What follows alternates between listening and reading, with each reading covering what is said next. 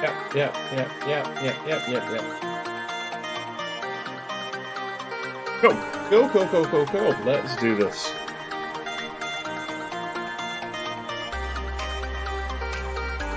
Come, friend. Hello and welcome.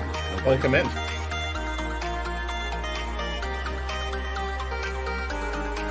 I'm fairly sure. Yep, I haven't been there yet. My vitality res, like, not good.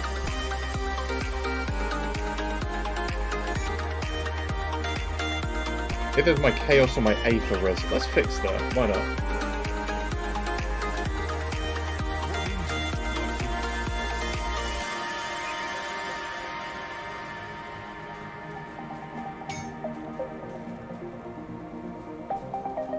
See, just gonna fix these quickly. That'll do. And a little bit of piercing res.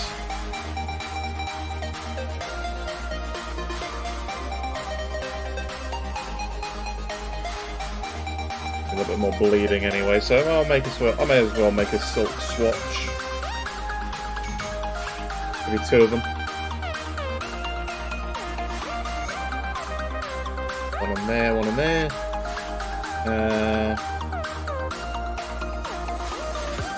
Probably a good idea. Do something like that. And then grab another thing for the vitality.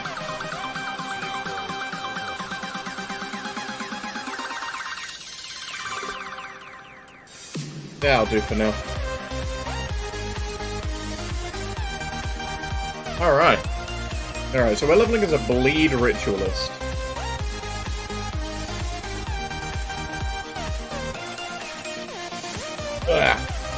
Yep.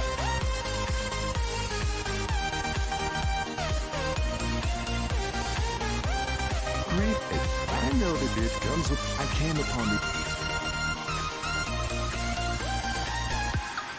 Well, actually, I should go and grab some XP pots. XP pots would be a good idea. Actually, no, I'm going to save the XP pots, I think, for Elite. Yeah, I'm really just going to go do a couple quests quick, get more devotion shrines and a hop up to Elite. Do most of my leveling there. Locale set with pets should be pretty safe.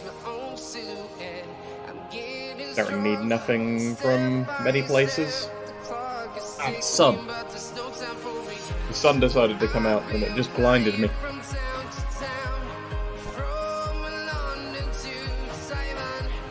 Yeah, we should be good. Our resistance is pretty high for being in the locale set.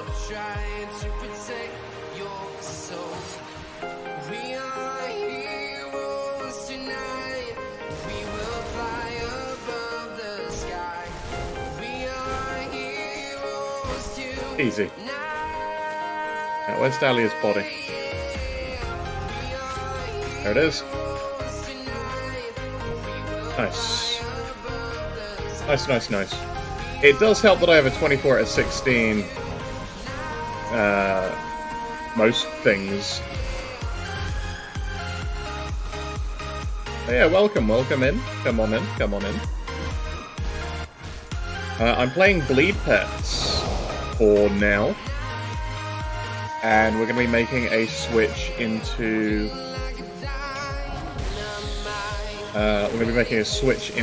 Acid Pets later, once we get the goals set up and running. So for now, I'm basically leveling Pure Shaman.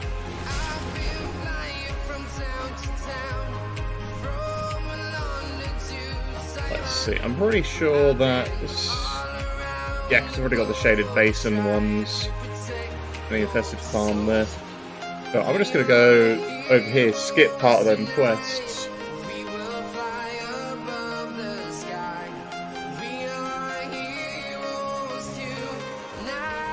Actually, no, what am I doing? That's a silly idea. Because I can just run, I need to run through there anyway.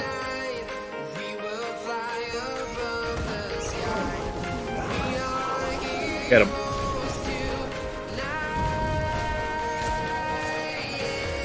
Easy.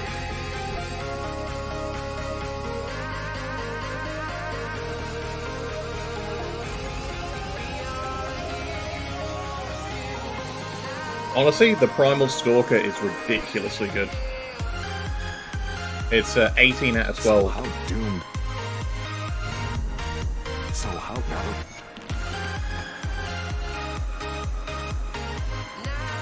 Very strong. So very, very strong pet.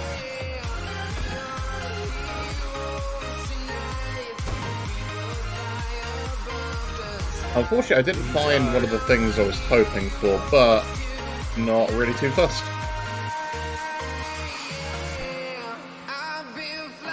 Grab these. I wasn't shouting? I'm going to check.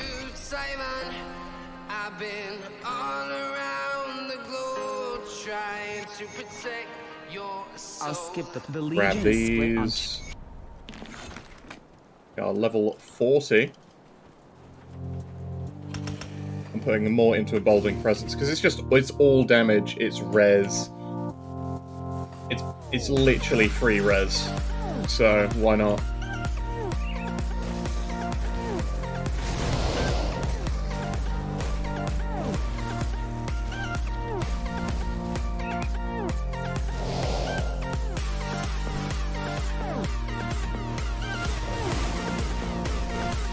Yeah, I need to get a little bit more, a couple more points in Devouring Swarm, I think.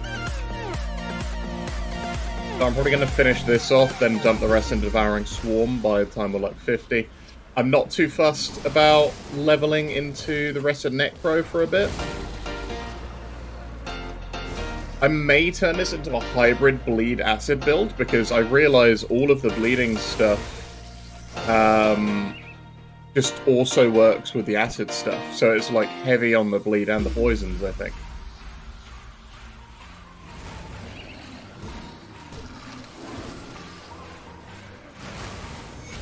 It'll be able to do both of it. It's mostly that the main damage type switches from physical to acid. And I want to be taking Manticore anyway, because it has, you know, added poison and the reduction in flat here. I'm taking Rend next.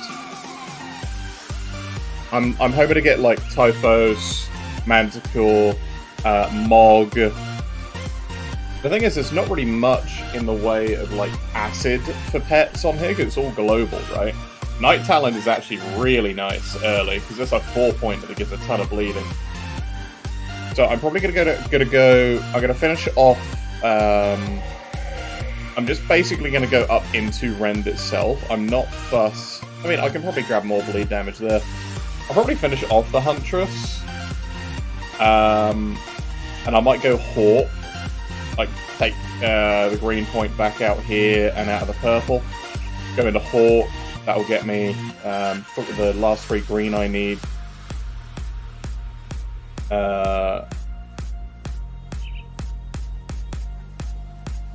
Yeah, because I want to take a little bit of blue as well, and obviously there's a load of really good blues.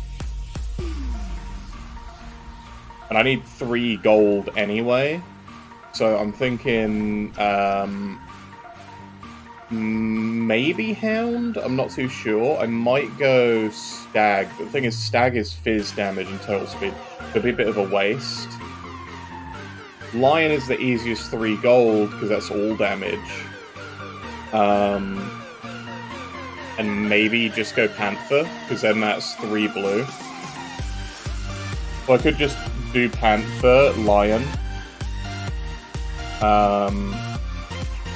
Because, like, Panther, well, to be fair, if I just take Panther alone with the gold here, I would get enough yellow to start on Typhos, and then that's their resistance is basically set, because that's minus 50 mind control. And that's the one which I'm really hoping for.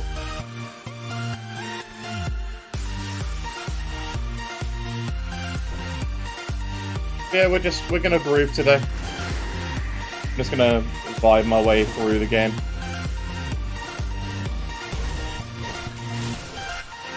Because, you know, I'm not exactly... I don't have much in the way of armor, but we get free fizz res. And I'm hoping to get a bit more fizz res. I got a double rare from Zarya, who I went up and killed early. That was a good find.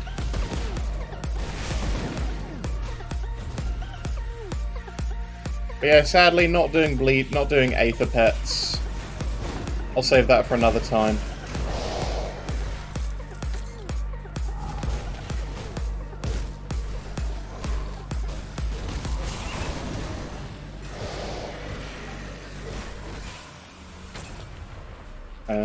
Yeah, nothing really there. Yeah, I just need to hop down into the bug lair, kill the queen, go kill the amalgamation. And then basically, quick pop into the Blood Grove, grab that last shrine I'm missing in there.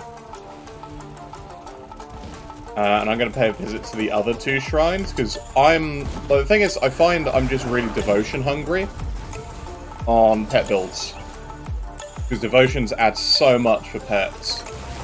Really, pet gearing is like whatever, right? There's all MIs.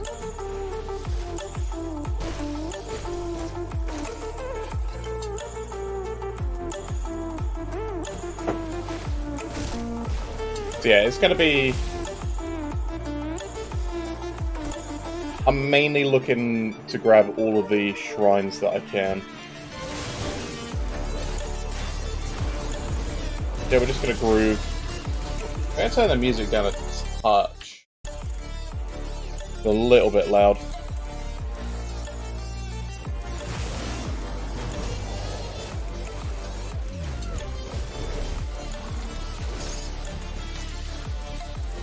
Nice. That's one gland. I need the second one. I've actually gone down and gotten the Gollus. No, I haven't. I haven't gone down here and gotten the Gollus Shrine. Interesting. I thought I did. I've been thinking of a different character. What are you... Oh, they went over there.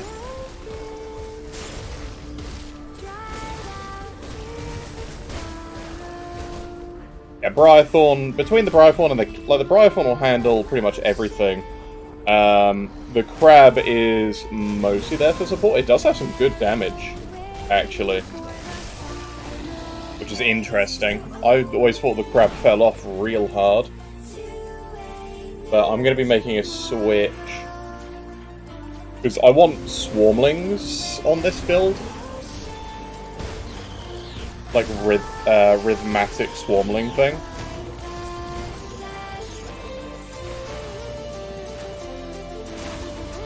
Yeah, I'm not doing Elemental, I'm literally just doing, like, Fizz and Bleed to level with. So maybe it would be worth me going into, like, Assassin's Blade. Because they do crit a lot, and they all trigger it on their crits. Ooh, Bone Spike, there we go. I can use that. I was hoping I'd get like a Plague Bearer's Bone Spike, because that then shreds res.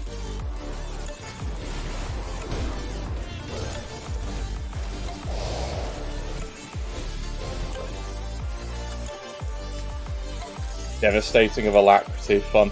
We're not actually going to be using these rings for a change.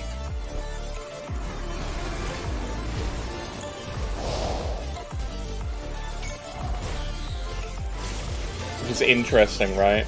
Because everyone is using Gollus rings. They're like the best regen rings.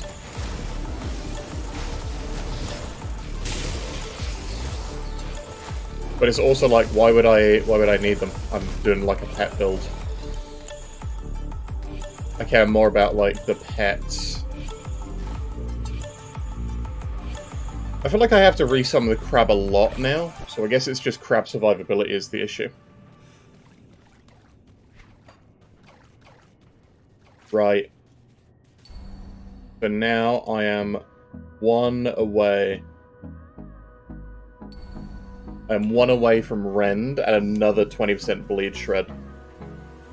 That's going to go on the Briarthorn too. So that's going to go off a lot. Happy with that? Very happy with that. So he's getting Rend, the Blight Fiend. The Blight Fiend is going to get the Manticore's Acid Spray.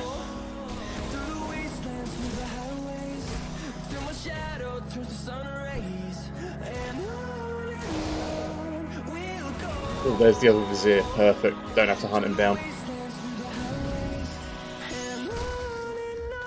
Give me that. Right. So we can just skedaddle over here and go fight the Queen.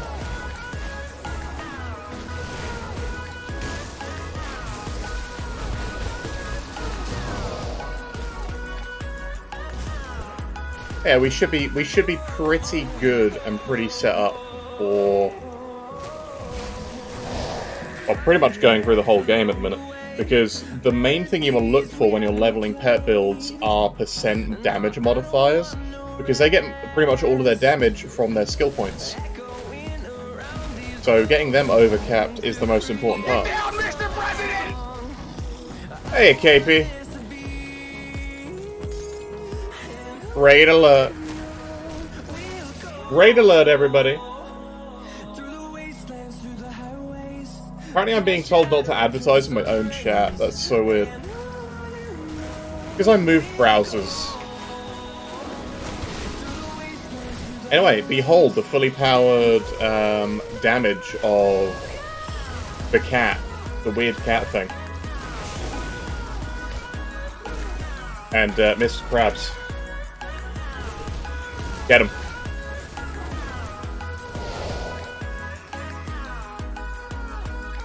KP raid? KP raid, everybody. The Bestial Rage. Ooh. That's level 42. I'm probably going to actually use that, because that's then the last 2 points I need for Briarthorn. Sweet. Hello, Spike. Spike the cat? I do like that name. I was going to go with Kitty Whippins, because it reminds me of a Displacer Beast from Dungeons & Dragons.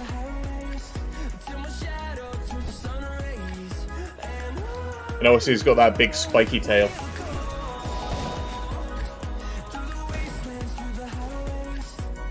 Yeah.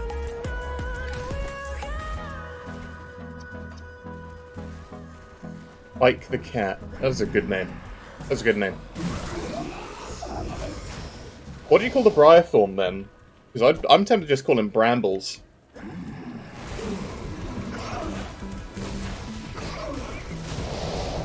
Just Brambles? Yeah. It just works. Look, it's a perfectly fitting name.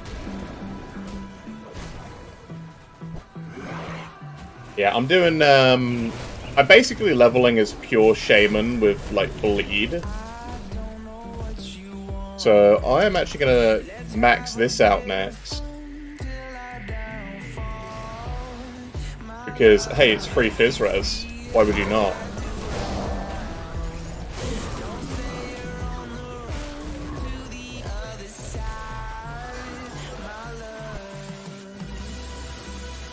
Get him. Hot dog, they just tear things apart. Nigel.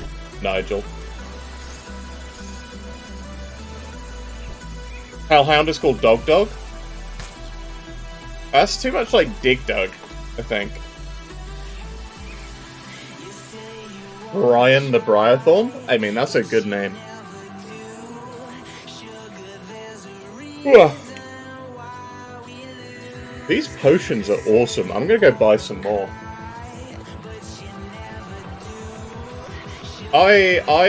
When I went through and looked through like all the potions I needed for fighting Celestials, I didn't realize that Rovers literally just have, hey, do you want to give your pets like 80% all damage? Why would you not? So good.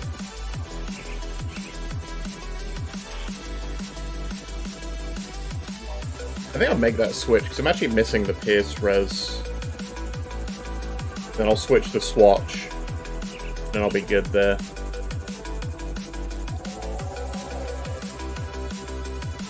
I'll probably switch into... Oh, I don't know. Do I want more bleed? Yeah, I'm going to take... I'll take this axe. I don't need the spike.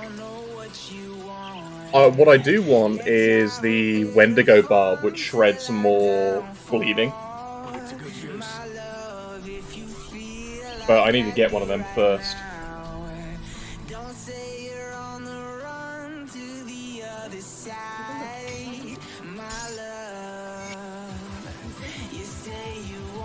Okay. Hand this in. So I'm in normal to grab all the shrines, then I'm gonna actually use XP pots when I hop up to elite.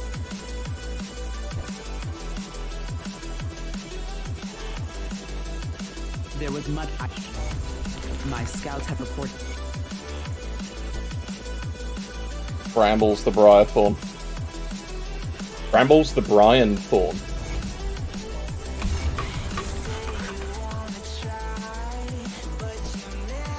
Whoa. Yeah.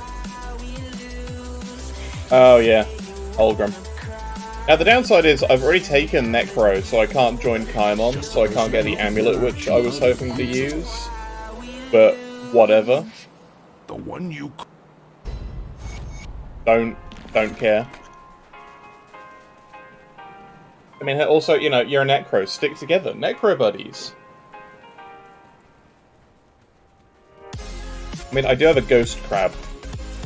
Speaking of which, it's probably time to replace the crab. So I want Primal Instinct, so I need Ancestor.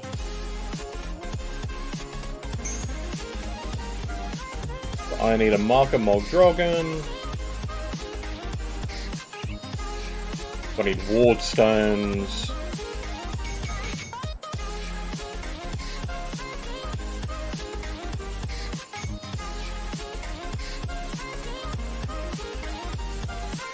So now, make Ancestor, and I don't have enough money. Once again, I am very poor. Alright. Crab can stick with us for the time being then. And then once we get that money, we're going to take Ancestor, and then we're going to take Primal Swarm. Because multiple sources of bleeding are good.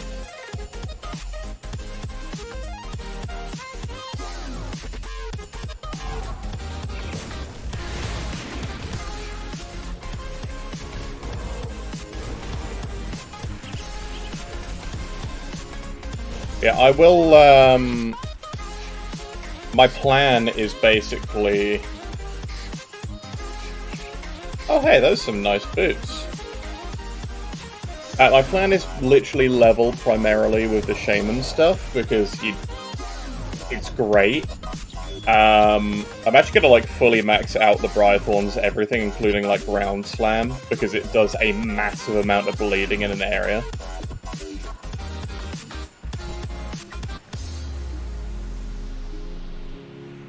Do I care about the XP in here? I do. I do care about the XP in here. But, like, I've already maxed out Primal Bond, Conjure, Briarthorn. One more point. Well, actually, the next level goes in Emboldening Presence. That then fully maxes that out. And then I'm probably going to max out Devouring Swarm for the Shred. Because I would like more bleeding spread. Because obviously we're going to hit a load of enemies with a lot of bleed res soon. So if I can get this, and I'm hoping I can get a Wendigo Claw with the Bestial Rage modifier on the other end. For that last +2 to Briarthorn, and then I'll be happy. Zarya dropped me a Houndmasters of Caged Souls Codex. So I don't think I can replace that for a while. Like, as soon as I hit... So I did, like, the leveling trick to basically start at 33. Which is amazing, by the way, because you just pump all the points immediately into Briarthorn. It wrecks everything in the ultimate Kaizog Cave.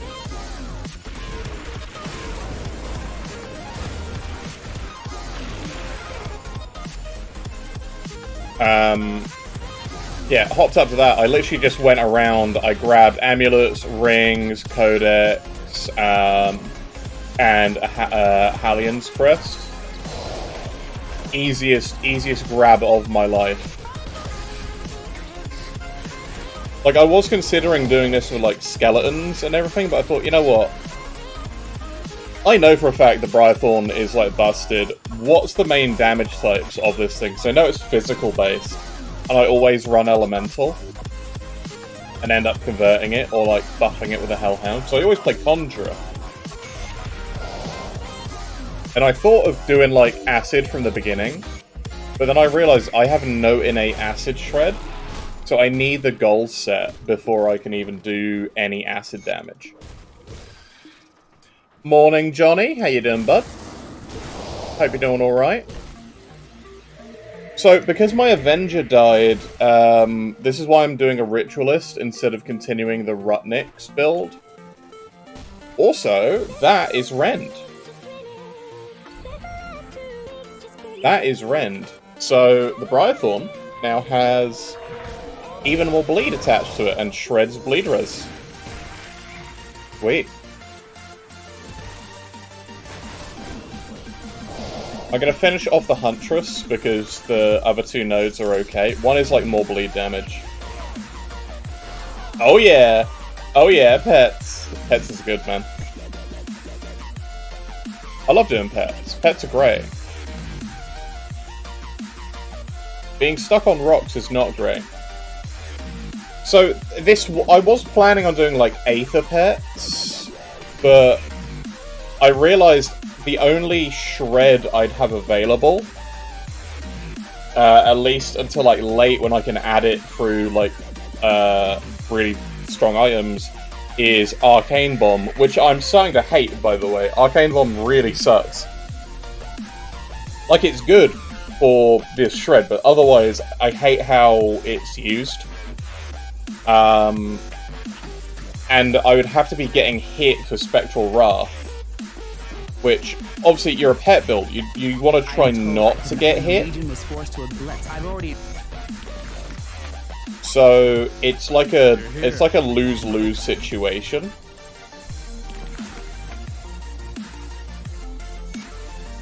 So what I'm doing instead, I'm leveling basically as a pure shaman. I put like 15 points in here in case I want to pick up the Blight Fiend at any point and add like an extra pet. But I'm not particularly fussed on that. So the last few levels in Shaman, right? Because I've got all of the actual pet stuff now maxed out. I'm gonna pick up like more Ground Slam and like max this out, and I might pick up Assassin's Mark. I don't know. Just for like leveling purposes, picking this up for the Fizz Res Shred, like because the thing is the cat, like crits like a madman anyway. But again, that is like, oh hey, it's more devotion points, and you wouldn't be working your way towards anything that you might want.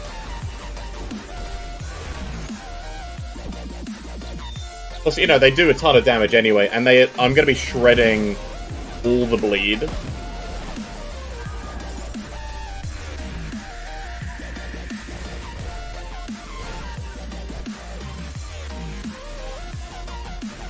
So it's like a case of, okay, do you want to like make their hits harder, or do you want to make their you know, their dot harder? Because they already hit like a truck, right? Pets always hit like a truck.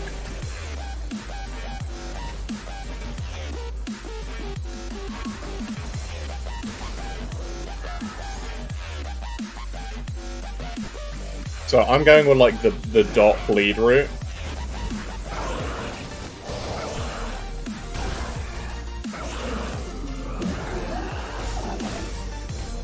I should be picking... Oh, there you go. Oak Skin. Nice. Very tempted with that, actually, because I believe this does work for the pets, too.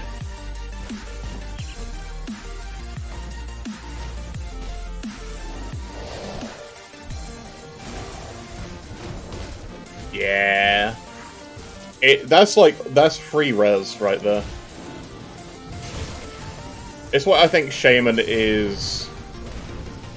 Like, this is why I wouldn't do an occultist mixed with a necromancer, just because you have any res and stuff for free, right? But you don't have, you know, all of the goodies you get from Shaman.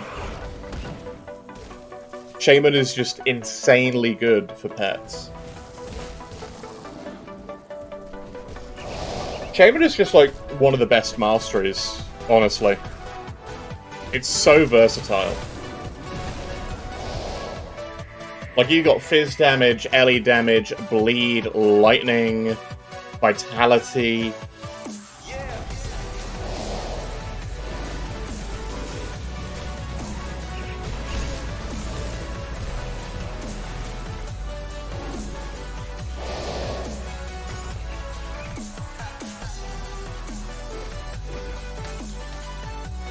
Also, that is 42. I have my 8th award on my weapon. Alright. I'm gonna do this. We're gonna quickly pop back and switch that salt onto the new maps.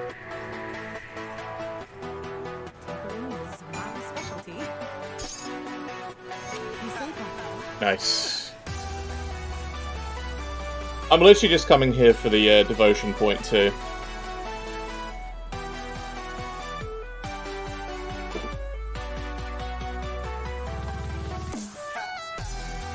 That's all I really want.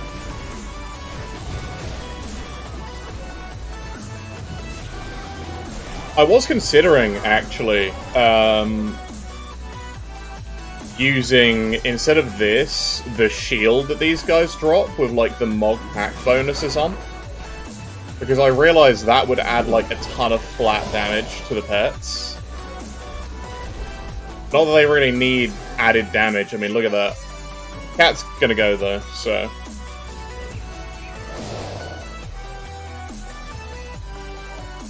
But yeah, there are actually 2 items which I'm hoping to get from Malmuth.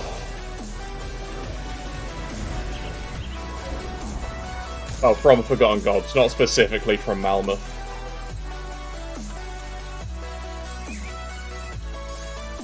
Nice.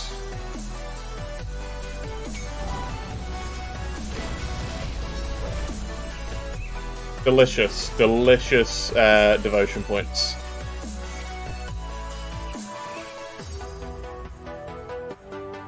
Okay. Go hand this in.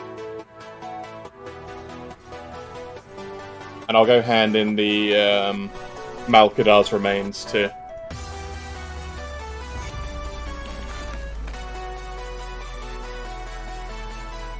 Yeah, my plan is get a Wendigo Barb, because it has extra bleed shred on, right?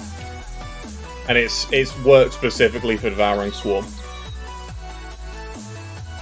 So it's gonna do a lot of work, I think.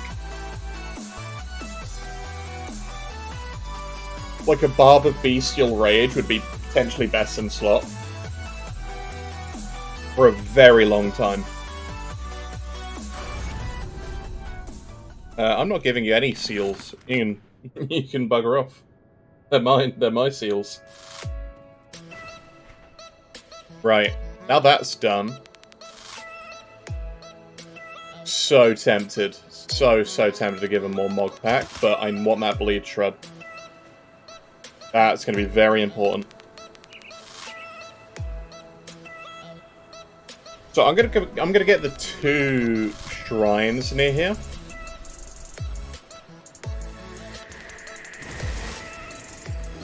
I'm gonna get 2 shrines near here. And the thing is, the reason I'm not taking, like, Blight Fiend is just because early on I don't have enough gear to support both, like, the Briarthorn, the Primal Spirit, and the Blight Fiend. And also the Blight Fiend is then, like, split poison damage.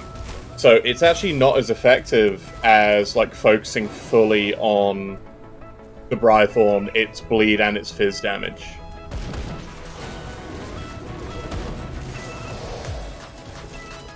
I mean, I really am considering picking it up, but I would want to go up and, like, max out Rotting Fumes, because that then shreds enemy DA.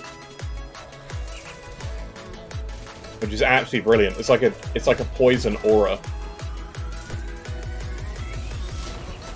And I need to figure out if that works for triggering, like, Rend or, like, Acid Spray.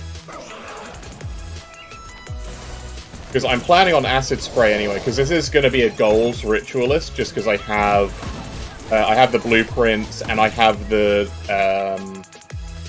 like, Acid Hat, which works for this as well.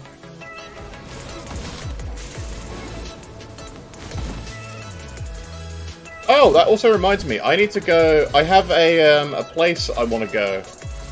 I have a monster which I don't think I've fought on stream since the 1.2 update. And it drops a pet item. And it's one I think nobody... You have to go out of your way for it. But she, like, has 2 MIs that she can drop. Yeah, please get out of my way.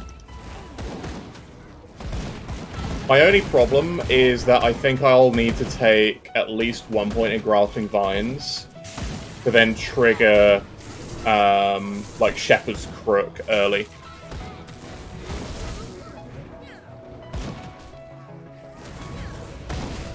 The heck? How they got water coming through here? That's interesting. Like part aqueduct.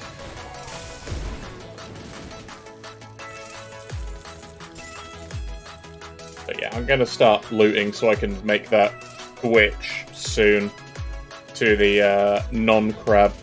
Not the crab is bad, it's just, it's so squishy. I feel like it's not a ghost at all. Ooh, Aether Totem.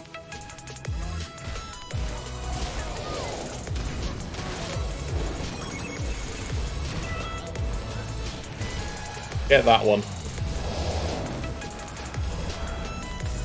Nice. A Blessed Torch. That's a fun one. So yeah, I'm gonna go... I want Manticore, I think, next for the flat res shred. That's gonna be big. The trick is, I need, I think, a little bit of blue to get that, or am I thinking of something else? Am I thinking of Typhos? Because I want Typhos and Manticore and Mog Drogon's Ardor. This is not a top-side pet build. This is all bottom.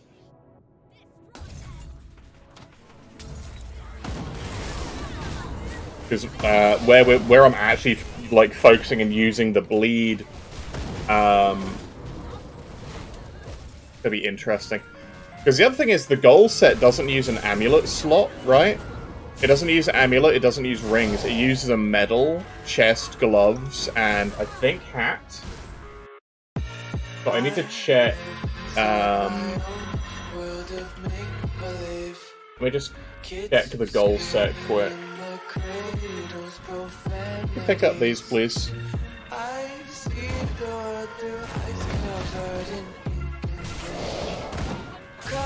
And it's a shoulder piece, so it doesn't even use a hat. So that means I have the hat slot free, the amulet slot free, both weapon slots free, and there are a lot of very, very nice items I can use in those, along with like the ring slots. The only thing I can't use is like the Rock Drinker's Crest, but I don't need to. But this will end up being 2 Blight Fiends instead of 2 Briarthorns, which, you know, is big sad, but it's fine. I'm also skipping this song. I hate... Come on, skip for me. There we go. I hate, like, songs that are just ting noises. I don't know why. Maybe I don't like high-pitched stuff.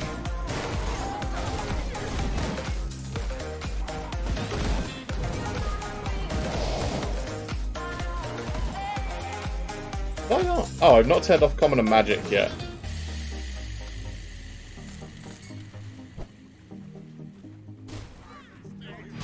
Okay, I'm coming in here. This is why I came here. For the shrine inside this little secret crypt.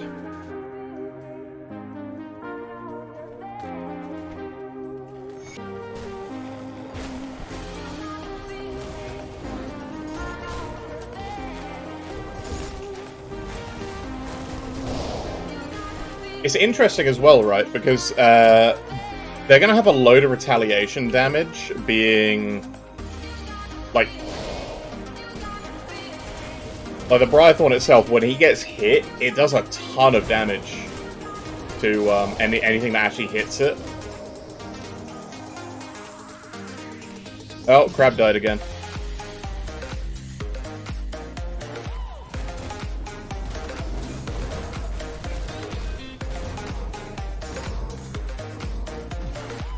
I really am not thinking about, like, the bosses at all, just because I know the DPS coming out from the pets is ludicrous at the minute. Right, I'm gonna go and grab the, like, secret shrine thing that I know about. Right, there we go. So, I want Manticore next, really. So, what I'm probably gonna do is I'm gonna take these 3 out. And I'm gonna pick up, like, I can't pick up Fox, right? Because Fox doesn't do anything for the pets. Like, that's the thing, right? I'm potentially thinking about Hawk for the green, and Jackal just for the cheap and easy, like, red-green. That then gets me Manticore, gives me access to, like, Bismeal's command. And obviously, this is global res shred. It does fizz and acid damage, so it would work for our eventual stuff. And it's going to be it's another source of, like, bleed, because we have a ton of, like, flat bleed added between, like, Night Talon, and the Huntress. And then we're going to be adding even more with the Howl of Mogdragon, and also our passives. So it's like, I want 3 yellow, I need both of these. Like, I could take a Lotus, and that would be my 3 yellow, and the 3 other green, which I need for, like, Manticore. And then, unfortunately, there's no, like, red-blue combo that I know of. Other than, like, you know, you do have Viper, but that's useless to me, because we're not doing Ellie damage, and it doesn't do anything for pets. So, I'll probably do Jackal. I might do Lotus, but I don't know, because it doesn't do anything for pets either.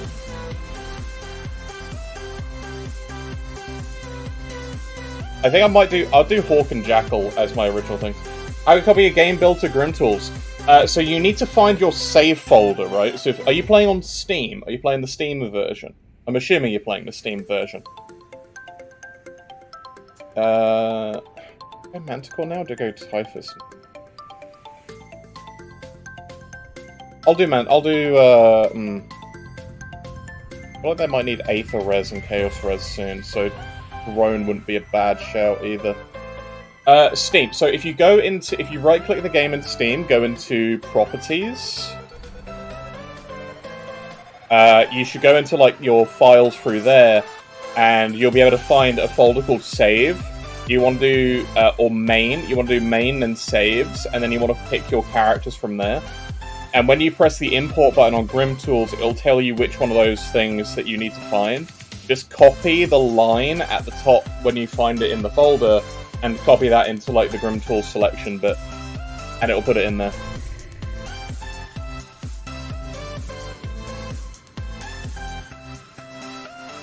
Okay, I'm gonna go get this hat.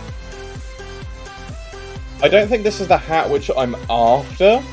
I think the hat which I'm after drops from the Ascended in Malmuth. But I want this hat anyway, because it'll add to the collection. And it's like, it's easy to get now because it's an MI.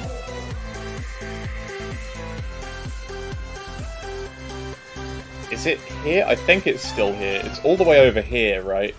It's the little, it's like the little quarry area. I'll do this whilst we're here, too.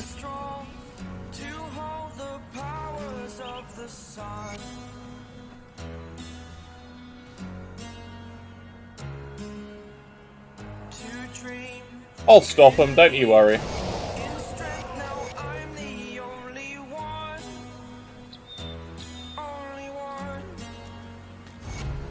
Bye, lady. Yeah, free witch's effigy. Yeah, so further down from here, there is a little a little quarry cavern thing with a lady outside of it. You spend dynamite, but... Oh, hello.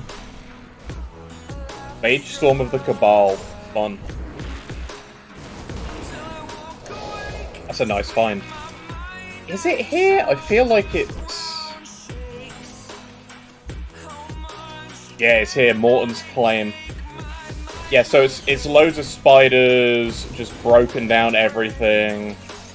And then over here, like, this is super creepy, right? I hate this. Oh, hang on. So, when you go into Steam, right? Right-click on the game in your, like, library, go to Properties, go to Installed Files, and then press Browse. It'll bring up your game folder. And then you want to find Save in that game folder.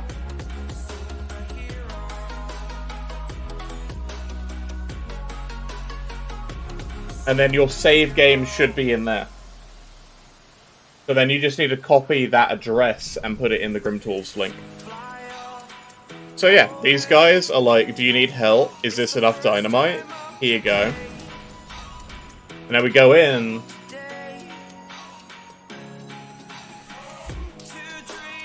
And then we learn that this is a bad place. And she's like, this is my tomb. You tricked me. I'm just gonna lay down and die. I've haunted this forest for centuries. Only one way to find out. Get 'em, lads.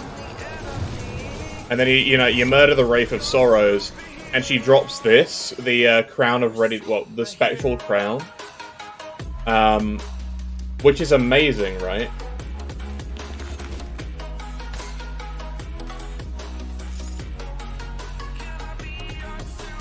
So this, if you're playing skeletons, and you're like I don't know what the Conjurer Necro thing is. This is really nice. Plus 3 to manipulation and raised skeletons. Skill recharge cooldown and fizz res to Bonza Bismiel. So, really, really good. Really, really good. And she's a farmable boss. Like, it is out of the way, but she's a very easy to farm boss.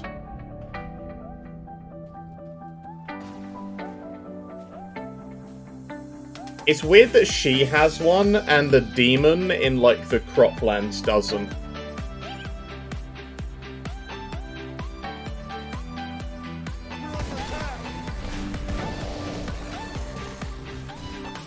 Oh yeah, I need to fight these.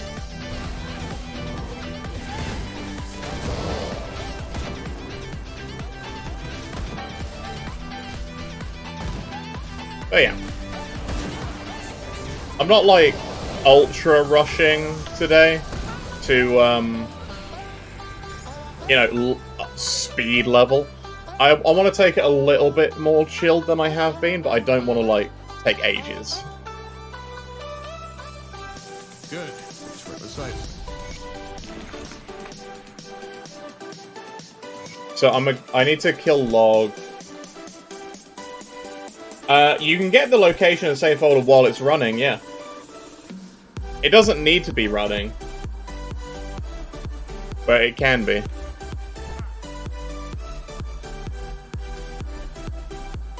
Ugh. Yeah, so you get the address, and so when you go to Grimtools and like the build calculator, right? Above share, there's the import button, and then you press the little arrow next to character save files located in character folder. You press that, you just paste it in there.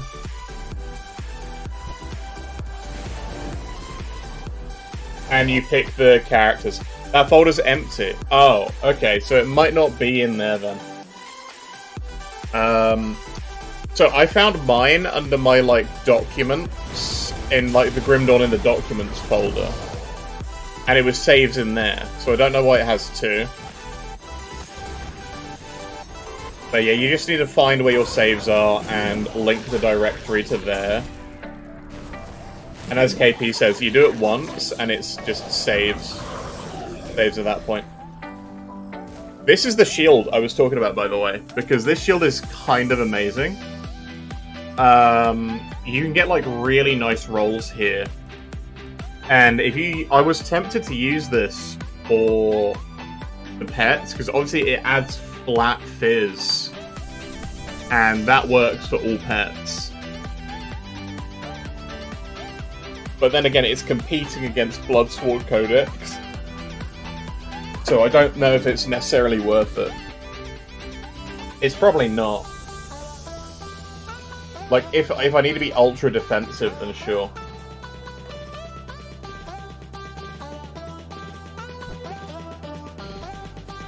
Honestly, KP, that is just how it is. The child is sus.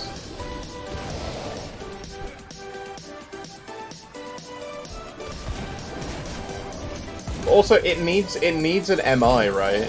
It doesn't have anything that it drops.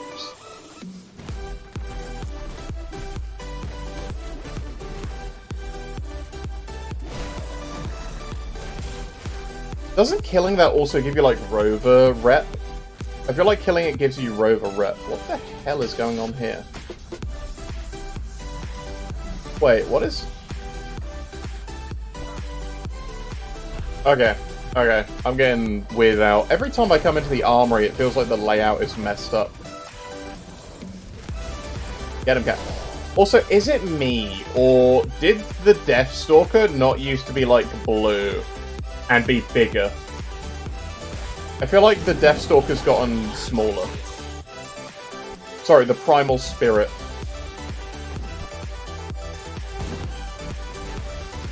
Ooh, that's big. That's gonna be for if we die.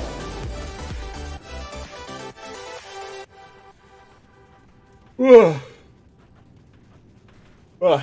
you all know my rule, if I die, I don't redo a character for a while. And also if I die, I lose my Lokar set, so that made me cry.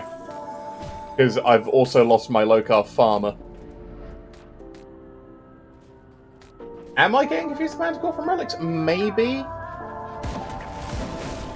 I just remember him being more blue.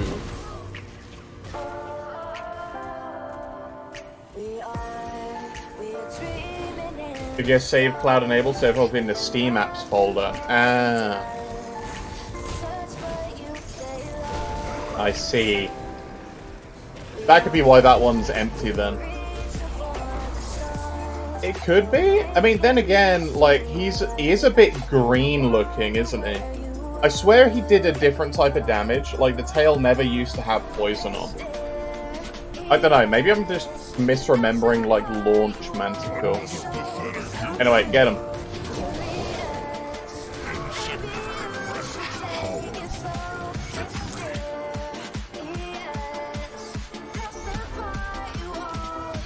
Yeah, I don't know. I don't know. Right, if I sell all this, do I have enough? I should have enough money to upgrade my relic, so we would have to say goodbye to the crab.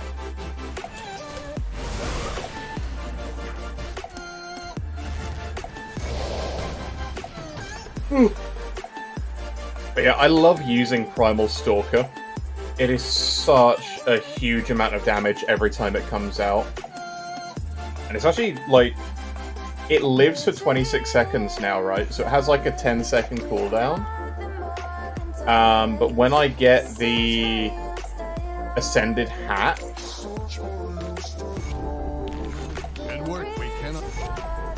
When I get the Ascended Hat, it adds, like, another 6 seconds to its lifespan, or lowers the cooldown.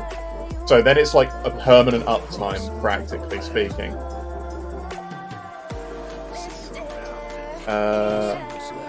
What am I doing?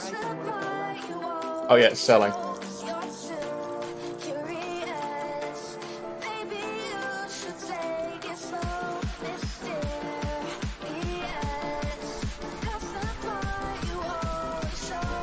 Thank you, Primefer.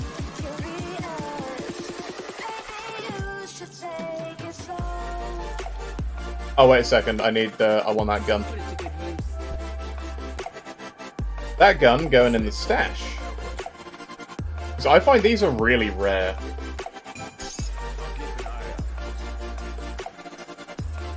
Right. Relic me.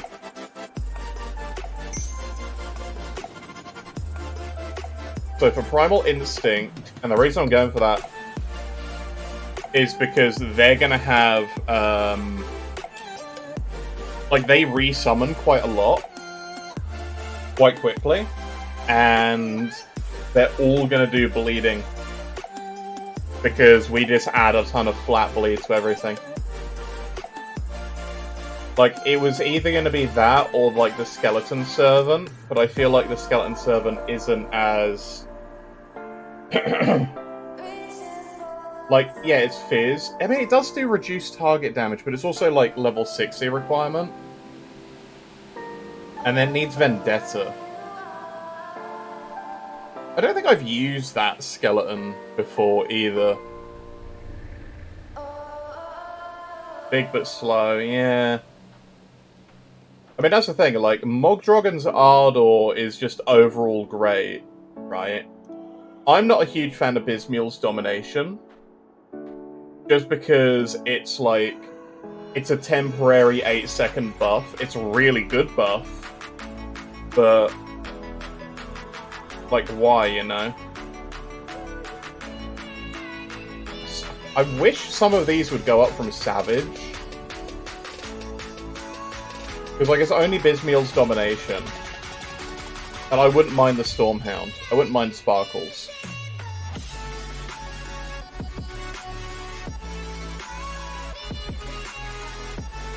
Well, I'm gonna go with Ancestor. Because I want to do Primal Instincts. Let's take a look-see. Level 81 Reaper.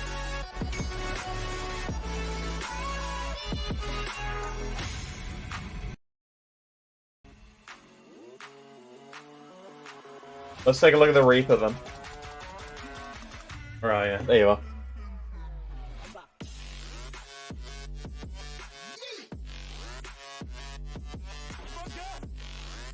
Okay, so this is your level 81 Reaper, right? You're not sure about your devotions and skill point allocation? So are you, like, main hand damaging, right? So you're using the Death Mark stat. Yeah, it's... Okay, so that's basically a Pierce Curse. You've got the Nemesis Relic already. Nemesis is good. Shadow Weave, Resistance, we'll find... I'd probably try and get some more stun res if you can. So you're auto-attacking. You're auto-attacking. Because it's Whirling Death and Execution based. Yeah, cold build. All cold. Undying Oath. Fine. That's fine. Night's Chill, you want maxed out. So, the thing about, like, Veil of Shadow, right? Yeah, it does drop OA and total speed of your enemies. But it's, like, not worth it past the full 10 points. Because you don't get a full, like, point each time for, like, the area or the total speed. Whereas the OA isn't that bad. So I would drop this down to, like, 10 out of 10. I'd recommend change that to 10 out of 10, just because the area doesn't get that much bigger either. So that gets you, like, a free, like, 4 to 5 points. Nightfall... Shadow Strike is great. I would put more points in Nightfall, because you're a cold build. That then increases, like, the weapon damage, and the actual, like, AoE of it. So that becomes really powerful really quickly. You don't necessarily need justifiable ends, but having the recharge there is worth it.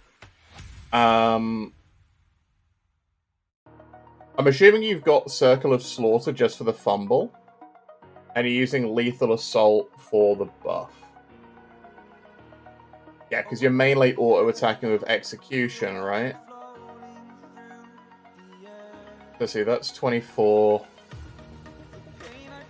47, 72, like 93. Okay, so you've actually got too many of these, right? So you want Necrotic Edge because it's cold damage. You can probably drop Shears. I would probably say drop...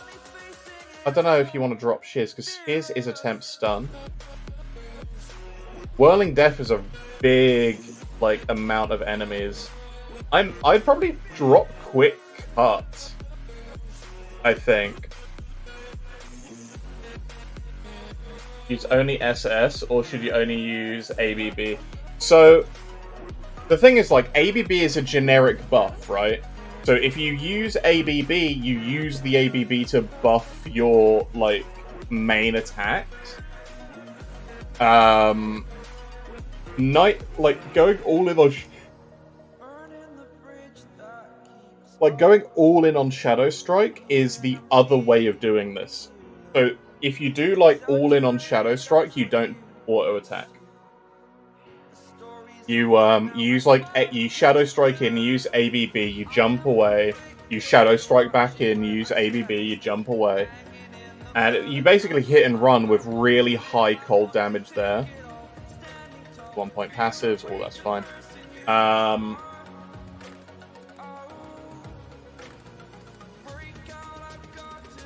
Yeah, so while SS is on cooldown, you use Blade Burst. You use ABB while Shadow Strike's on cooldown, and otherwise you spend that time moving away from your enemies because you're kiting, right?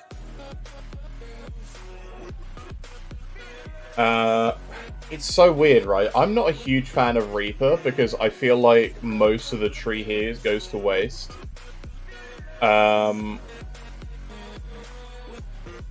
So what you can do, right, if you don't want to stand there auto-attacking, you can drop pretty much all of this up here, pick up more in Dual Blades, because this is, like, Fizz resistance, right? Dual Blades passive is really nice. You drop, like, Necrotic Edge, and you actually pick up Bone Harvest. You pick up the Harvester of Death, because that converts it to cold damage. But, you know, that requires a two-handed melee weapon. You're not doing two-handed in this build. I'm assuming you're not going to use, like, the Winter King's Sword or the Nightblade's Reach. But you, like, take these, because then you're mainly doing... Like, this does add cold damage, and you're mainly doing, like, cold with it, right? So you're doing Piercing, Cold, and Vitality, which are your main damage types anyway. You're probably going to want to pick up Call of the Grave, because even just a 1-pointer here is a lot of extra, like, Vitality Poison. Yeah, so if you drop these, right, if you drop all of your auto-attacking stuff, if that's the way you want to do it, you drop auto-attack, you pick up Bone Harvest, and then you use Bone Harvest, ABB, and Shadow Strike.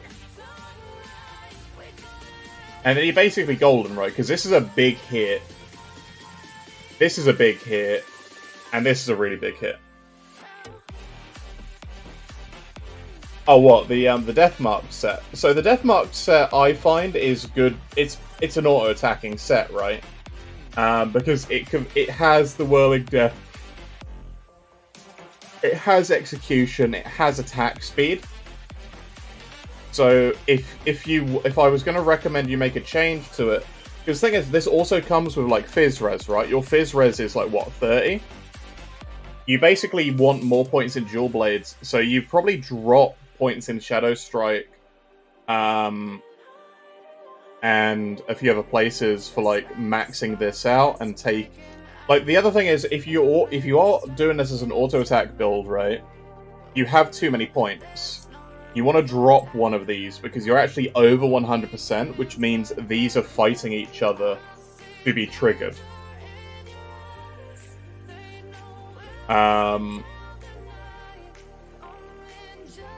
See, it's difficult, because I probably wouldn't recommend using the mythical Deathmark set, right?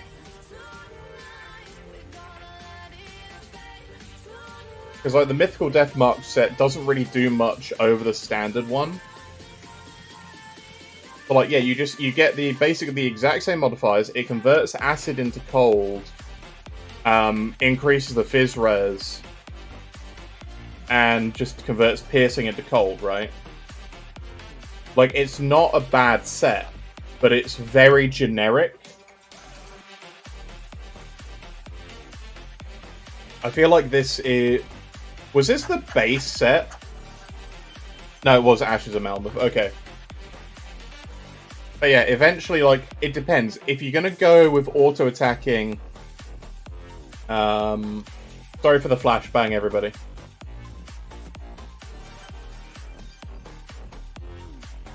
You want to use,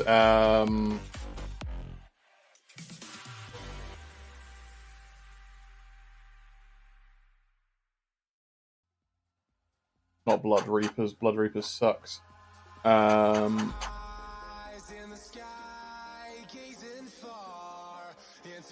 What set was I thinking?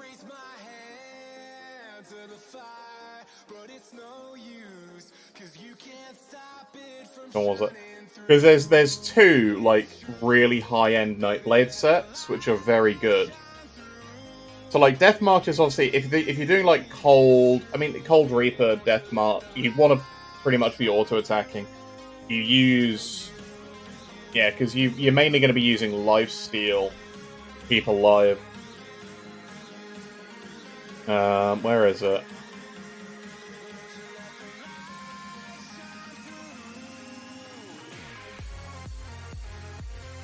Am I going crazy? Yeah, so Belgothans is for Blade Master. So you ignore that. Sorry, I think my phone just... No, my phone didn't bring at me.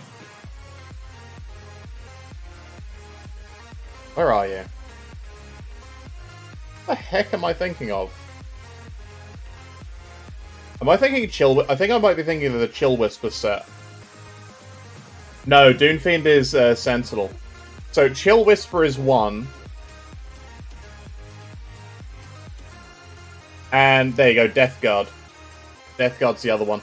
So, Chill Whisper is, like, your main stuff is Blade Spirit. You use one of these, right? Also, you're not going to be using Drain Essence. But this is for, like, Cold Blade Spirits, because it adds Frostburn damage to it. Yeah. Because this converts, like, all the Aether damage, converts Vitality to Cold, or converts Piercing for Blade Spirits into Cold and adds flat Cold to it. So you want to basically go all in on, like, Blade Spirits, but then you're sort of like a semi-pet build. The other thing is this one, the Death Guard. And this is the reason why I say you want to be using, like, Shadow Strike and Bone Harvest. But this then is not a cold set. This is an acid set. So this is all in on, like, poison and acid. So you, like, offhand either the Puskull's Tail or the, like, Rift Scourge Slicer. Because the Rift Scourge Slicer adds a load of more damage to Shadow Strike. Because the thing is, it lowers the cooldown on Bone Harvest, turns that into basically pure acid, and then it adds a ton of poison to Shadow Strike, crit damage to Shadow Strike. So if you want to do, like, Blade Burst, Shadow Strike, Bone Harvest, you use the Death Guard set. Chill Whisper if you want to focus on, like, Blade Spirits. And I swear there was a... like, a really good... like, Reaper melee set.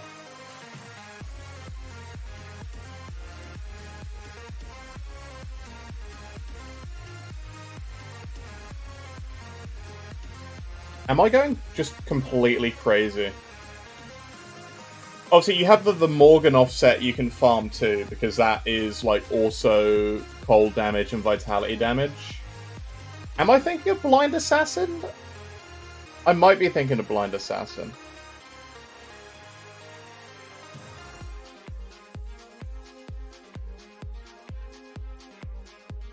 Because, like, there's so many really good like Nightblade options, my brain just can't hold all of them.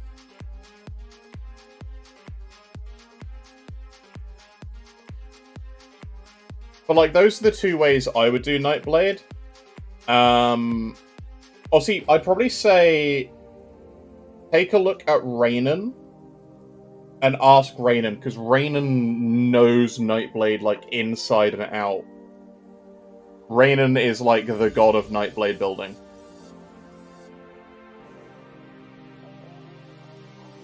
But it really depends on what you want as far as the playstyle. Like, you want to either go all in on auto-attacking, or you want to go all in on, like, being a semi-spellcaster. Right? Because at the moment you're doing both.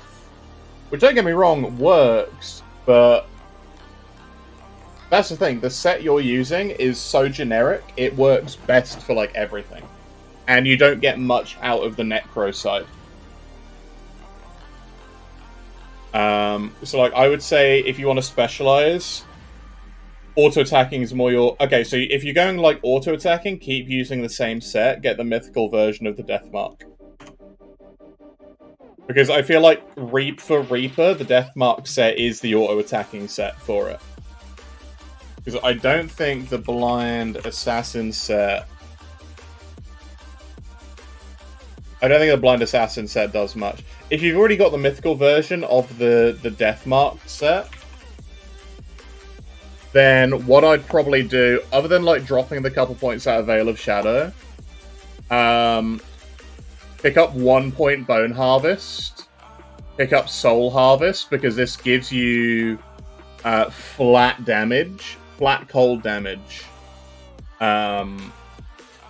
like whilst it's active. And this applies to all attacks. Drop, like, Quick Cut or Shears. I'd probably drop Quick Cut. And I'd pick up, like, Shears. Obviously, I took the point out of there, but, like, I don't know, because you have more points available for Quick Cut already. But the reason you want to do that is because you're competing with each other, right? Necrotic Edge is decent. So, like, you do this, right? You put 1 point here, you pick up some of this. Because this is basically the exact same thing as, like, Lethal Assault, right? You have a 1-pointer in Blade Burst, you max out Lethal Assault for the extra flat, and then you just go ham with auto attacks. You then don't need, like, much in the way of Shadow Strike. So that then saves all those points. Necro, you want to pick up at least 1 in Mark of Torment, because that's amazing. Not Harbinger of Souls. You probably go Master of Death, I think. I don't know, Harbinger of Souls, because the thing is, it converts the... Oh yeah, because you're not doing fizz damage, you're doing all cold, so that doesn't make a difference. So you use that for the attack conversion and the extra attack speed. But yeah, like, that's what I would do. I'd use Bone Harvest, I'd use ABB, and then I'd just, like, go ham. Ring of Steel, maybe. Like, Shadow Strike, still use this, but you're not pumping the points into there for damage. You're using it to support your main attacks. So you want to max this out. You want to max that out, because that's 22 Fizz Res, right? And it's a ton of damage. Because then when you're looking like the mythical version of the Deathmark set, like that's an extra, what, 6% Fizz Res? So you'd have like 45 Fizz Res as a baseline, or like up all the time. And then eventually you'll probably replace the, replace Cold Stones with, not Seal of Blades. Yeah, like, you want at least 1 Seal of Might, maybe 2 Seals of Might. Because you either use... you'd use 1 Seal of Night. But it's a 50-50. Like, I'd probably use 1 Seal of Might and a Cold Stone. Just because I prefer the passive. But yeah, no, that works. Like, Deathmark set is really good for sticking to just pure auto-attacking. Yeah, there's not really much to say. It's a pure auto attacker. I don't really do much in the way of Nightblade. Rings Amulet Medal. So with like Undying Oath, that works. I'd probably go with like a was it Dreadmark? No.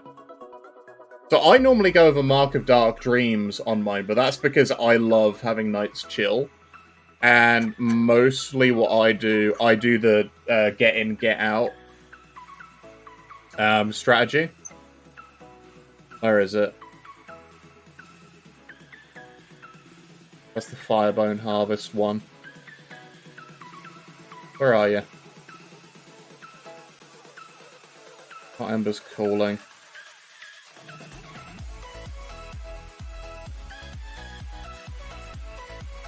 Blade Arc. Direwolf Crest. So, you use Dread Chill Mark. Yeah, the mythical Dread Chill, because it's cold damage, it's necrotic edge, it's extra damage to Bone Harvest. Rent a temporary fix to plug it directly into the computer. That'd work. Yeah, like, you want to use that, because mythical Dread Chill Mark is great. It's just a very good item. And then as far as... Second class for cold auto attacker, better Arcanist. So it's hard to say, right? Let me go to build calculator. Sorry, I'm going to try and minimize the flashbangs, right? So when you're comparing Necro and Arcanist, right? The main things that Arcanist give you have exchange and you have damage absorption. But then you're looking between Reckless Power and Star Pact. Now, Star Pact is nice because it converts to cold and it gives you the skill cooldown reduction. But then comparing it to, like, Reaper in Necro, you have the Shred available. You got Spectral Binding for the more OA. Yeah, NB and plus R. You don't do Necro Arc. No, you don't do Necro Arc. The thing is, it's competing against Soul Harvest, which itself is another big nuke. And then it's competing with Necrotic Edge, which is another auto-attack replacer. And then it's also competing with, like, Flat Leech and Attack Speed. So, Reaper works, and also, you know, Nightblade Arcanist works. They both work. I'm not a huge fan of, like... I prefer Acid or Pierce Nightblade to Cold. But that's just me. So yeah, I think Nightblade works with literally every other class on this list. There isn't something that it doesn't pair well with. I'd say the weakest pairing is potentially like Occultist Nightblade. Like Witch Hunter, don't get me wrong, Witch Hunter's really strong. Because obviously you have Curse of Frailty, Blood of Dreeg, Possession, Soliel's Witchfire. But you sort of have to go Vitality. Because all of the baseline stuff, you need to convert it, or you can do Acid. But for Acid, I prefer Sentinel just because I'm lazy, and I like having Path of the Three and Celestial Presence do it automatically for me. Plus, then you have, you know, Righteous Fervor. But yeah, I'm gonna go back to leveling this lovely bleed pet build. Now that we have our ancestor relic. So now actually, Briarthorn is overcapped in points. Wonderful. I can do. I haven't really made that many changes.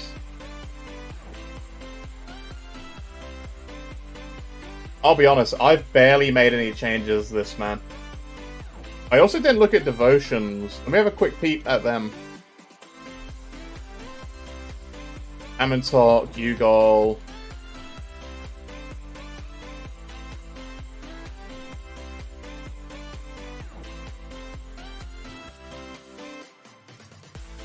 I mean, your devotions are fine, right? You go Amantok, you go Ugol. I would say... I'd probably get rid of Twin Fangs if you could. I know it's difficult because you need Ugol. I would recommend going up and picking up Raise the Dead or Manticore for Flat Shred, because I don't think you have Flat Shred available otherwise.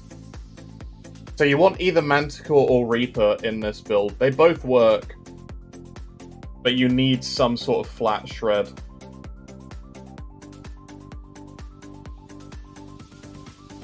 Yeah, Phantasmal Blade's Witch Hunter is great. Like, I'm not saying Phantasmal, like, Witch Hunter is bad, because there's no bad, like, Nightblade pairing. They all work. 4, 5. So you have 5 points available in your devotion tree. I would just slap that in Manticore. Again, I would go talk to Raynon and get, like, his opinion, because I don't really mess with Reaper much, unfortunately. I'm just not a fan of Necro in general. Like, I know it's good for Nightblade pairing.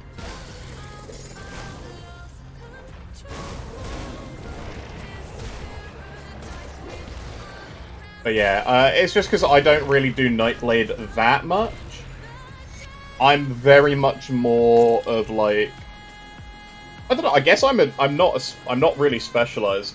Suhu55, you just started the game. You were in for a treat. This game is great. Game is actually great.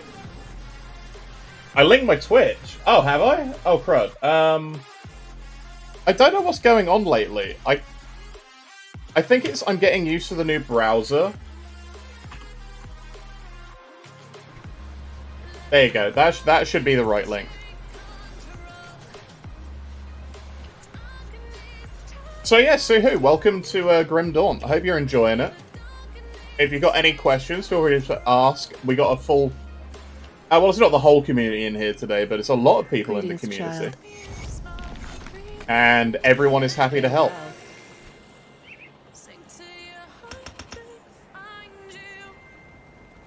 Yeah, that's more Bleed Shred.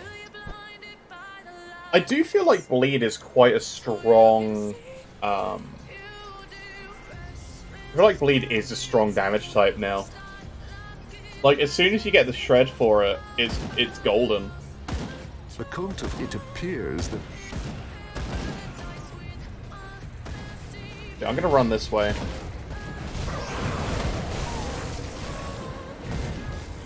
Because I want to go for the last 2 devotion shrines that I'm missing.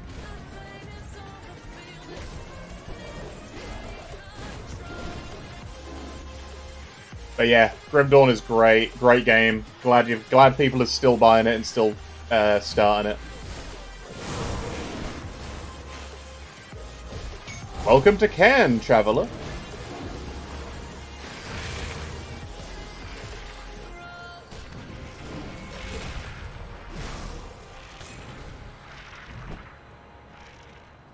Nice. That's another devotion point. That can go in the Jackal. Now we'll get the next one. Will go in the Jackal as well. Hidden ARPG gem. Well, I suppose it's hidden now because it's old, right? It's not like a recent release. It's just the fact that it's still supported. A bundle with New Frontier. Ah, Frontier is so good as well. I love New Frontier. I've owned Grim Dawn since forever, but I've not... Like, I played it for around 300 hours. I never took it seriously. I took it very casually. But this is... honestly, probably the best ARPG on the market right now, if you prefer, like, a more relaxed experience compared to, like, Path of Exile. But New Frontier is a completely different game, and it just shows the devs at Cray are good game makers all around.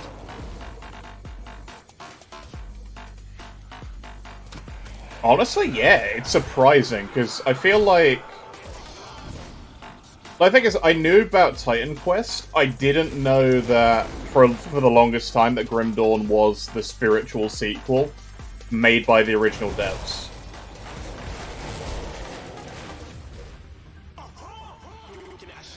But it's good that it's in that kind of a bundle now, though, as well.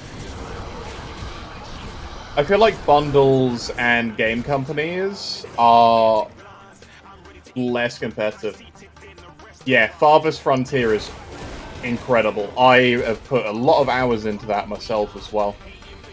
Obviously, it's a town builder, so it's a completely separate thing to Grim Dawn. But very, very good game. Really looking for the launch of it. Because I've burnt out a little bit on it. Because I'm waiting for, you know, more animals, more crops. And a couple bit more management beats. Because once you have your town, like, up and running, it's just sort of expand until you can't support yourself anymore. The other thing is, I would like them to rework the happiness system, because I just don't like needing to squeeze in statues and stuff so people are then happy. I prefer to have, like, an overall, like, lifestyle upgrade thing.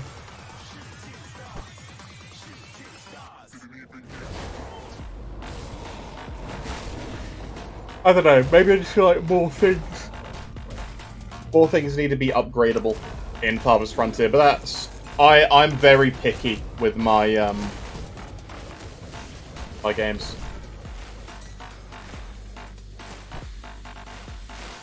Yeah, so the thing is, like, with composting, and this is the thing, like, with the planting, you need to spend, like, 3 years in-game,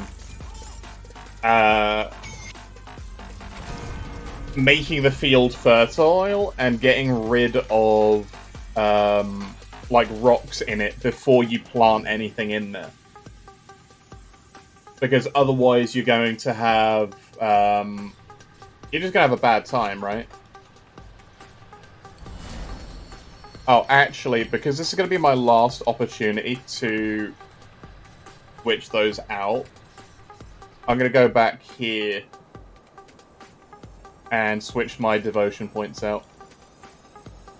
Oh yeah, I played in Grim Dawn's beta, like, way back. And I was waiting for the Shaman class to drop. Oh, man. Stay strong. No worries. No worries. But, like, when the Shaman came out, it was like, whoa, this class is amazing. They put in Primal Strike, and it's like, whoa. That is an amazing skill.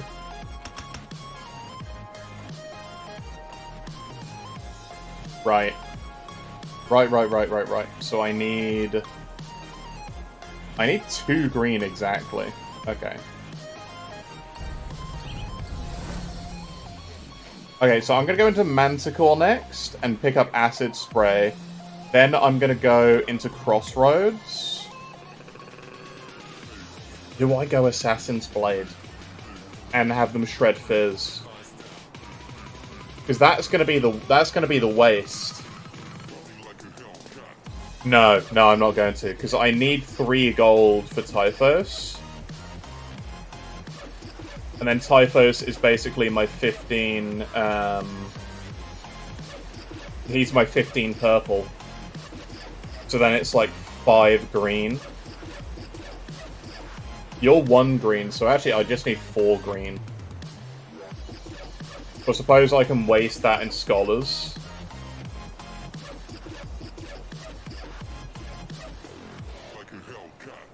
Or do I go Bismiel's Command?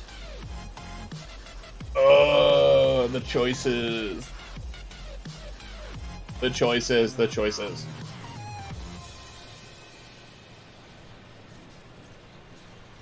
I need to really count how many points I'm going to need to spend. Well, let's see, I've got 26 out of 55, so let's say I have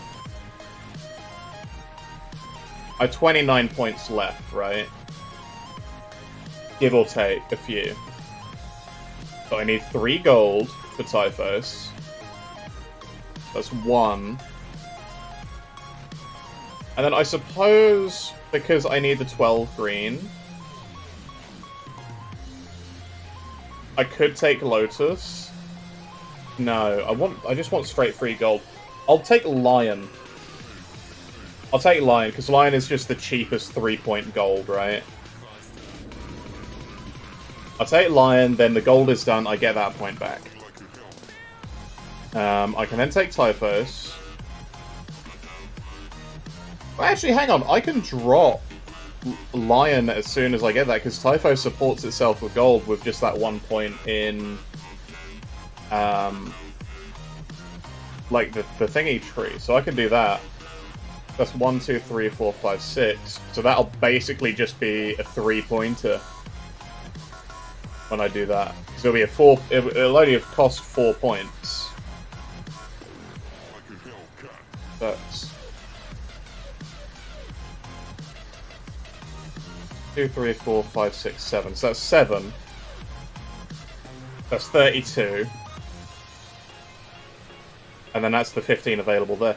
And then I just need 5 green. Literally just 5 green, I get Mog. But I'm going to be taking Manticore anyway, so then that's... 6.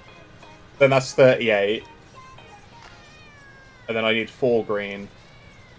I'll probably just take Scholar's Light for the last 4 green. Because easiest option, right? Or do I go Bismeal?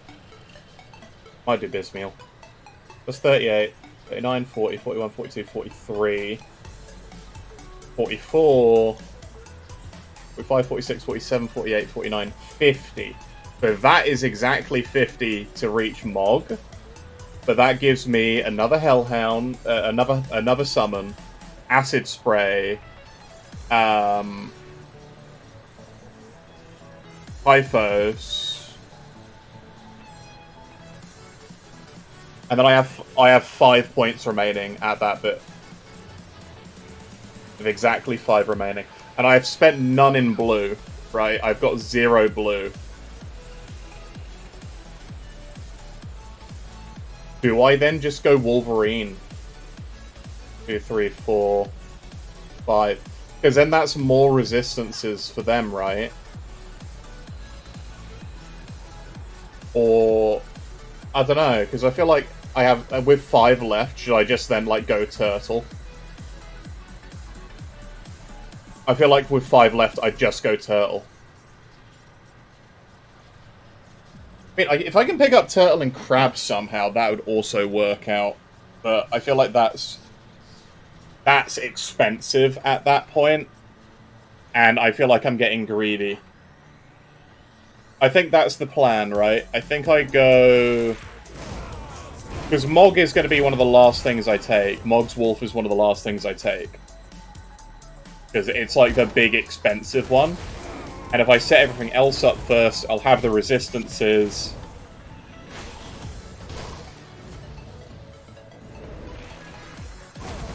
So I just need to get 3 gold. But I'm going to take... I'm going to take Manticore next, just because getting flat Shred is big. That is actually this cart, so we can just go straight up.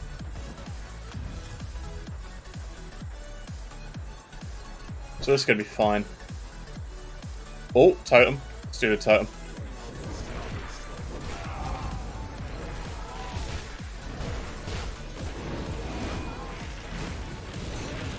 Oh yeah, because we're going to be shredded... Oh, hang on a second. We are going to be doing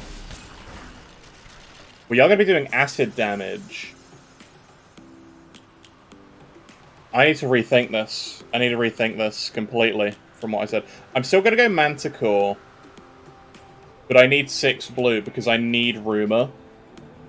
I don't need these. I don't need the 2 past Rumor. So I just need 4 points to be able to stick in Rumor.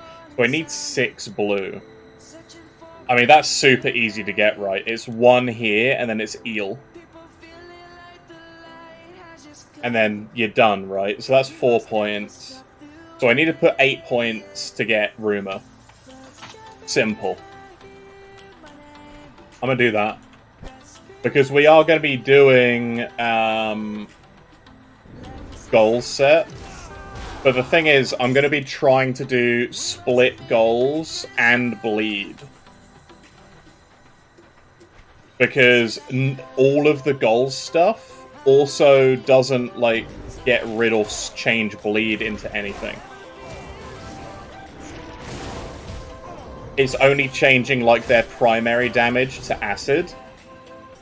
And because that's super late, that might be one of the last things I take. But it's, how do I fit that and Mogwolf? Maybe I don't get the Hound. Because, I mean, I'm not going to need the Hound because I have flat Shred available from Manticore.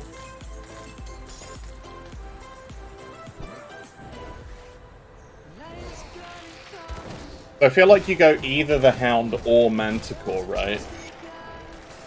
But because I'm doing gold set, taking the taking Manticore just makes sense.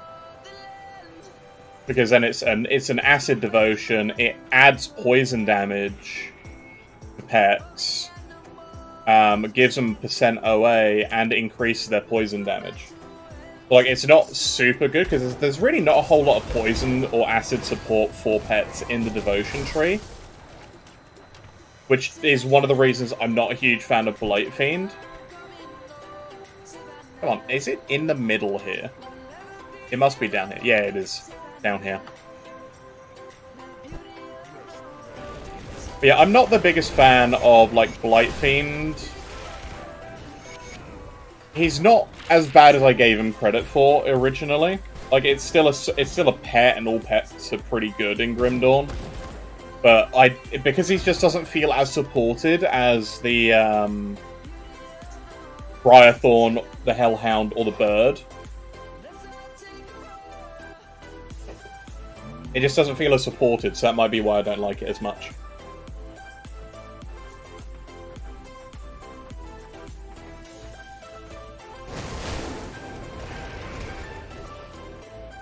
But yeah, we're going to be... The reason I need to kill Log is so I can obviously access the quests and the faction rep in general. Because most of the really good like pet augments come from the Coven and from the cults. When I go up to Elite, I'm just going to do like Forgotten Gods, and I'm going to just farm stuff, right? Because I want to do... Hey, Viridor! Made a few treats, killed everything but Crate? Hell yeah, man. Well done, man. That's awesome. I'm glad that worked out, bud. So, a little bit of bad news on my part, though. My Avenger Warder got one shot. Oh, I have a new fear, and its name is, like, Vokar. Mogdrogon is scary. You need to, like, have insane regen to do Mog, I find. So, my Avenger Warder got one shot on Tuesday night, and I've been in, like, shock since then. And I'll go show the boss off in a second after Log Haran, because it's not a boss you would expect. But the thing is, right, I killed him 6 times in a row because I was farming for a blueprint he drops. And just pop, gone, one shot out of nowhere. I'm like, what? I stared at my screen for like a solid... No, not the Sentinel. I've gotten that hat. It's a completely separate enemy. Like, I know the Sentinel's dangerous because he has a multi-hit breath attack. And that can really hurt. But the regen the Warder had, that didn't matter to it. Yeah, I got the recipe for the Sentinel. I do not have the recipe from the boss which killed Thingy. But to add insult to injury, right, I took my max block Warlord there. To test, just to see, like, what the hell killed me. What kind of damage is this thing doing? I killed it twice. And it dropped me the Crimson Claws, which was the last, like, item upgrade for the Avenger, right? Like, the very last item I needed before I went, this build is now, like, fully operational. Yeah, but I have a pair of Crimson Claws now, so I'm happy. So I can redo the Avenger at any point, because I have the blueprint for the Avengers set. So I'm not unhappy. And the thing is, the Avenger had done everything already, right? It did Mog, it did Lokar, it did Morganeth, it farmed that dungeon really easily. I struggled with, like, no enemy. Even, like, face tanked a hit from Voldrak that took him down to, like, 3k health. That was the Tyrants of Ruin Crusher that he dropped too. Which, unfortunately, I didn't pick up or keep, because I just went, man, I'm not doing a two-handed Cadence build for a while, because I have the Avenger. So now I don't have the Avenger, I'm like, I should have picked it up. But I'll go and show the boss off after Logharan, because it's not one you would ever expect, but turns out he has 2 shotgun moves. And he also sunders. So he sundered me, and then he hit me with a 12-shot shotgun. So 21k life immediately deleted because of the shotgun damage. Because you have to do over you have to do over 2100 through defenses in a split second, otherwise the health regen will, like, keep him alive. And turns out this is the one boss which I found that can do that. Mog came close a few times, which is understandable. It's Mog, and he has, like, 80% Lightning Shred.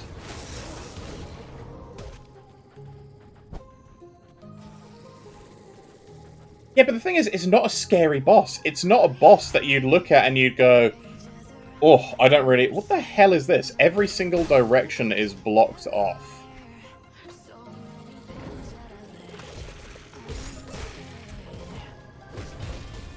But yeah, it's not a scary boss, is the thing. Right? It's not one that you'd look at and you'd go, whoa. I don't want to tussle with that thing. It's one you sort of look at and you go, oh yeah, I can kill that. Killing that's going to be easy. But it's something that has now earned a hefty amount of respect from me. The other thing is, it died after the bleeding damage from the Avenger as well. I have a screenshot of it, it's in my Discord. And he dropped a Plague Bearer's weapon. So that must have shredded the resistance, while the other bit shotgunned.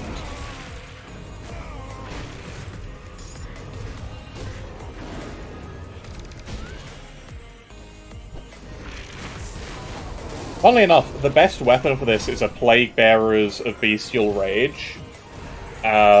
Wendigo Spike.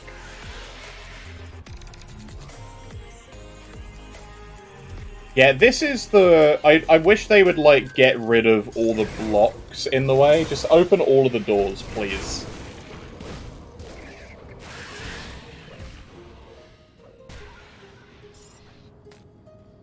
Alright, let's, Hi, Thalanus. Get him. Look at his health just deleted.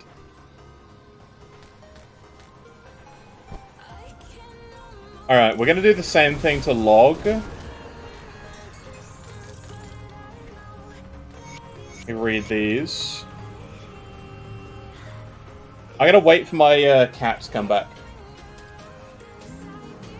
I want to go in there with, like, the cat fully charged and ready. I was going to resummon my Briarthorn, because I think I've got more Ground Slam. Yeah, I'm going to max out Devouring Swarm, max out Ground Slam, and max out, like, Mog Pact, maybe Oak Skin. Before I, like, go in more in Necro, pick up Blight Fiend. Because everything else here is, like, fully kitted out, right? Alright, we're ready? I think we're ready. Let's do this. I have a potion I'm going to pop too. That buffs the pets. Right, get him. Oh, look at that damage. Phase 1 done. Get him.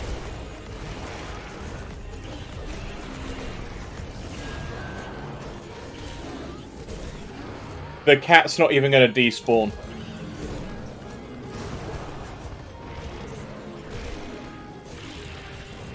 Yeah, no, cat didn't even despawn. Easy log. And that's only going to get more crazy.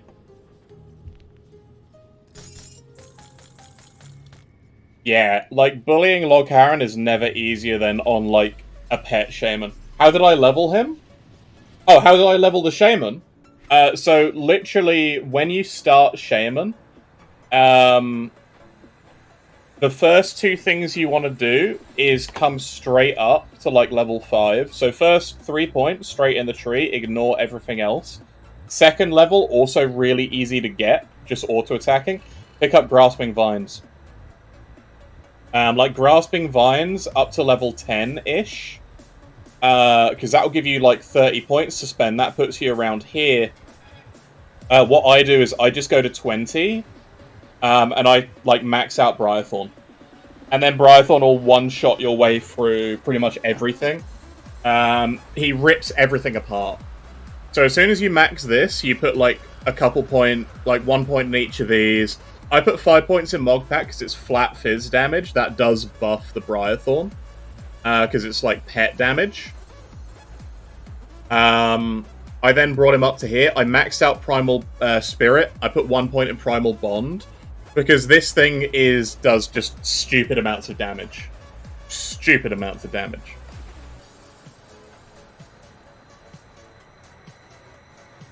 So this is the literal way to level any pet, like, shaman build. Because you could ignore Necro completely, right? I went 15 here because I was going to pick up Blightfiend, and I went, you know what, I don't need to. I can just, like, focus all in on Shaman. And it's working really well. Because Shaman is great. So great. What did you give me? Touch of Purity. That does not matter. I struggle to admit that. You see, the Luminaria have long... Excuse my father and I were. But yeah, you also want to pick up, like, a little bit of Devouring Swarm, max it by the time you're 50, because that's where you get your, like, bleed resistant shred from. Oh, Conjurer is also amazing. So, like, if you want to play pet build from the get-go, start as a cultist and go in with the Raven. I actually have a build. Let me grab it for you. That is, like, Lightning Pets Conjurer. Actually amazing. It got to wave 160 in Ultimate Crucible, and it unfortunately got tapped out there by just 5 Nemesis bosses at once. Unfortunate, but, you know, that's the stuff that happens in Crucible. It's 5 Nemesis at once.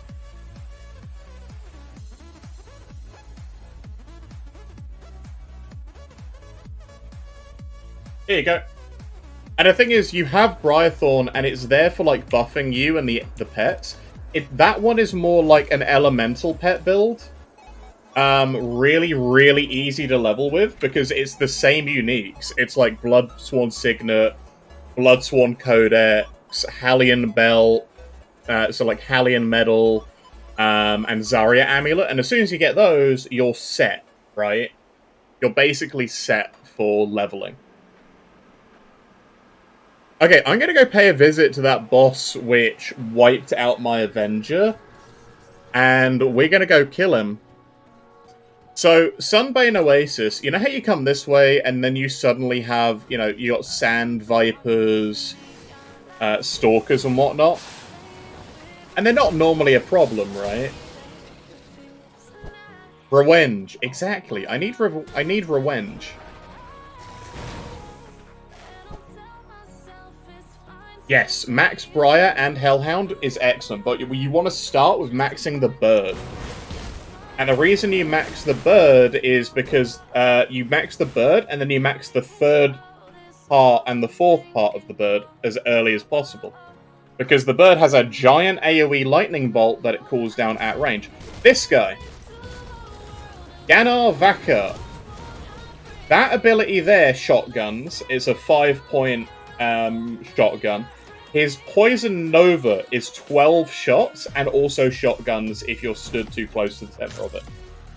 So I got hit by the 12-point shotgun because I moved forward after killing him. He killed my level 100 fully kitted out warder.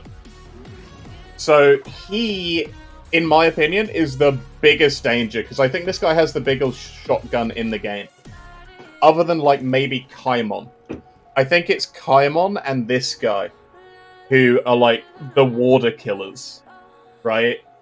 Because you have the regen to survive literally everything else.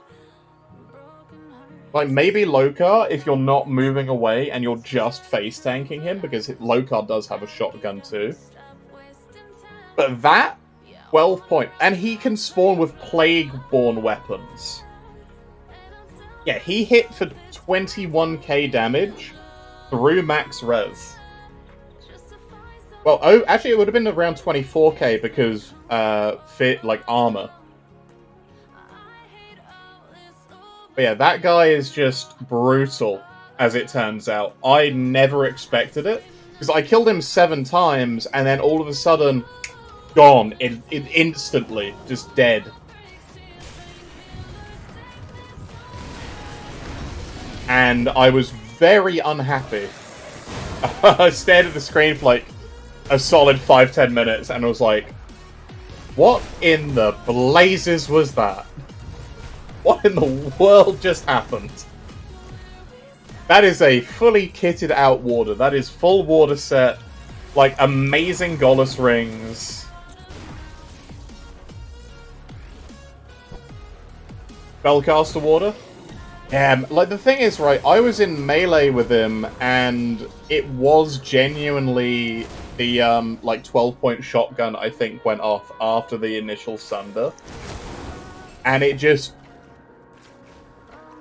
I didn't realize my resistances were being shred by him as well, because he had the Plague-borne weapon. Because Plague-borne has, like, resistance shred to it. Yeah, just instant death from 21k life. And that's a lot of damage. That's a lot of damage.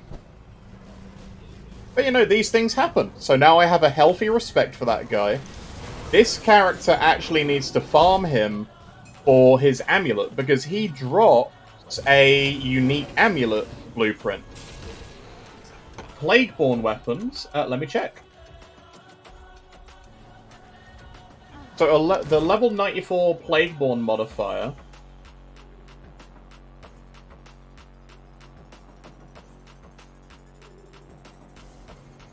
Let me just not stand in the blood pool AFK. Thank goodness for health regen. Shred up to 14 to 16 reduced to its flat shred. It's flat shred. Which is ultra dangerous to players. So the Devouring Swarm, it does buff my Briar because I've got Shepherd's Call on it. Makes disdainful comment about pets. Good morning, Hamill. The pets say they love you. So the reason I'm using Devouring Swarm is because it has bleed resistant shred on it.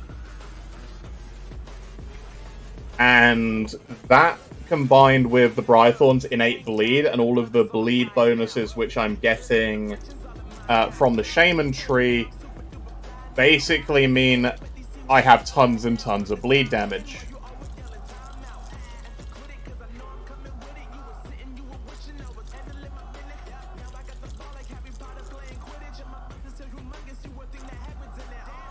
You duvet from the bedroom? I don't blame you, KP. It's like -5 around where I am, and I'm on the south coast. Like, it is freezing.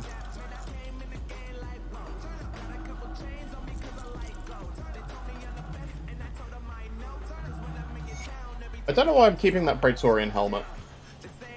But yeah, good morning, Hamill.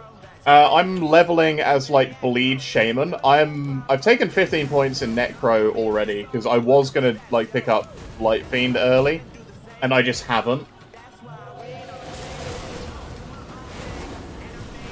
I'm bleed maxing right now instead.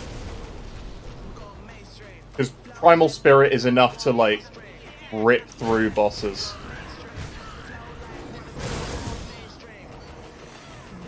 I actually want to come down into here. I think the gun... Is it the gun that has the shred? I don't think it is the gun. The Ugnabog Howler has, like, extra bleed damage. I think. But there are more Wendigos down here.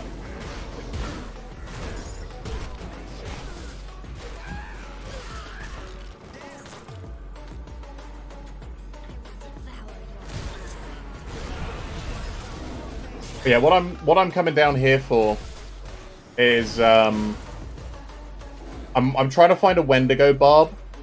I might just go steal the one off my Vitality Conjurer. Bleeding on the weapon. So the actual spell itself has bleeding damage. And also, yes, so any like percent damage on here will apply as damage to your spells. So it's a stat stick, basically.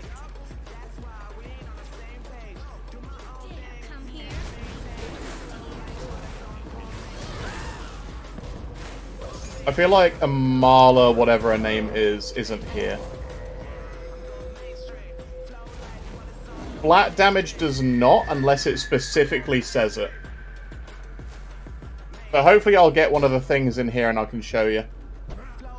So if it says specifically, like,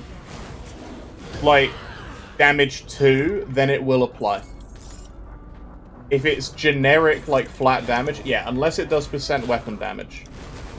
Or it's an auto-attack replacer like Savagery.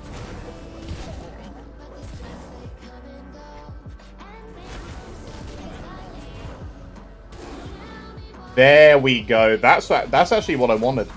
I didn't want that one in particular, but hey, it works. So actually, this is the perfect thing to show you on.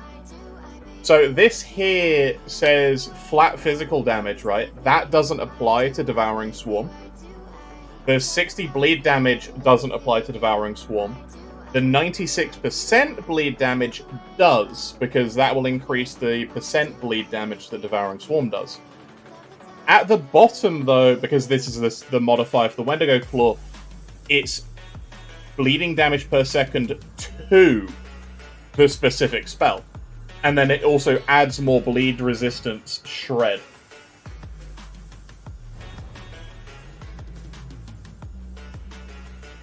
So, Hypno, it's from every separate source, bleeding stacks and poison stacks.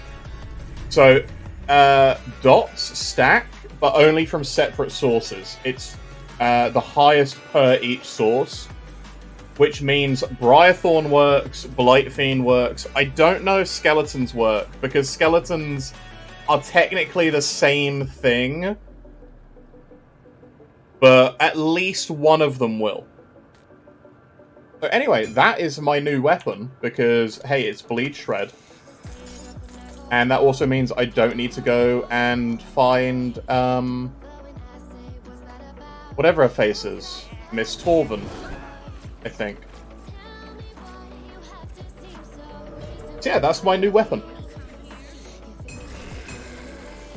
So my Briarthorn died. Get him, boys. So yeah, now I'm also... The other thing is, right, because I've gone into, like, a load of the Bleeding Devotions, this is actually going to do quite a bit of damage as well. Nowhere near... It's not, like, main damage, because obviously main damage is pets, but... But actually, yeah, if all of the separate skeletons do stack, that is a lot of bleed potential. And the thing is, I am stacking bleed bonuses. Yeah, like, you can see the health drain just start. It's already a high amount of bleed damage coming out. Shelly's are. They hit this thing, right?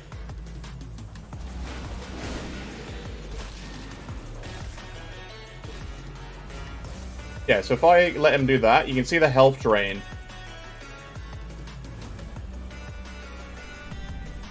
Like, they don't bleed for a very long time. Yeah, skeletons are very squishy mid-game. But this is the thing, Briarthorn stays consistent throughout the game. Which is why I'm leveling with him and not skeletons. Like, if you want to start this off, start with Skellies, because Skellies are great up until, like, level 20. But then you just take all the points out of Skellies, put it in Shaman. No, because, right, so the thing is with, like, bleeding duration is that if you then have... It's like an extra second of the amount of bleed damage you have. So it doesn't spread the damage out for a longer period of time. It is actually like a multiplicative. Oh, you can get 2 Briarthorns. There is a set which gives 2 Briarthorns. It's the it's one of the Mogdrogon set. Unfortunately, it's level 94, and I don't actually have it available. What I do have is the Goals set, which is going to give me 2 Blight Fiends. Which is why this is going to be a hybrid acid bleed build. Because as it turns out, there's a lot of items which sort of support both. Oh hey, there's a totem over here.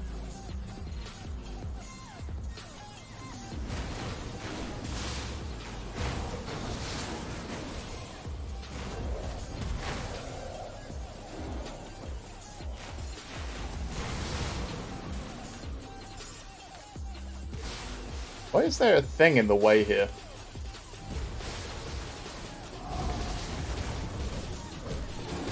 Anyway, I'm also using Primal Spirits. Ishtar Mara. Yeah.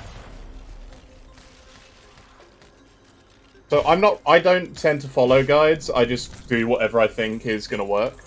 It usually works. It usually works. Usually. Like, I have a generic idea of how to build most things, and yeah, it's gonna be Bleed Poison. So the thing is, right, it uses the Goals set at, like, high tier. The other thing is, it doesn't have a hat, so I can use, like, the Poison Hat. I can use the Sand Amulet, and 1 Bleed Ring, 1 Poison Ring. Yeah, the other thing is, the reason I'm also keeping Devouring Swarm high is because all of the points I'm putting into Shaman, like for here, increase bleed damage. So my other pets are also going to do loads of bleed damage. There's not much in the way of, like, acid pet boosts on the devotion tree, but there is a lot of bleeding. And the only thing is, acid damage is just a flat damage. Bleed is not affected by it.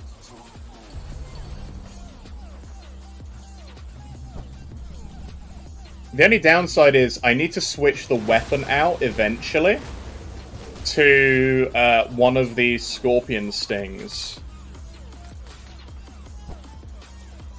Because they have like 50% crit damage to Blight Fiend and Bloodbriar. Bloodbriar? To Briarthorn. So eventually it's just going to do a ton of damage.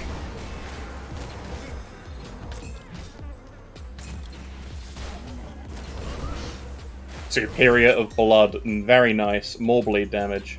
But I'm going to keep my current one.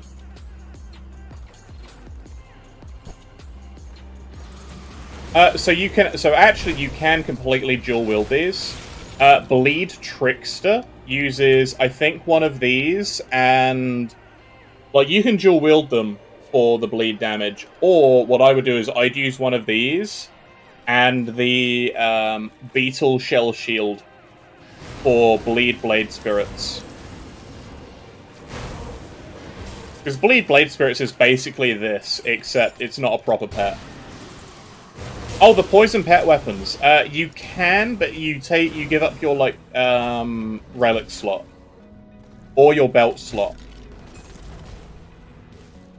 So, neither of which you particularly want to do.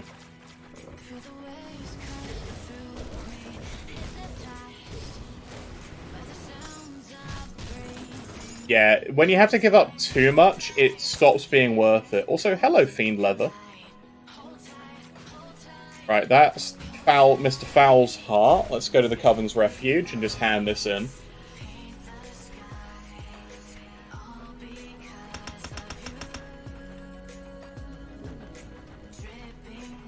Whatever Hello. it is you think you're in. If you say what you ask, we'll take. Thank you for the follow. What I don't know you why my ask, we'll sound take. didn't play. Thank you for the follow. Right, that is Devouring Swarm now maxed. I'm going to put that point back in Briarthorn, because I actually lost 2 points in it. And I thought I had the Devotion point available. I must have spent it already. Alright, we are going to side against Barrowholm. Actually, no. Do I side with or against him? Do I want to fight Ravager on this guy? I feel like I do, but I also want to have the dungeon available for potentially more of these weapons. I suppose I'm not going to need them once we have the acid on the table, so probably best late to have sided with Barrowholm. So I'm going to come down and go grab the next devotion point from Mog's little forest lair. Briarthorn, where are you? Where the heck is he gone?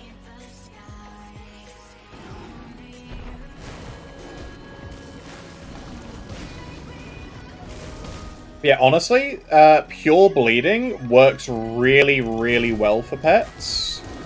I prefer, like, Shaman alone supports it, like, enough to be a primary build.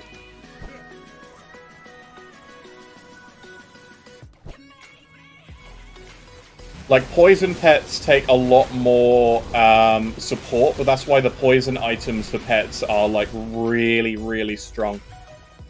Elemental pets are probably the easiest to do other than bleeding. And vitality pets are also pretty strong. So they work normally, Silver, because they also do fizz damage as their main hits, and generically, undead and spirits tend to have low amounts of life. Like, they have high Ellie resists and high, like, bleed vitality resists, right? But that's why you have Bleed Shred on Devouring Swarm, and you also take Rend. Because it's, it's Rend. Rend is amazing. Thunderstruck with Cage Souls, that's fun.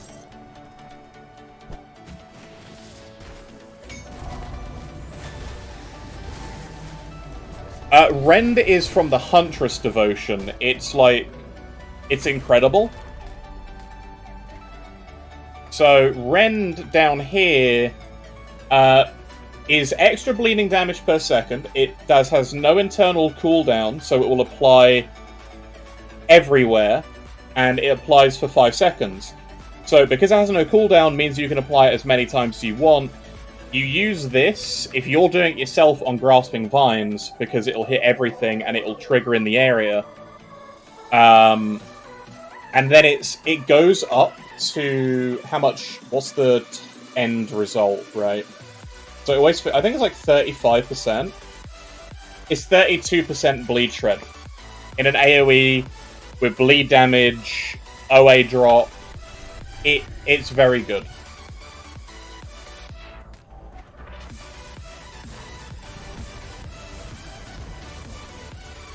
Well, that's the thing. You don't generally play Bleed, but Bleed, so long as you're a Shaman, has tons of support. Like, I mean tons of support. Actually, that reminds me. I need to check. Okay, I need to pick up Blood Pact. I need to put 1 point in Wendigo Totem and a couple points in Blood Pact. Because this, so long as my pets are in the area, actually do get the buff.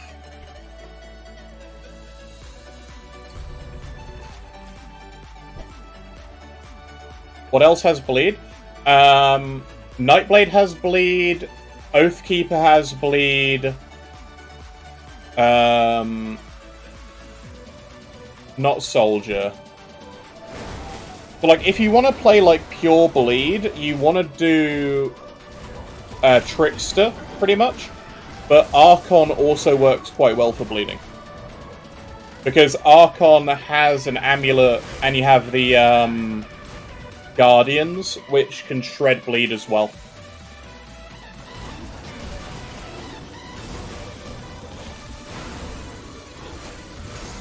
I don't think Soldier has much in the way of bleeding. You can do Bleed Blade Art Warder, which works fairly well.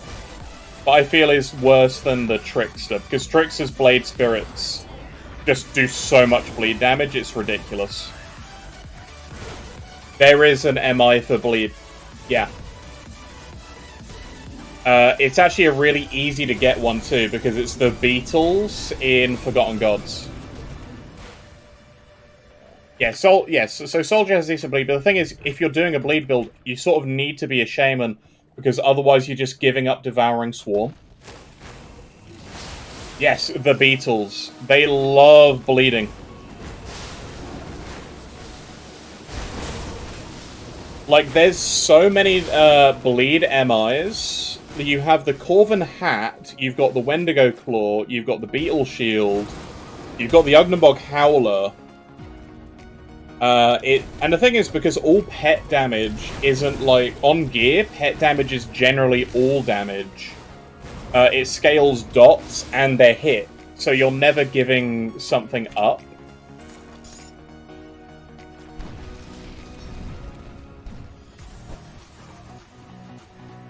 Yeah, so Blade Master needs RR, unfortunately. So I would usually just say go, like, Trickster. Why am I only using one pet? So, because I'm focusing everything in on the Shaman tree.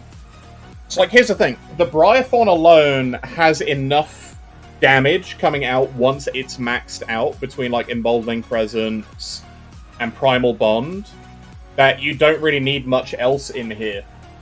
I have Primal Spirit, which is a temporary summon. So that's what I'm calling out, like, when I need, you know, a bit more in the way of damage.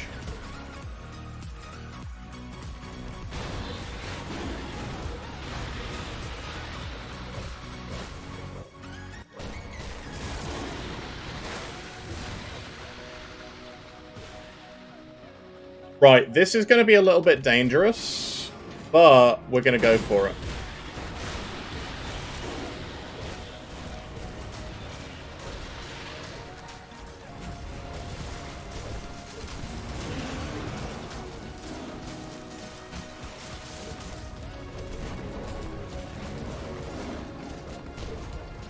I mean, there you go. Easy.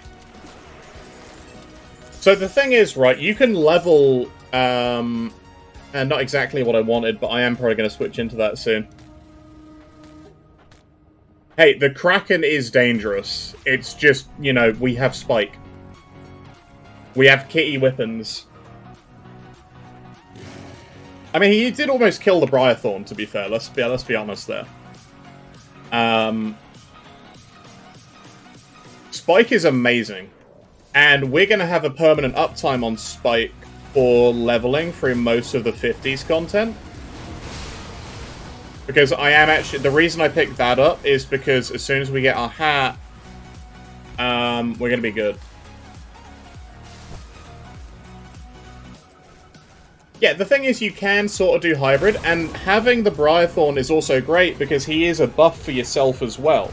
He gives you Fizz Res and all damage and OA. So, if you can afford it, and, like, you want Night Talon anyway, you want Mogdrogon's Ardor anyway, because that gives you a ton of bleed damage. You're kind of gold. Because you can go all in on the bleed, and all of the bleed devotions also have, like, pet bleed support.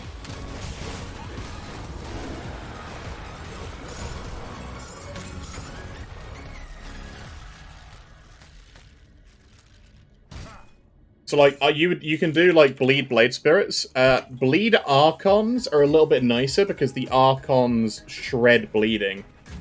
But hey, that's fine. Like, either way works. Like, Archon itself doesn't have much in the way of bleed damage, but, you know, Ritualist, Shaman does. The main skills you use with the Nightblade. So, for bleeding on Nightblade going Trickster, you want Ring of Steel. So you go Ring of Steel, with the second node, specifically like Circle of Slaughter, has a ton of bleed damage on it. You do Blade Spirits, you do Ring of Steel, you, Blade Trap also has, I think, an MI which does a ton. But the easiest way to level with any bleeding build, if you have Shaman in it, is start Shaman, max out Grasping Vines. Grasping Vines is ludicrously good. Like, I'm talking about to the point of, hey, if I don't play Grasping Vines as a Shaman, I'm playing Pets for leveling. I could even be using it now, if I'm being honest. Like, if I didn't put these points in Necro and I just wanted to pure Shaman, I would do Bleed. I'd do this exact setup. I would just have this. And it would be fine. You could do Savagery. I mean, I'm not the biggest fan of Savagery Trickster. Oh no, Savagery works with, like, dual wielding.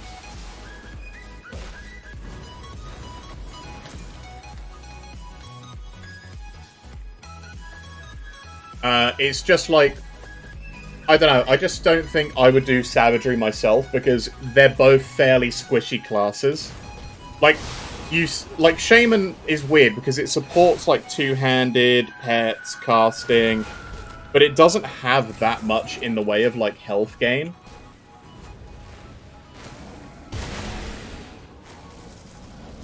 Primal Strike is very fun to level. And funny enough, that's something else that has bleeding damage on.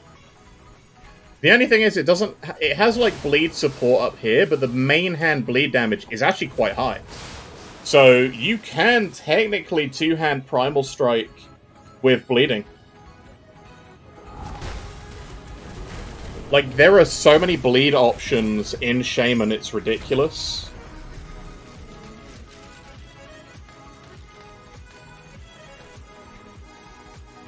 Yeah, like, Heart of the Wild, yeah.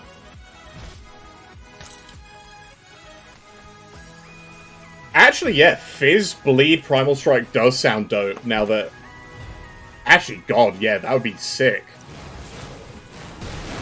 Because you have the Corvin Worm, right?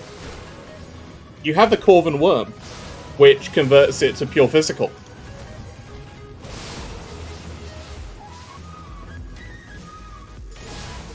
I also don't think... Yeah, because you don't care about the weapon damage at that point. You just take Thunderous Strike, because it's a huge dot.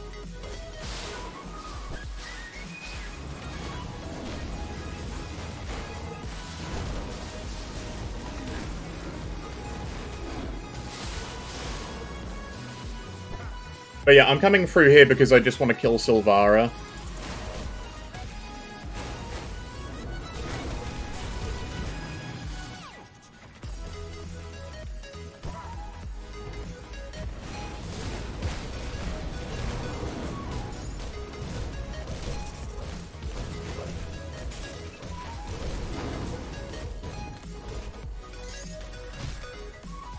Thank you. Living Ring, where are you? Ravenous Earth, meh.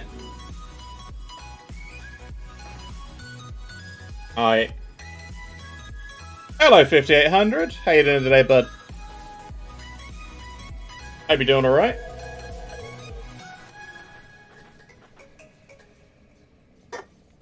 Oh, man.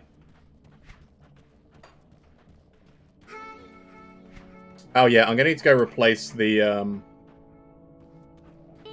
salt in a minute.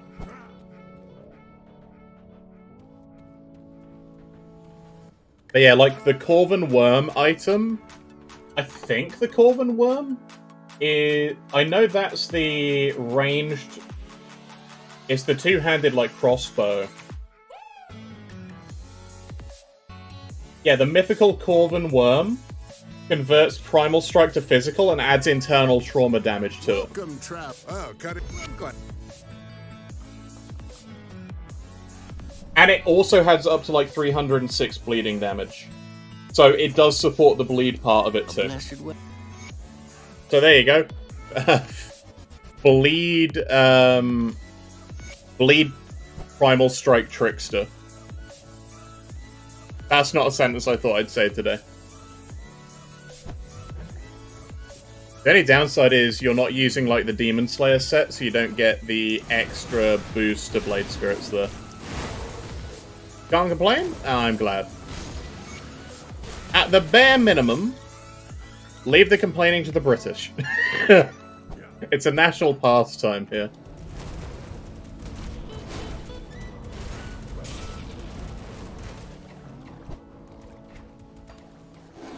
Yeah, I'm hoping this guy is... Because this is going to be a goals bleed poison pet build. Should be quite solid, I think.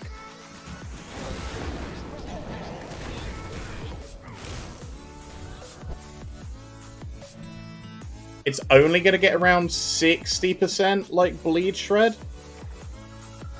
And like 40% poison shred. But it should be enough.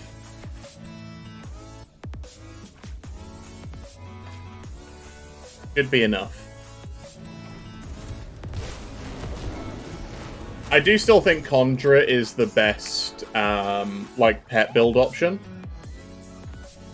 Do I need the Alpha Horn? I feel like I need the Alpha Horn. No? I've got both? Alright. Yeah, I got both. Cool. What am I doing? I'm getting lost. I need to go over this log. So yeah. Yeah. I'm gonna hit 48 in a... I keep forgetting there's no pass there. I'm going to pick up one in Wendigo Totem and one in Blood Pact. So I can use... So basically I can just give them another buff for, like, bleeding damage. It gives them, like, flat vitality, which I don't really care about. But giving a lot of, like, flat vit, you know, it's okay. It's free damage at the end of the day. Yeah, I just need to check and make sure that buff works. Yeah, it does. It works on the pet. Sweet. Right, now everything in here is maxed out that I really want to max out. I'm probably going to put the last couple of points in, like, Mog Pact to give the last bit of fizz damage to them. Or should I put it in Oak Skin for the resistances? Or maybe up here for the percent damage? Choices. It's not a lot of extra damage. It's like 12% per point.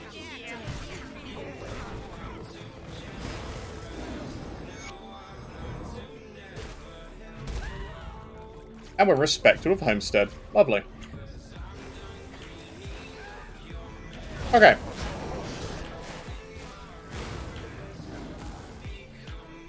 Right. We are going to... Yeah, I don't get another devotion point for a while. So kill the crabs, run out of the crab cave. I'm not going to go kill the big ghost crab, because I just don't need to. I'm just going to go and make sure I kill all the creepers. The only downside is this belt needs... this guy needs a specific belt called Sangvinar, and I don't think I have Sangvinar. And I think Sangvinar's fairly rare. I don't know if that's a craftable.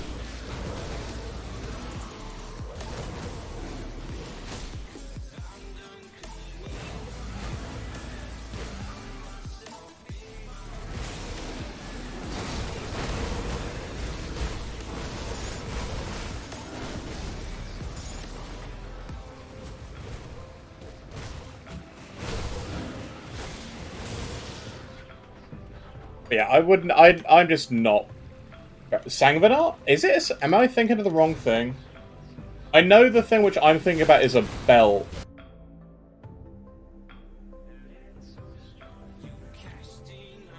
Not sanguinous. It's like pet bleeding. Yeah, I'm thinking of the wrong thing. I'm thinking of Nosferatus, which is Mog Pact, Emboldening Presence, but reduces mind and stun duration, like, over 100%.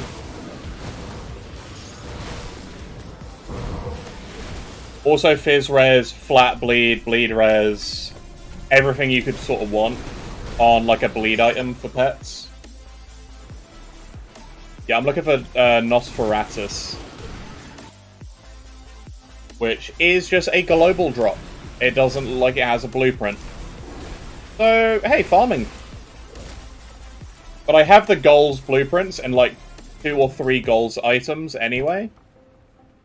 So, I'm going to be good to basically start goal set as soon as we hit 94.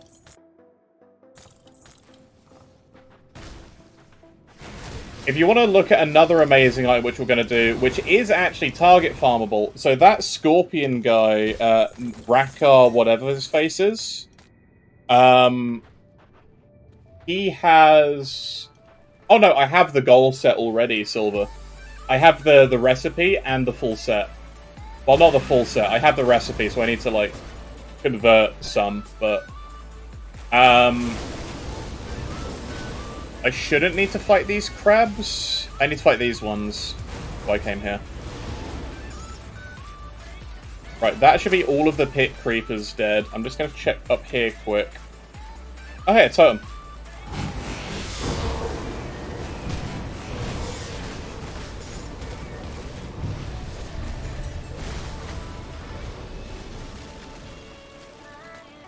Free loot. And my inventory is full.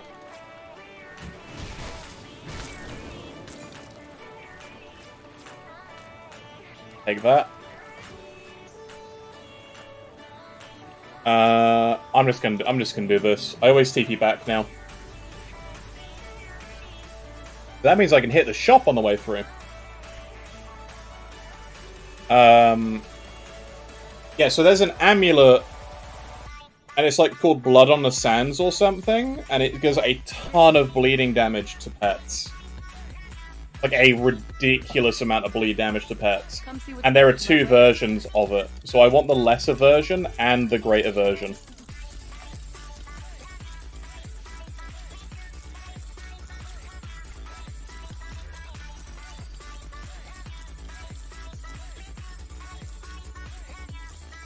Do I switch into, like, Cravals?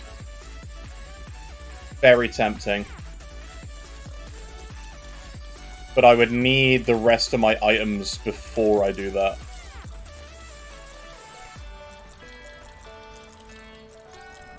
I think we're good to stick in Lokar's set for a while, right? Like, there's not really much point in scaling armor, but we get, like, free Fizz Res. Put it to good use. So, not really an issue that I'm worried about.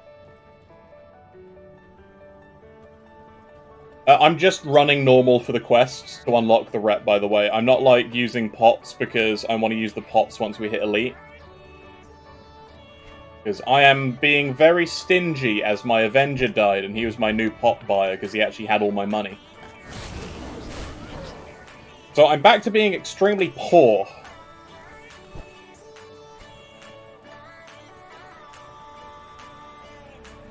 I really need to spend some time actually farming, like, money, SR, and just everything, really.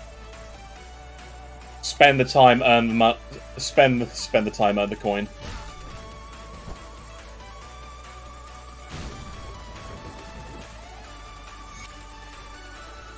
Alright, that's that. Easy. I'm just gonna run back. Then I can hand it in as we go. Rune Paladin is amazing. So actually, Hamill, I asked KP this morning, and he coin flipped for me, whether I was going to do a new Callistor build, because I would like to try a Fire Callistor Purifier with the the fire carbine that the Fleshwarp guys drop.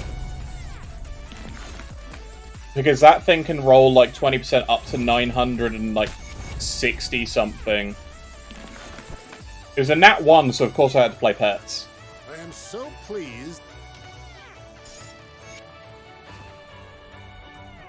But no, I wanted to make a new pet build anyway, because pet builds are also just safe for farming. And I don't know if I'll take this one into Crucible. If I really don't know. Maybe. The altar of Ratoshi. Now that you have, ever since you have brought deep beneath good, you will. Give me all the quest XP. Or do I give him more? I'm just gonna give him more Ground Slam because Ground Slam does a ton of bleed damage around it. Oh wait, did I not kill Janaxia? Oh, whatever. I'm not gonna go do that. We're gonna go up. We're gonna unlock the gonna unlock Malmoth. And then we're gonna hop up to Elite, I think, once I patch up the res a little bit. Like, I'm fine not taking this off yet. I also should probably stick like components on the rest of my gear. I've been very lazy. I would assume I went Canister Bomb as well, but like Flashbang, Callistor, Canister Bomb, because it adds a load of like fire damage. I would use the Flame Weave Girdle Belt, which adds the chance for like huge burn damage as well.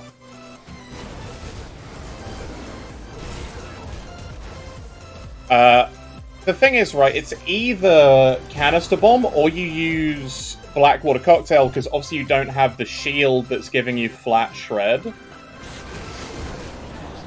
So it's kind of like doing it instead of as a paladin, as a shaman. Whatever the shaman thing is called with Inquisitor. And using like Storm Pact, right? Like, I've got two demo builds in my head. One is that, and the other is like...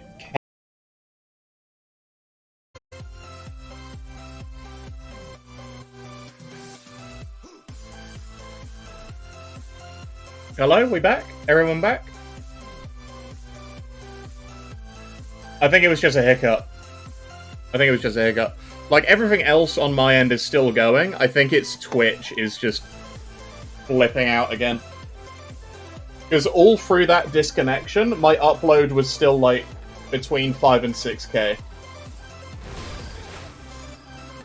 So, I'm not having, like, a downside on my end. I think it's Twitch having issues. Because it's not just me, right? Everybody seems to be having this issue. Which is, you know, a shame.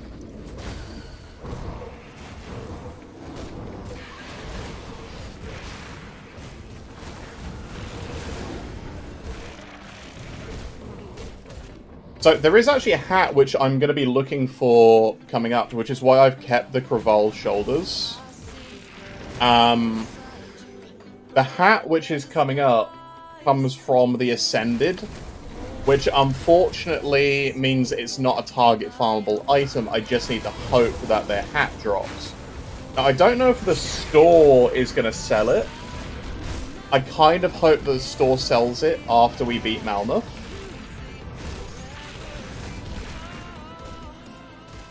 The other thing is that these guys are very resistant to bleeding. Like, the Obsidian guys, incredibly resistant to bleeding. Right, where am I going? So, like the Void Parasites, they're really resistant to, Vitality damage.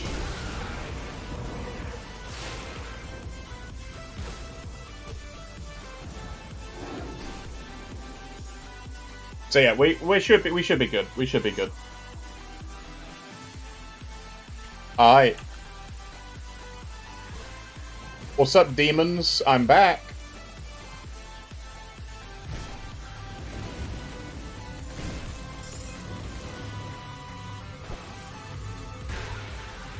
Alright.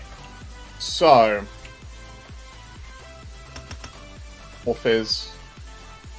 Physique is the goal.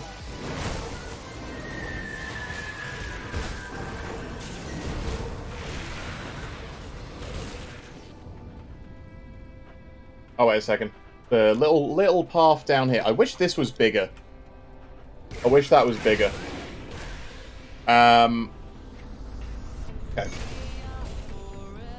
Yeah, the hat which I'm looking for is the Ascended Cowl, because what that does is the same thing as this.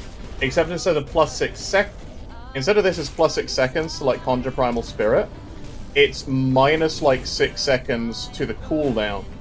That basically means we get to keep Primal Spirit up nearly 100% of the time. Also, Briarthorn 1v1 that without Primal Spirit's help. Love it. Pet build on your next hardcore, Oscar. I've got one because I leveled it really easily. All of its items are basically free as you go. Let me grab the link for you. The only thing is, like, endgame. Endgame, this is a little bit expensive because it uses the full Bismeal trinket set. Before that, you can actually just use the same thing as I'm using here, which is Bloodsworn Signet, Zarya's Pendant, and Halion Crest, and switch them out as you find them. So you start as a Conjurer, and you go Raven, you max the Raven, you max the 3rd and the 4th point in the Raven, you pick up the Hellhound, you max the Hellhound, you max out the 3rd point in the Hellhound, Is that you, Mother? you pick up Manipulation, An unfortunate accident. and then you do the same thing in, like, Shaman as we're doing here, which is, you know, you go into Briarthorn, you max out Emboldening Presence, you max out Primal Bond, you take this, you take the Curse, and you just take the node for the elemental damage in the Curse, in Occultist, and you can choose between either, like, Primal Spirit, or taking, like, 1 point in Wind Devil, and taking Raging Tempest for more Ellie Shred. That's what I did. I think would have been better off with a Primal Spirit. But endgame, that build ended up with, like, 60 physical resistance, like 3k life regen, the pets were regenning life all the time.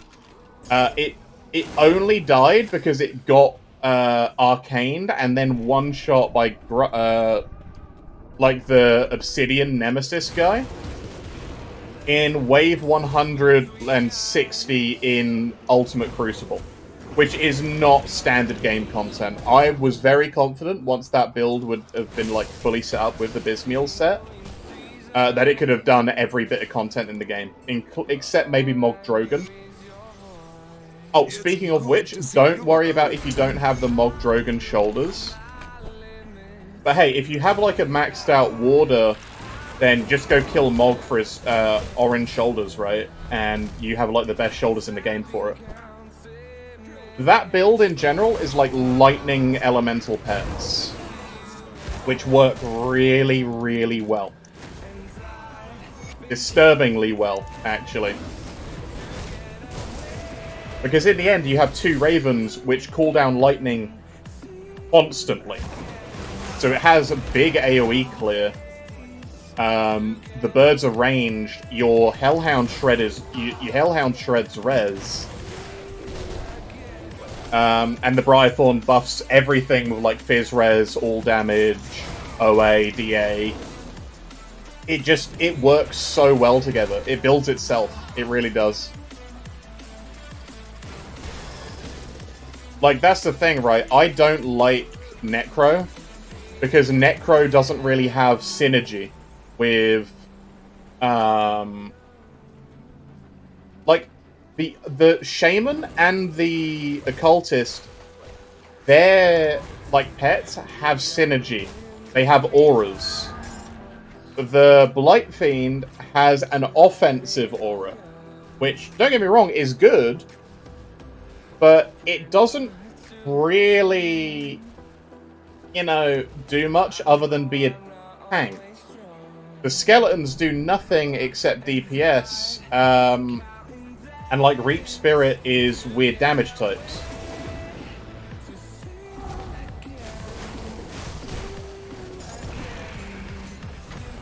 So it's just a bit of a shame, because I feel like Necro has no, like, synergies you can pull off.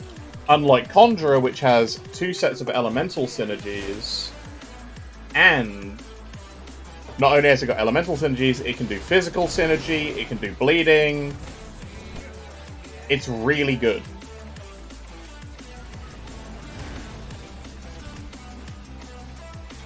Did I need to go in there and get Luna Valgoth's girdle? I don't think I did. Because I'm using Solar Belt for the +1 Shaman.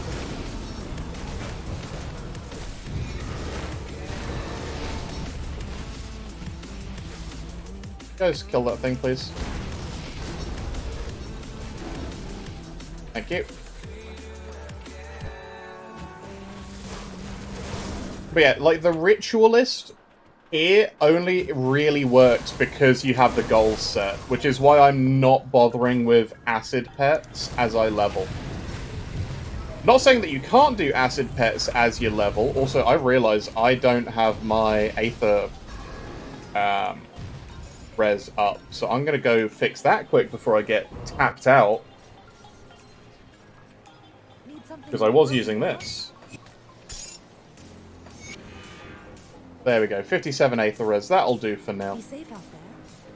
Actually, no it won't, because I don't have anything in my amulet or my medal yet.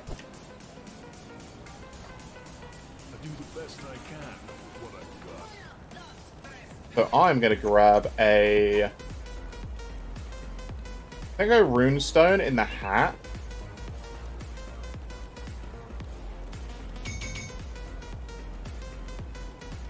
But I am very low on crystals, so I might need to go crystal farming. I need an Aether Soul, which is Raft Stones.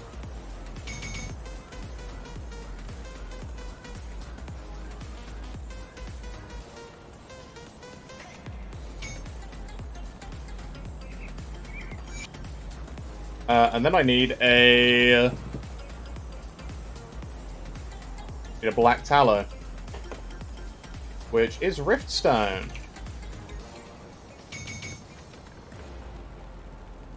Yep, I am now officially out of crystals. Cool. Well, at least my resistances are okay. Oh, I should have a Mark of the Traveler somewhere as well. And there we go, just do that. So we move a little faster. Okay. We should be good to go back up to Malmuth. I don't know why I'm walking. I'm just gonna TP straight into, like, the outskirts.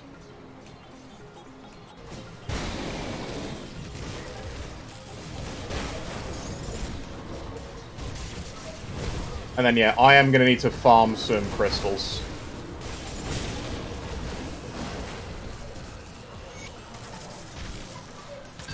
Then the conduits. Oh, hey, Havoc. Well, not... Okay, I'm gonna run back for the Devotion Shrine.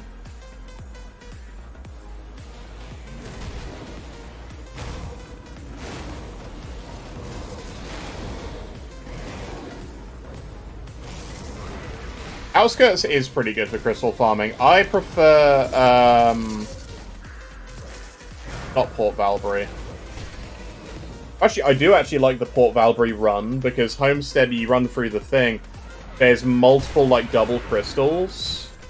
So, Port Valbury is also pretty good. The reason I want to, like, come through this bit anyway, one, obviously, crystals, but I also want to get the Devotion Shrine.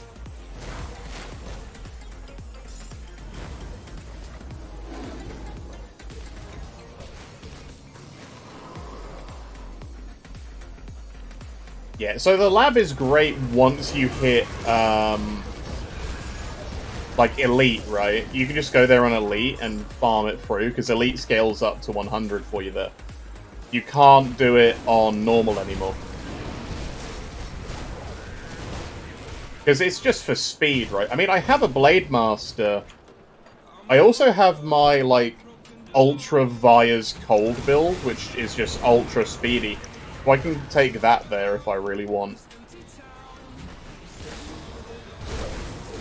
I am hoping I find an Ascendant hat through here. I don't know if Alexstria has a chance to drop the Ascendant hat. Not the Devastation one, the other one.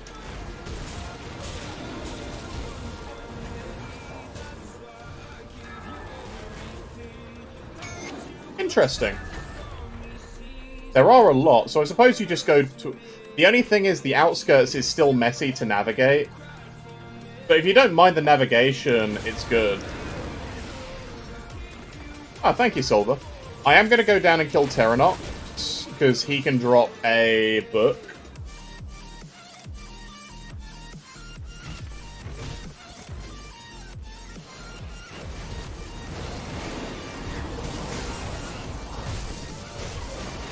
Yeah. Get root, stick to it. What you need. There are a lot of spell breakers down here too, though, so I'm not expecting to really get the hat here, sadly. Only robes and a set. Ah, that's a shame. I feel like they've got loads of MIs in like Malmuth, but the drop rate is weird because they haven't put them on uniques. Like, Terrox has his own unique ones, but it's the weapons, it's never the hat. Ow. Okay, drop me the Arcane Tome and the Authority. Oh, whatever. Hi, Magnuson's coat. Yeah. There's just a lot of crystals. A lot of crystals around. I'm not going to bother running through the sewers, because there's nothing there. Because none of the things in the sewers can drop us the MIs we want. As far as the black, I don't know. So, yeah. If you're serious, the ethereal. Nice. Level 51, though. So actually, if I put the 5 points in Ground Slam, that basically maxes it out. Or I can put it in Oak Skin for more Aether Res. That'll probably be the sensible thing to do. Especially going up into Elite.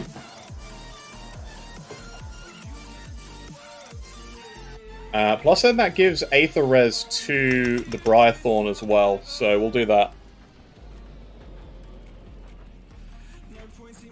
Yeah, I know I need more Poison Res, but I can stick it on the chest piece. And obviously switch potentially out of the Lokar set.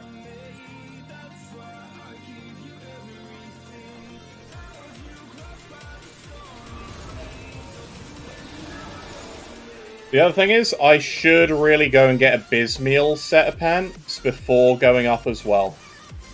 Because the only reason I'm using these is because it has Pierce and Bleed Res on.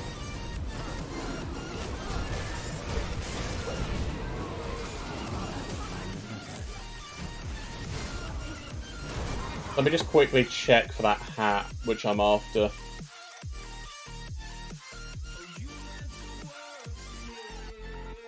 Not Spectral Crown. Not Death's Visage. Ascendant Cowl. Yep. Ascended Myrmidons, Ascended Spellbreakers, and all of their, like, rare ones. There is nothing unique that has a guaranteed drop of it. Dang.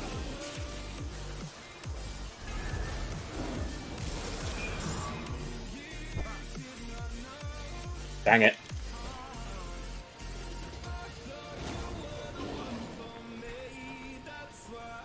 Yeah, I don't really have a set time when I'm going to switch out of the Lokar set. Like, the longer I can stay in it comfortably, the better.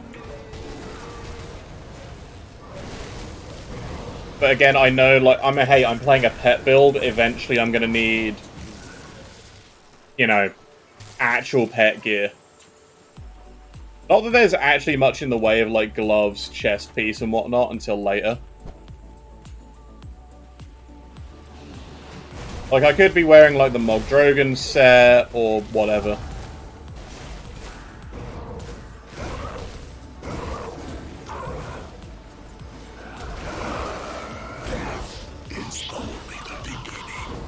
But, like, I would like to use the hat. I'd like to use the, That's fun. Death's Omen is a fun one.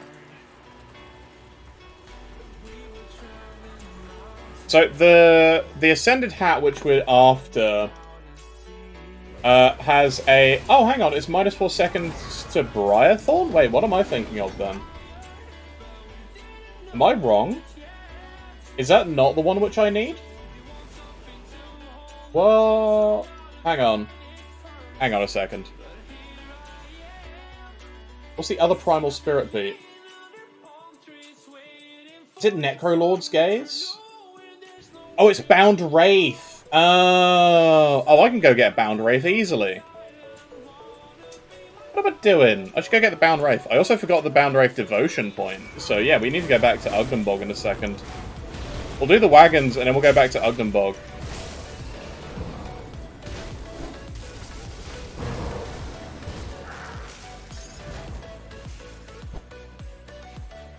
Can't believe that. I can't believe I messed up. Unfortunately, it means I'll have to give up my Codex, but it means I potentially have a permanent uptime on Primal Spirit, which I'm very much tempted to take up. So let's see, I have, what is it now? Lives for 26 seconds, it's a 36.9 second skill recharge. That hat has, the offhand has 18% skill cooldown reduction,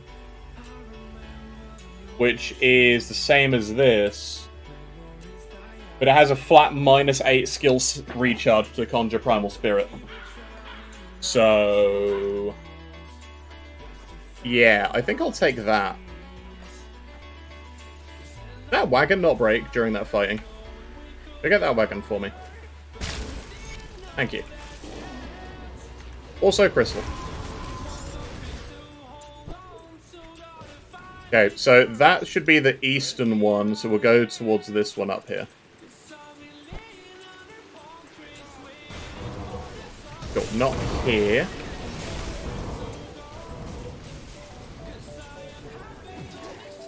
Oh, not in the middle for once?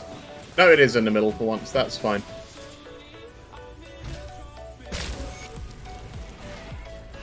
Yeah, like, I have a decent route through this part of Malmuth now, so I'm not bothered by Malmuth so much anymore.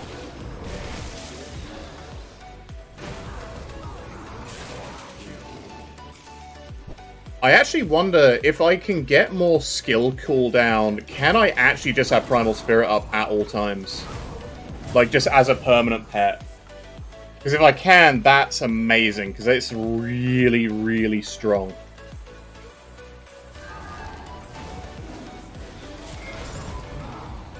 A 37-second cooldown, man.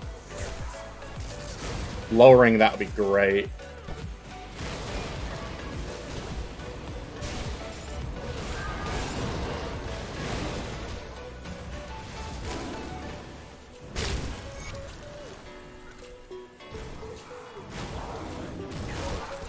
Beautiful. To kill Bolag, let's go get our... Is there some passives that reduce the cooldown? No. There's no passives which reduce the cooldown. So Primal Spirit has...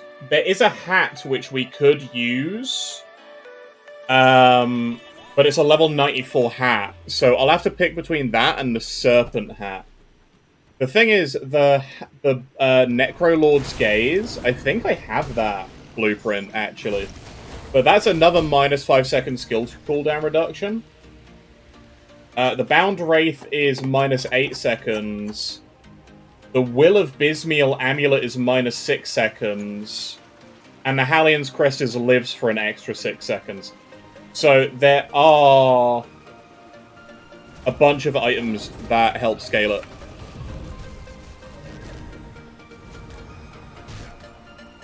So yes, it is completely possible to have a permanent Primal Spirit. So I think I'm going to do that as best I can. Because we are free on, like, weapon choices. I was free.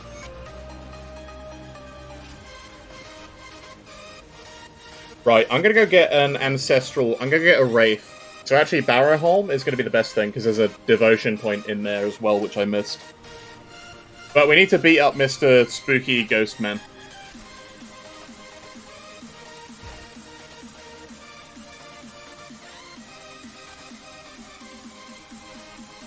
Yeah, we're gonna come this way. Straight over to where the Wraiths are. Oh, hey, there's a shrine I missed. A totem, even.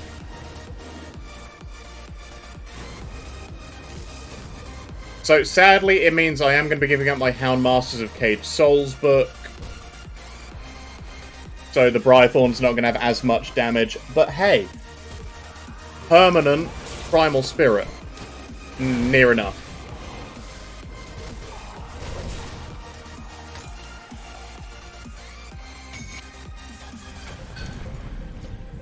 Hey, the Guillotine. That's a fun item.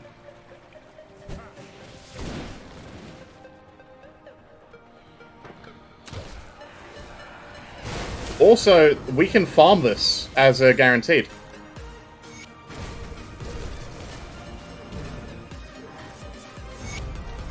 Ah, we got the Enslaved Wraith. Alright, we're gonna have to come back here again. Gonna have to come back and do him again. Because I want the other one he drops. Gotta love it when they have two, right? I've spoken. Corinia has.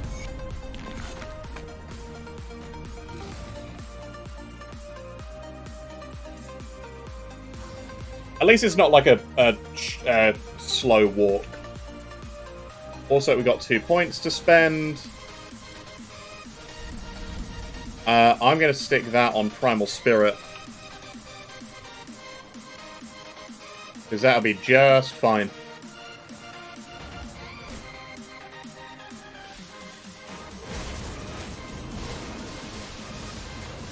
Because it should have like a 2-second... it should be spaced out by like 2 seconds. Now I hope I get a max cooldown roll here. Preferably something with other pet bonuses too. Like Caged Souls would be good. Beastmasters would be good.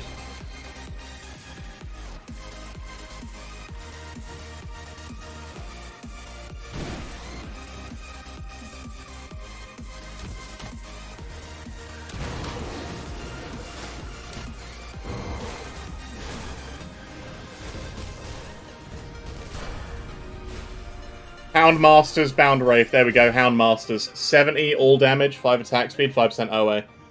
Yeah, so that is also 30% extra attack speed to the Primal Spirit, so that's kind of amazing. Level 55, so I can't use it just yet. But hey, why not, eh? Why not? Okay. I'm gonna max out Oak Skin. Yeah, that is a GG item. Right. Once Oak Skin is maxed out, I'm actually going to start putting points into Blight Fiend. I'm going to max out Blight Fiend so we have another pet. Because it is going to be another source of bleeding. So we're going to do that. Then I'm going to go up in Necro. I don't actually need to go all the way up to 50. I can actually stop at 40 for Blight Burst. Because I don't need Reap Spirit. Just because Reap Spirit is cold and vitality damage. Alright, Steelcap District it is.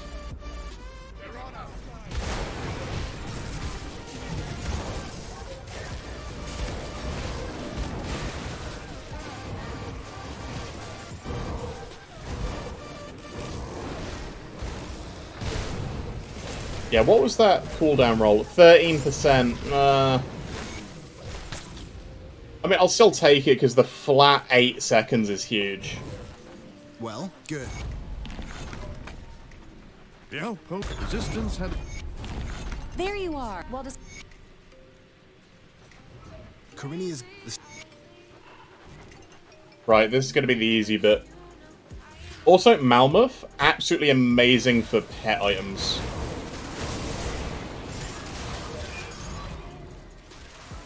Absolutely amazing for pet items.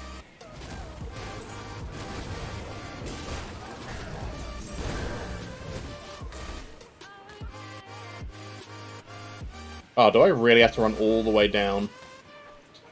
Of course I do. I'm going to just pick that up from the top. So yeah, as I have also now reset the game a few times, we can go... Because we're now level 50, we can go and collect a new pair of each of our items. So new Zarya's, new Bloodsworn Trinkets, new Hallion Crest. Before hopping up to, like, Elite. Because hopefully that'll fix the resistances. And also, you know, have more pet damage on. That would also be good.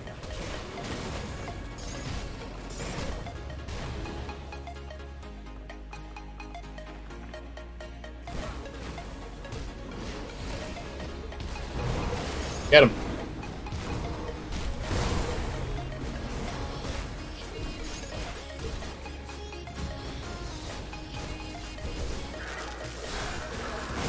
Big pet damage. Like, they are amazing at single target. It's the crowd clear which isn't that great. I also need a bit more total speed for them. Because pets aren't subject to the same speed cap players are at 135%. You can make them much, much faster.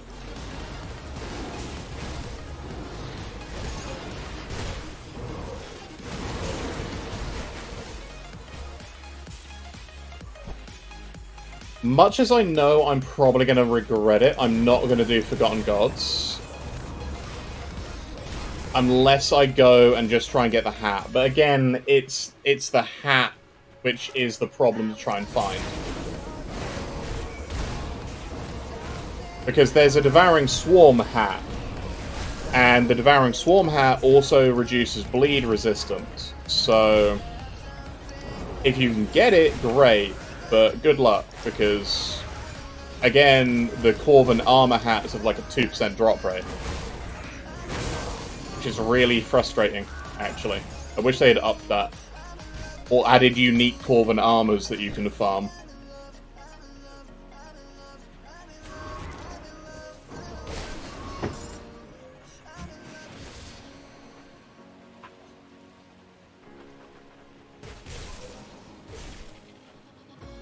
Okay.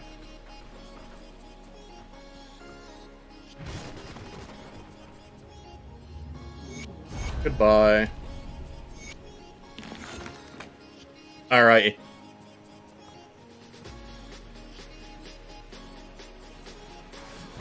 Actually, this does make me wonder, can we not teleport bodies? Because does the teleportation only work on things that are alive?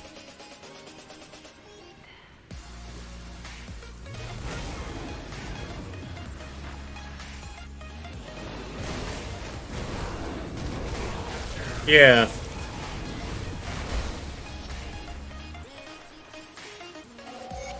Oh, I didn't pick up the stupid... I didn't pick up the first set of supplies. Alright, whatever. We'll find that in a minute.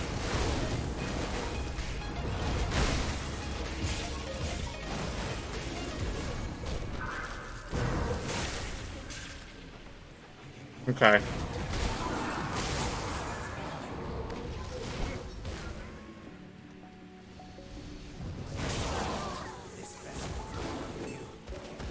So actually, I don't need anything from the Ascendants here. I mix up the Bone Hood.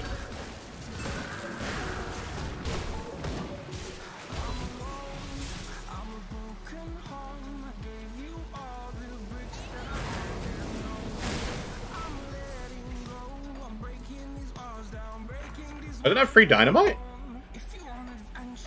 Wow, really?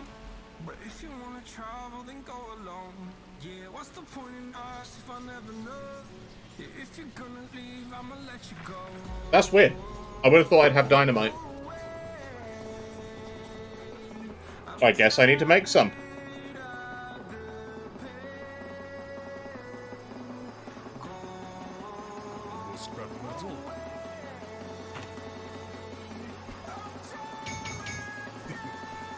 Let's make 3. We should be good. Because I haven't sent the supplies back, I don't have the Smith in Malmouth yet.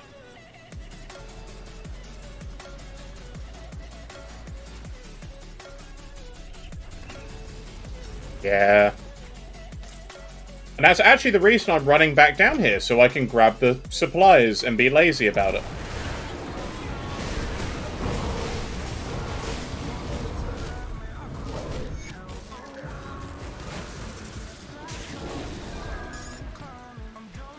Because, yeah, otherwise I just wouldn't waste the dynamite there.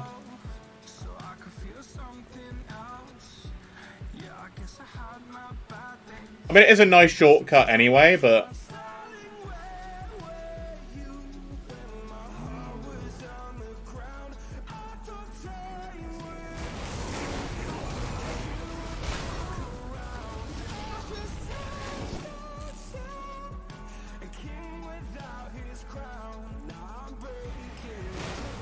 Alright.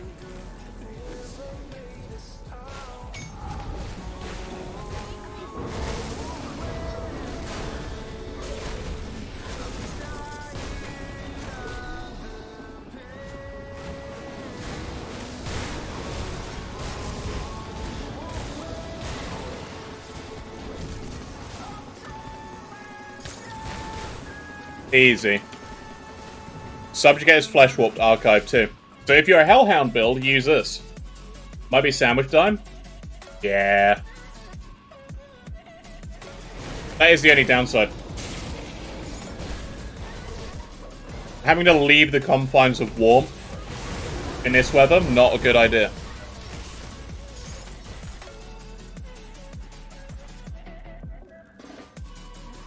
It's far too cold to do anything today.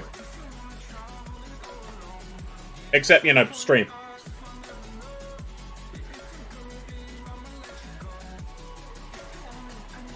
Nice afternoon coffee. Good choice. Warm drinks will keep you nice and warm.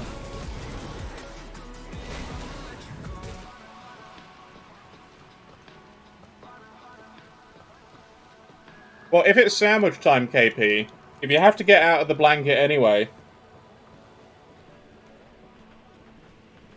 If you have to get out of it anyway, you may as well make yourself a cup of hot cocoa so you can go back in.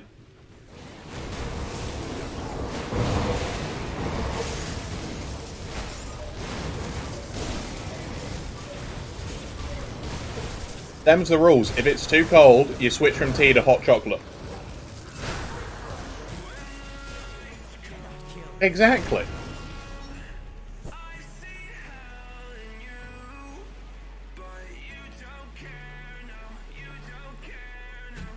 They do have honey lemon tea. There. Well, that's a good shout if you like feeling a bit groggy.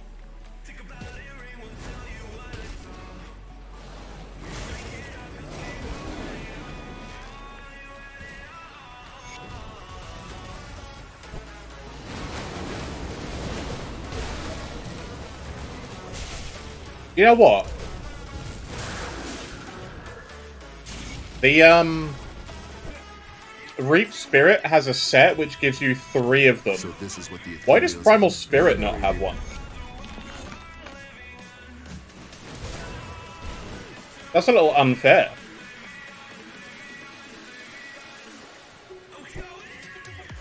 Like, giving 2 Primal Spirits? That'd be amazing.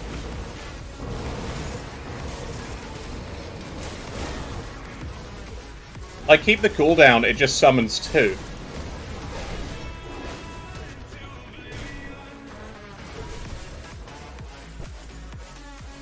Yeah, but you get 3 Wraiths, right?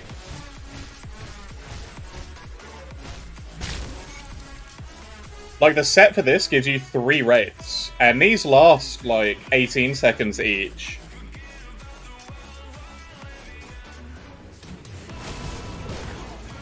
And the Reap Spirits do hit hard.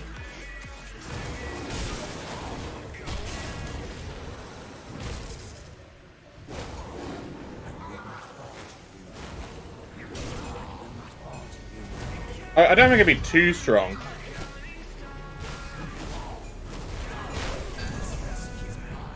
Like, you have 2 Hellhounds, you got 2 Blight Fiends. Technically, you can get up to 4 Blight Fiends. You can get 2 Briarthorns, 2 Ravens. You just can't pick any of the others to also have 2 of at the same time.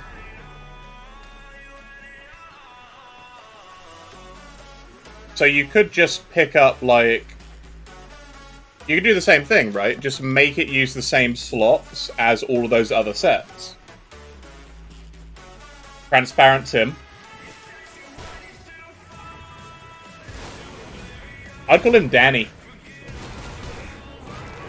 Like Danny Phantom, that TV show.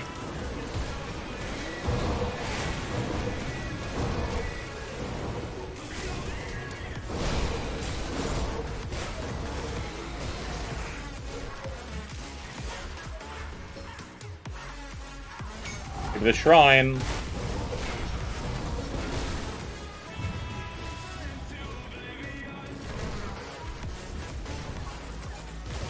Gone. Nice, Bismeal's items. Let's see, where was the binding gone? It's in here somewhere. Aha. I mean, I may as well, right? Okay. Okay. Where now? Then I'm gonna start picking up Blight Fiend. I'm gonna max out the Blight Fiend itself. I'm not even gonna bother summoning it until it's got some more It does do vitality damage, Silver. So you could get away with that.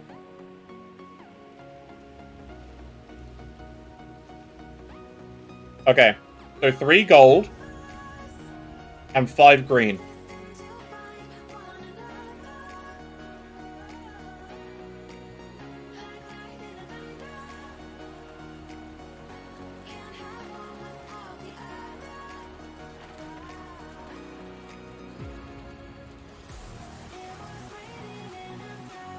Okay. Okay. So I need Murmur as well, so I need... Is there blue-green?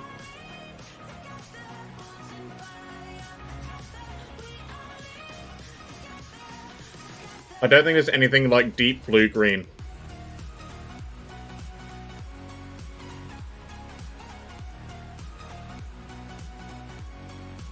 There is not. I guess Eldritch and Primordial are counterparts, so they don't have multi. Down.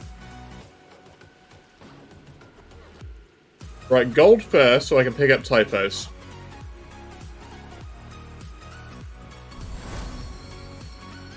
So I'm just going to go... I'm going to pick the Lion. We finish Typhos, I can then untake the Lion, because he'll support himself.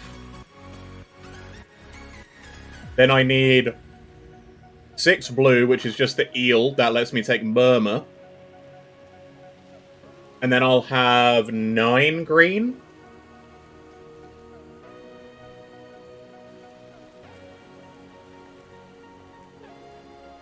But I have 9 green, so I need 3 more green. So actually, I could probably take out Hawk and just put in Spider. Because, you know, it's only 2 more points, and then that gives me Mog. And then I have Murmur, Mog, Typhos, and then... I could take Tortoise. If I take Tortoise, I would need... I suppose Tortoise and Typhos would give me the ability to take Crab. Maybe I do that instead, yeah.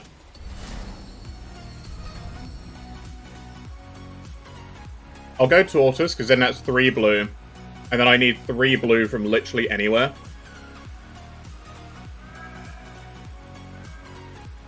Same thing, though. Just take, like, Lizard, right?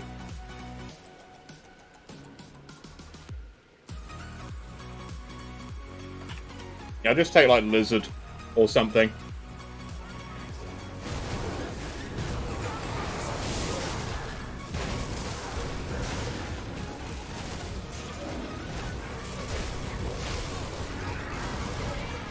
Handmaster's Bound Raised with Blood? Yeah, man. That's a good one.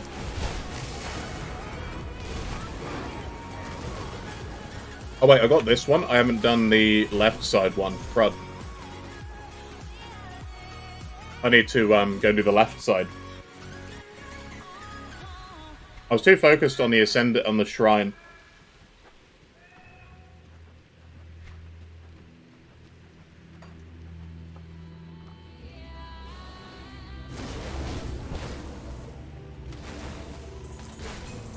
Oh, is there not a way out with there? I guess not. Haven't you made the build and you're already OP for leveling? I mean, yeah. I mean, the thing is, all of the pet MIs that you would want are farmable. And half of the time they drop as you're going through the campaign.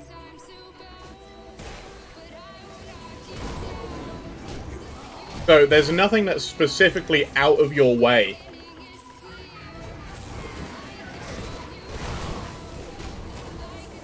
Yeah. Like, that's the thing. It's not that, like, pets are stronger than, like, the Avengers, like, Warder, or, like, Warlord, Blitz Warlord. Because Blitz Warlord has the same thing, right? It's just...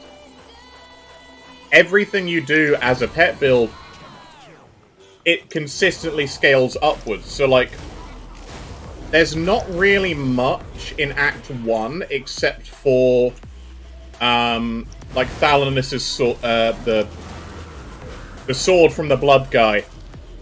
Sort of Blood Guy sword in, like, near the outskirts over here. Salazar's blade. But that's only if you're, like, a conjurer, right?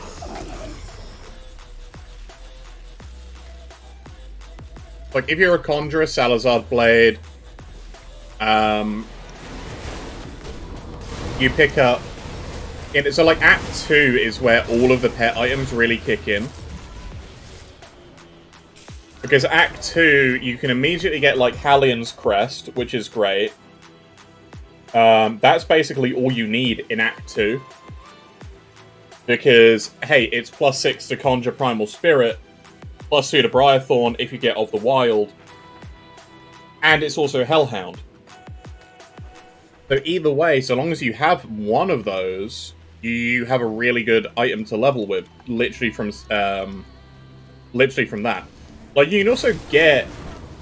there's a bone item which drops near the lightning zombie, the named lightning zombie.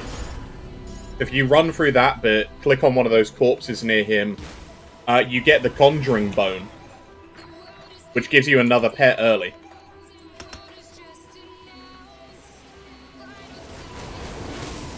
From Hallion the Rat. So Hallion the Rat... So you know when you're going through, like, Cronley's area, you go in the Old Arkovia Rift? Instead of going through the left side, like, breakable gate, go slightly to the right, there is a mine entrance. He is the boss in there. And he's farmable.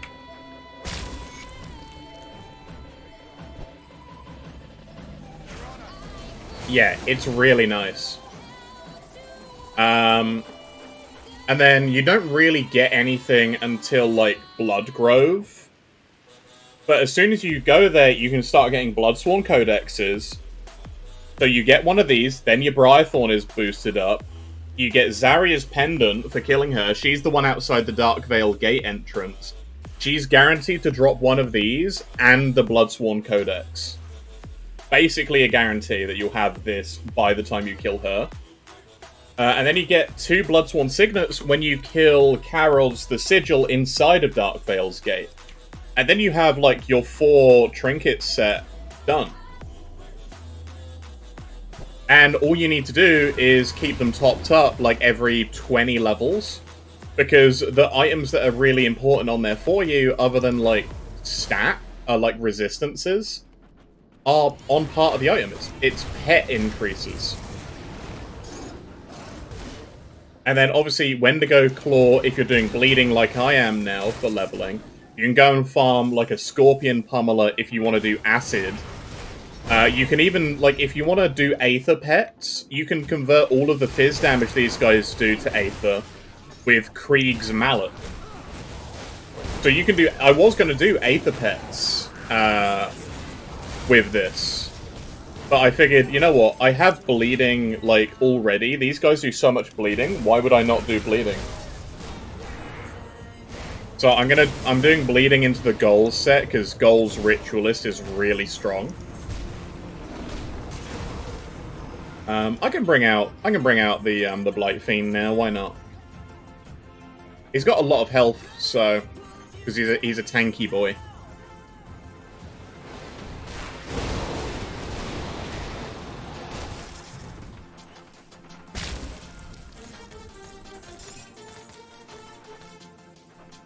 But yeah, you get everything that you want as you go. And then, like, you want to kill Craval because it's pet item. You kill the Bysimial dog outside of, like, the Ascaton place over here the third of the Witch God things to fight, because that always drops with pet modifiers, which makes it a farmable pair of pet trousers, which is great. And then you're basically set. There's like no farmable chest piece or shoulders or boots that you really care about. Yeah, the Hidden Path boss. So just do the Hidden Path as you go, right? Like, I need to go and do it, but I have the merit, so it's fine. Well, that's the thing, right? Craval is generally a really, really bad idea to go and fight. But if you're a pet build, your pets will probably have the damage to take out Craval. Like, the Briathorn and Primal Spirit took out Craval before that fight was, like, super scary and sketchy, right? Because you're not the one standing in, like, the whirlpool. And then the shoulders have freeze duration, slow res, and they come with, like, OA and Fizz, like, flat damage for pets. Arrogant human. Like, they're really good pet shoulders. My domain. I don't think there's a pet MI chest piece.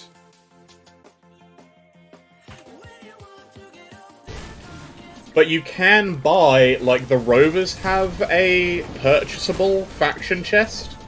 The Cult of Bismiel has one at 65. The Coven has one at 65. Soliel's Cult has one at 65. The Barrowholm has them. So there are items that you can use to fill out if you don't get any drops. Like, it's weird saying, oh hey, pet builds can use faction gear. It's because the faction gear for pets is cracked. I underestimated you very much. I will Also, not hello. make that mistake again. The other thing, and this is something which I only realized the other day when I was, like, going around buying all those potions for, like, fighting Lokar with the Warder. Wiki Warder, wiki word. And it's these potions from the Rovers. They're like 700 iron, but they're 80% all damage and 20% crit damage to pets for 8 seconds. So, you use them. Just buy these, use them, and watch your pets demolish the campaign. Because that is a ton of damage for nothing. Like, basically, as soon as you meet them and do one quest, you get those. So you can probably take them into doing Cronley.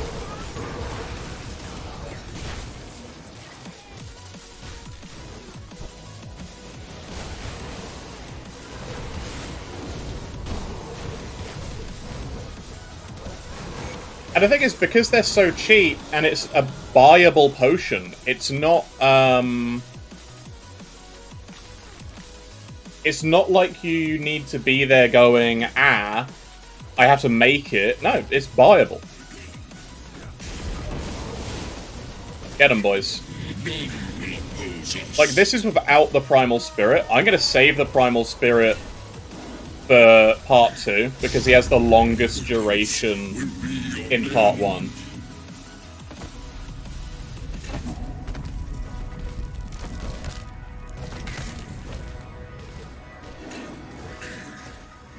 Alright, now out comes the Primal Spirit, and now we just watch him rot and burn. And he's back already.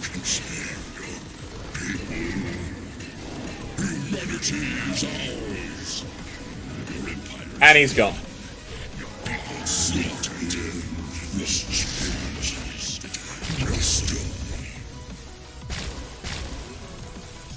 Like, pets, man.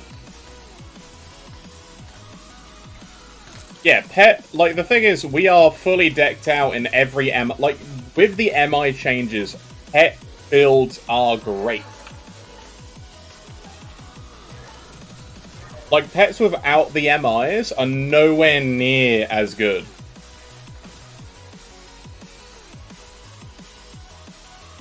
I don't think I need anything from Forgotten Gods. But I'm going to go say hi and join Bismeal.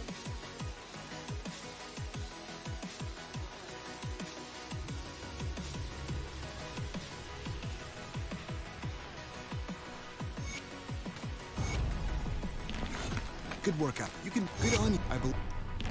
There we go. Tell me. So can't afford. And that's 55. I was wondering. That is 55, and that is... not enough spirit.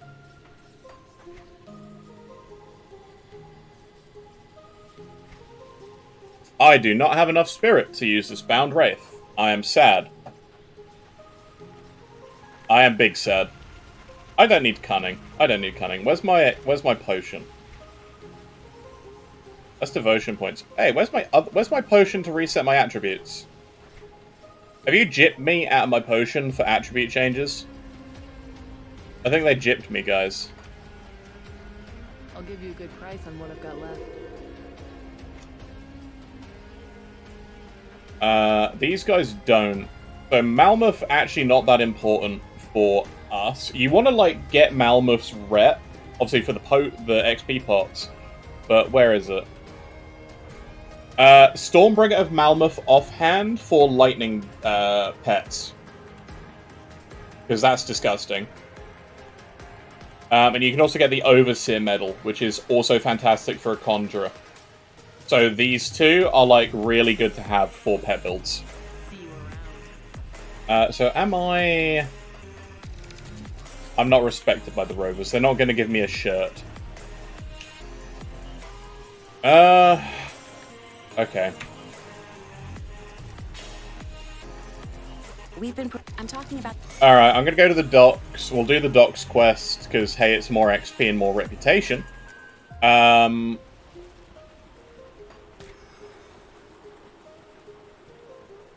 also, you know, why not? Why not? Actually, is that a good idea? Because I come out there. I guess it's best to just run around, because the entrance is there. Weird. I mean, it's not as ridiculous as that Callistor build killing him, because that Callistor build just popped. Gone. Deleted from the game's code. You take your next character there, and Theoden just is not there still. Malmuth is fine. But, like, what Master of Flesh? He never appeared.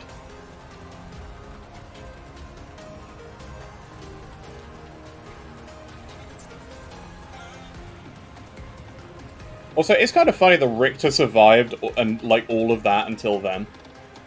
Because he just shows up on the map until you, like, exit the game. Oh, I didn't rescue the witches either. Oops. Oh well.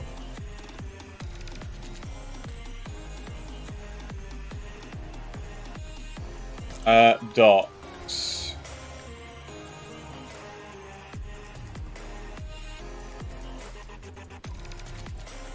I might as well come down this side, I guess. Give me the Aether Shards. Oh yeah, I forget it's blockaded. So yeah. Ritualist is great. All pet builds are great. It's great because Shaman is great, right? The fact that I'm doing all of this without...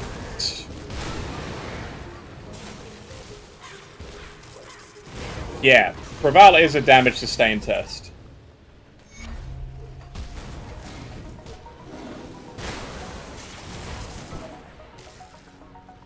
Which basically means, hey, pets, great, fine, because you don't really care. You've got the damage. You just need them to be able to kill them in at least 2 summons.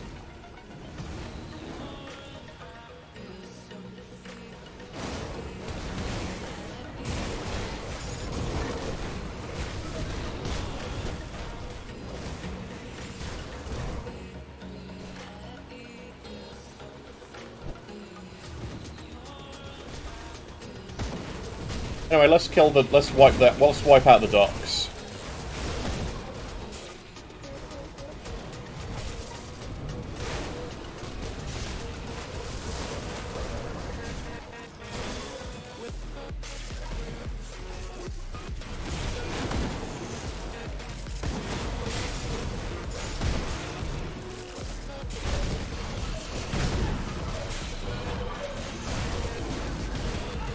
I would have thought more heroes would be spawning. I guess I haven't annoyed them enough to spawn heroes yet. Oh, there he is. And there he goes.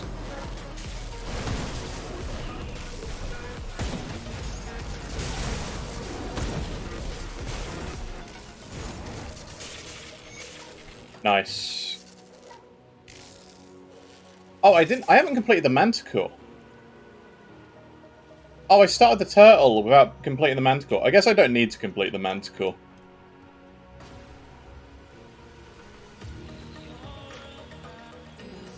Oh well. Okay, let's hand this in. Was the mission a success? I always knew I had it. Excellent. Yeah, I'm just gonna go Blight Fiend then. Man, that's a shame that I don't have enough spirit for the weapon I was hoping for. I'm also surprised I don't have that potion. I should have some in my bank, honestly. Yeah, I do. No, that's devotion points. Yeah, I do. Oh yeah, Brythorn just dies. How much is it? Like 500?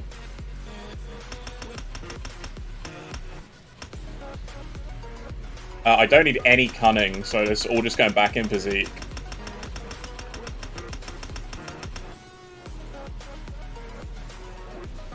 I just realized that game. I need to undo that because I need to unequip this. Because that gives me like 4% spirit.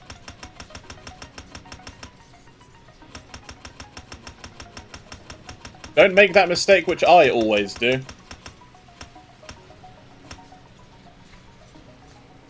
There we go. So now we have Primal Spirit basically always. There are a lot, Satori. I just couldn't be bothered. It's like we're leveling, so it's like, yeah. I'm not fussed. I'm gonna start selling some stuff.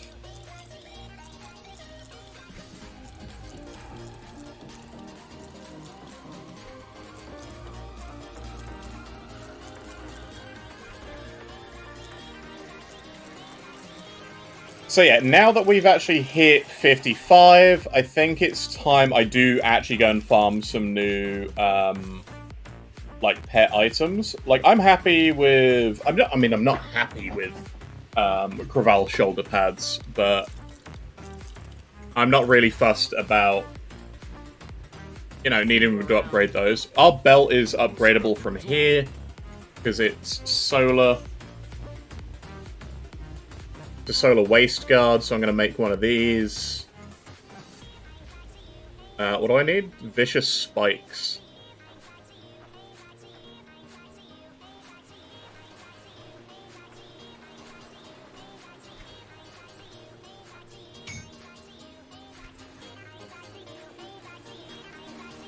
Yeah, because the Bismeal stuff you don't get for a bit. So that... got no resistances on. Oh right, whatever. I'm gonna sell that.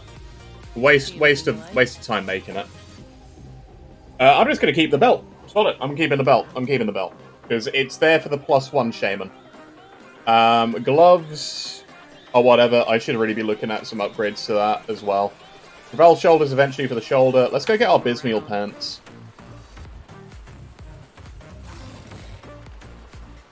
And what's the cooldown on you now? 32 seconds? Lives for 26 seconds? Okay, so we don't quite have the 28-second, like, Primal Spirit, but that means he's basically gone for only, what, 6 seconds? Compared to, like, 10. So he is up a lot more.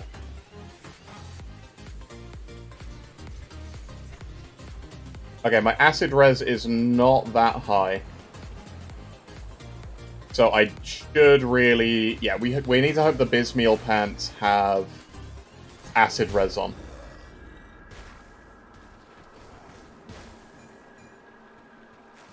Right. Rocks. There's always rocks in the way.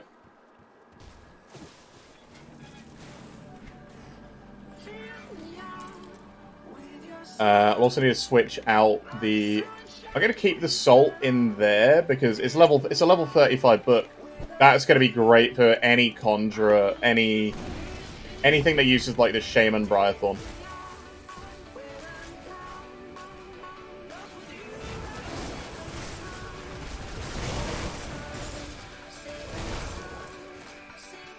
I'm kind of scared to see what this Primal Spirit's going to do.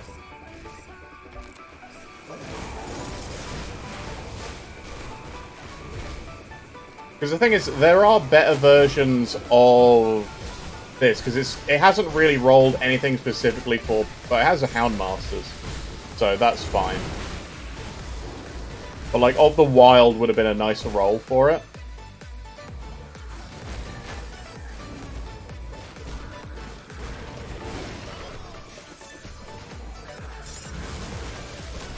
Blighted Dreegsek, that's fine. Let's go straight Solial Bird. So, Broken Hills.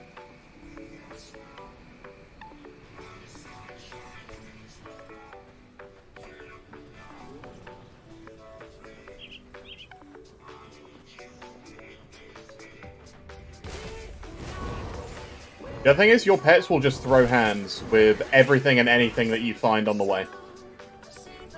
So, just be aware of that.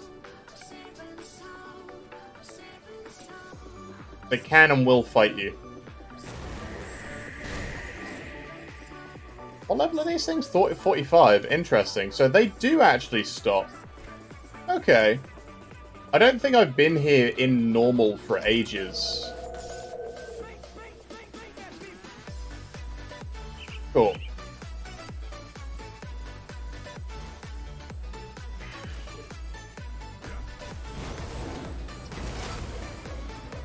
It turns out we can also just kill everything.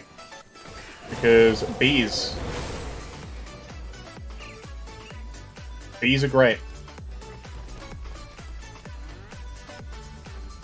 I hope this is going to be a... Oh, I don't really care about these pants. I hope the Bismeal pants are going to be nice. Because they're not as annoying to get as the other ones. Bees.mp3. Yep, not the bees. Not the bees! Oh, there we go. But Trousers the Taskmaster would be nice. I'm happy with pretty much everything. Like, the thing, I need to check if I've got the Bone Monger hat. Like, blueprint. Wait, where am I? I need to go up here. I need to check to see if I've got the, whatever the bone hat is with the Primal Spirit thing. Because that's going to be really big. Because it's either that or the Great Serpent, helmet. But the Serpent helmet is for, like, Plague Boys. So if I did Plague Boys, the problem is that takes up the metal slot, so I can't use gold set. But I could do the double Briarthorn set. Which is... No, I can't do the Briarthorn set if I want the Primal Spirit. I can't do the Primal Spirit if I want Blight Fiends anyway, so whatever. But I will share the amulet which we're going to go for, which is actually a target farmable amulet.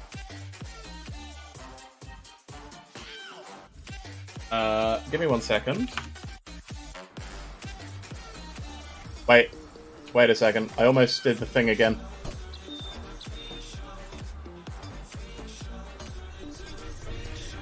Because I wasn't looking.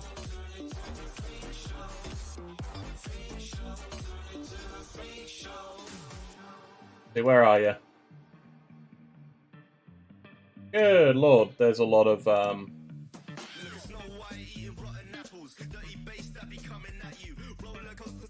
Give me a second. There is a lot of items that have pet modifiers on.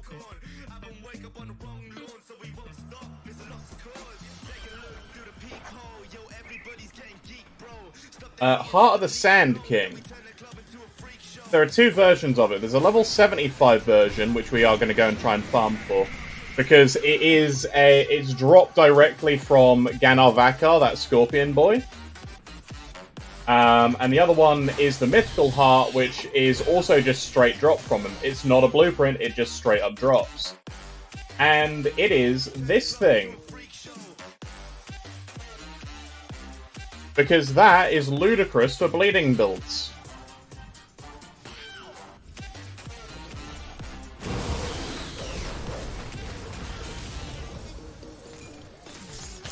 And we got Taskmasters. And it comes with Poison Res. I could not have asked for a better pair. It's level 60 though. But hey, Taskmasters. Lovely. That's very nice. That is actually very, very nice. Alright, let's go get a Hallion's Crest. So Hallion is the easiest, like, boss to farm out of all of this. Because he takes no time to get to. Just hug the wall and you'll find his little mine. I just hiccuped. Oh dear.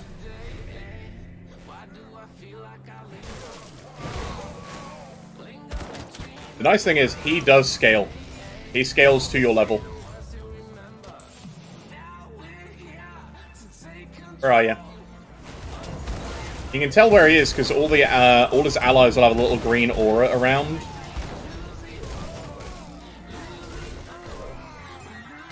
There goes, and he got me Wraithbound. Okay. Wraithbound is nice. They lose attack speed, but they gain more damage and more OA. I lose +2 to Briarthorn. Oh.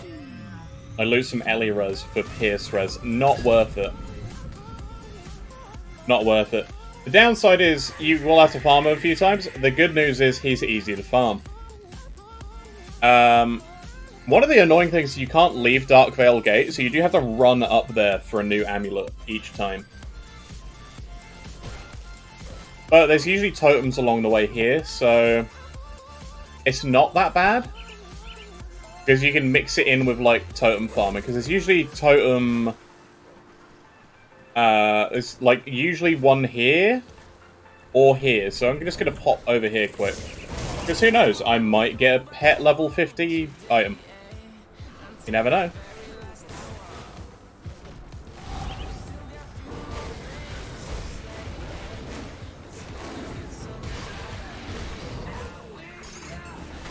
Nope, I got Sky Tear and a Desert Sting. Shame. What a shame.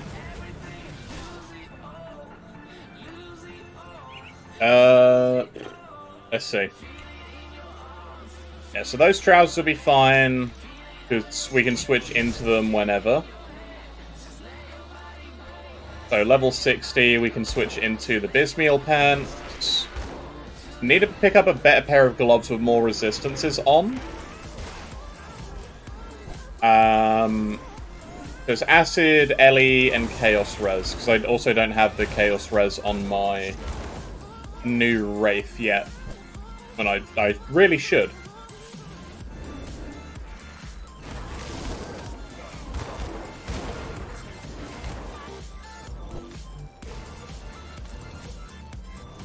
But yeah, I mean, I get why you don't really want to focus on the Primal Spirit, because it's not there all the time. It's there most of the time. But it is 30 seconds of pure boss DPS.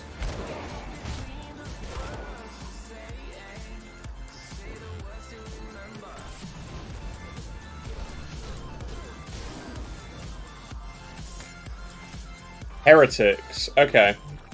That's total speed, actually. That's total speed on them, so that is actually an upgrade. Comes with some bleeding res. I'll take it, I'll take it.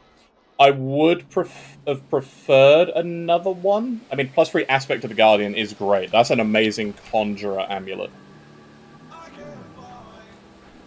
I'll put that there. Boulders of Caged Souls. And she drops, you know, the Codex. So Codex is great. I'm not gonna go for new Bloodsworn signets, just because. I mean, actually, I should, because there's no resistance on these at all. On the bright side, you get to farm whatever they call it, the Chthonic Bindings.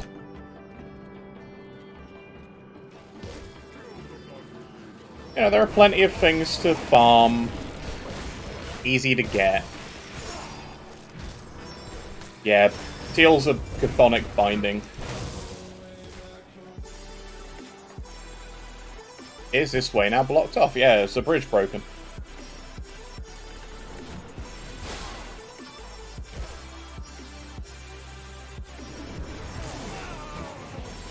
Like, I'm not going to farm too much. I just wanted, like, a small upgrade to help fix the resistance. You know, just before hopping up to Elite. Because, you know, low cast set and all that. Like, it gives a lot of resists, but just not enough for everything.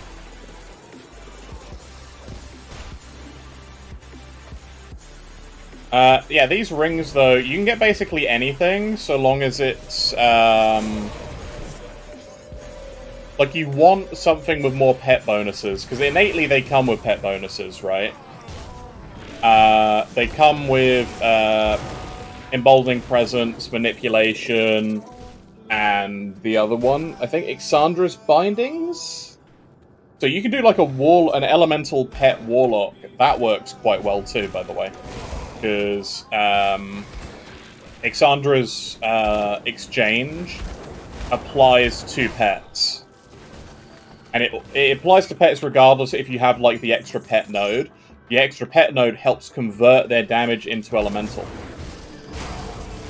The only downside is, and why I actually stopped playing it, you only have the one source of, like, Ellie Shred.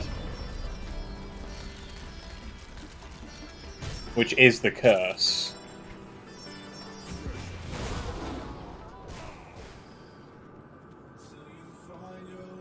Okay. Like, in order, you want total speed for pets, you want attack speed, and then you want, like, damage. Total speed, because the faster they move, the better your life is.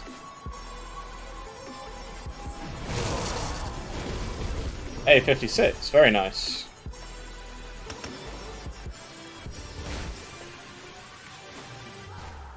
Like, I'm not really expecting the Blight Fiend to do much damage in comparison, but he's another body, and damage is damage. Get him, boys. I actually wonder if his puke stacks, like, poison damage.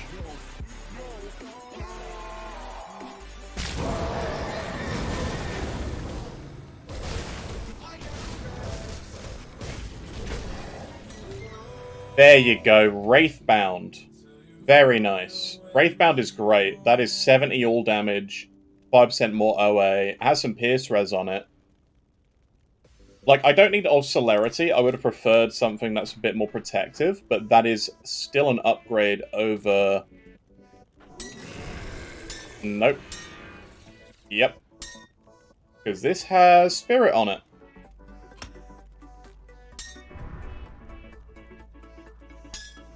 Interesting. Did you need Cunning? A 301 Cunning. And you put 1 point into Cunning next level. Okay. That's frustrating. I might come back for another ring. I don't know. Because I think I'm fine with 70 all damage. It's a little bit of piercing res. So we need acid, a little bit of Ellie. Vitality's now dropped because obviously the Soul Shard came out of there. Is there a belt with Shaman on it?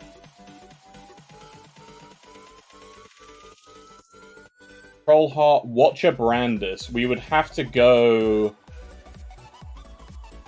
we'd have to go into Port Valbury. That's not worth it. Definitely not worth it. It comes with Chaos Res, though. Maybe it is worth it. That's innate slow and Chaos Res.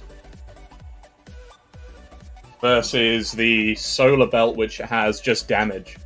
Maybe we'd go do Port Valbury. Free free, sod it, why not? Let's do it. Free Chaos Res, everybody. We don't care about the Vitality to Lightning conversion. There isn't an Ugdenbog belt. The Ugdenbog belts are for Soldier and Inquisitor. You might be thinking about the Bismeal Girdle, which is a craftable.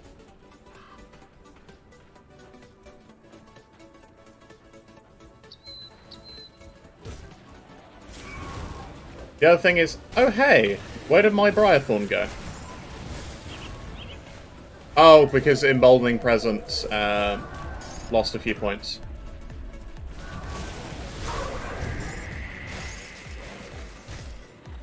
Listen, I just need to go beat up Brandis, it's fine. Also, hey, I'm low on crystals anyway. Nobody likes Port Valkyrie, alright? But the belts there are pretty good. I'll take any belt at this point with, like, resistances on. And +1 to Shaman.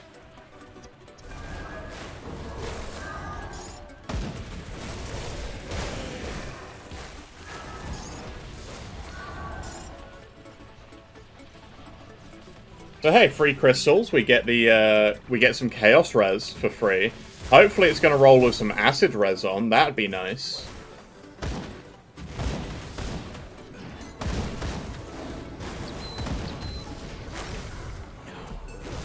And then maybe I try for a Wraith without, like, Houndmasters. I try for a Wraith with, like, of the Wild. That'd be nice.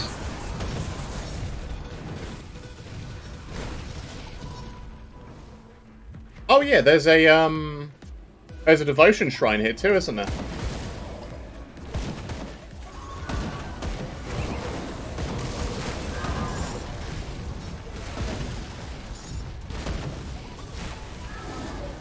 Oh, I may as well buy one of the guns which I'm looking for too. Bruh. Because if we're here, I may as well. Actually, I don't know if I need to waste the money. We did get one. I don't know if I sold that.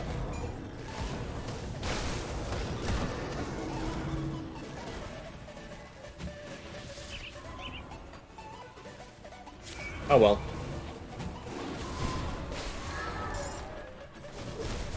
So many crystals. An Order Spell? I don't need an Order Spell. I need Watcher Brandis's belt. Brandis is +1 all skills in Shaman and has 24 to 36 Chaos Res. Well, actually, at our level, which is like 50, he has 16 to 24 Chaos Res and 16 to 24 Slow Res. So it's better than the craftable one, and it's probably going to be better for a long time. Because obviously I don't really want to come here in Elite just for a belt.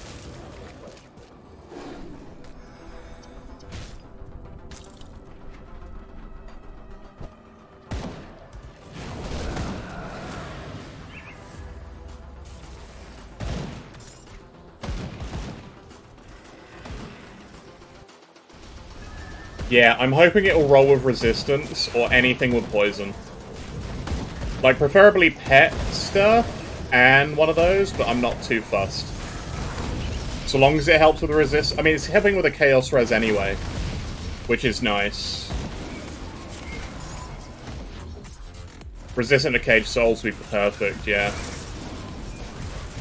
Of Cage Souls or resistant to the Wild would work.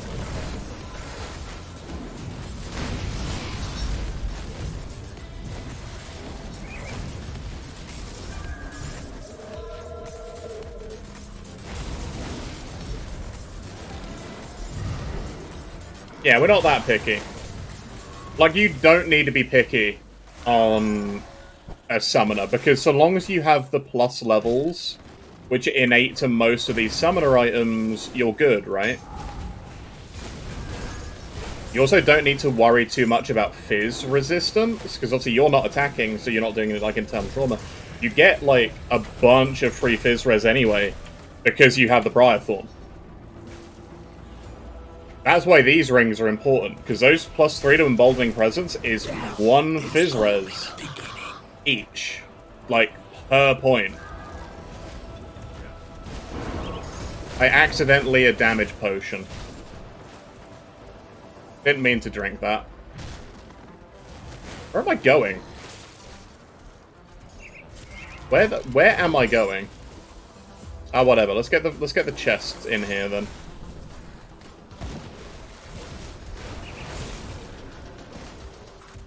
Oh, the Black Hand of Sanar Sin. That is a nice find, actually. It's not as good as... Like, the thing is, it doesn't do anything special, but it's another pet on the field, potentially, and it does come with the +2 to Brythorn, but the Bleed Shred, I think, that we have from the Wendigo Claw is still better. Get him.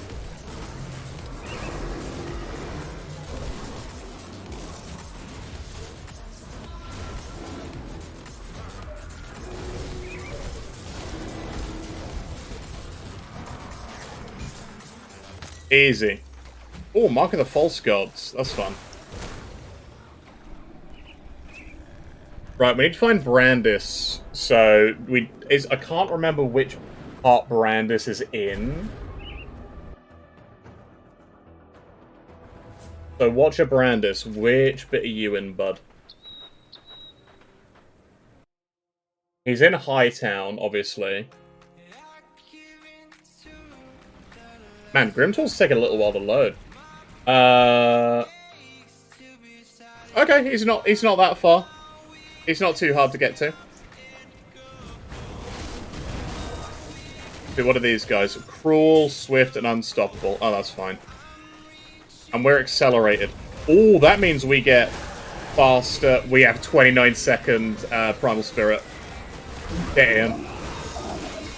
The game gave me an actually good modifier for this. Always up. Always up.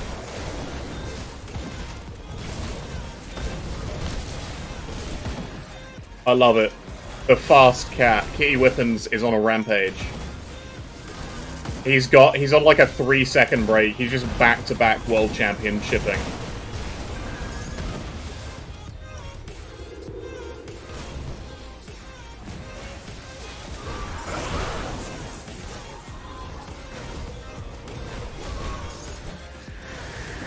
The absolute degeneracy of the game giving me another 8% cooldown.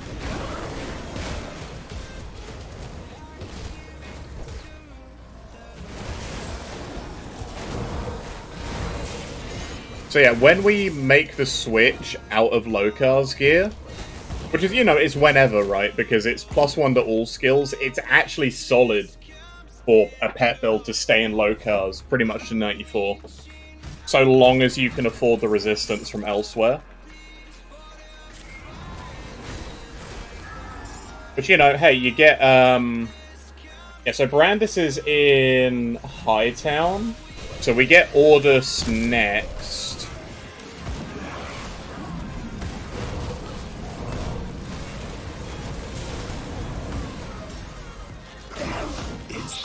So Ordus should be around here anyway.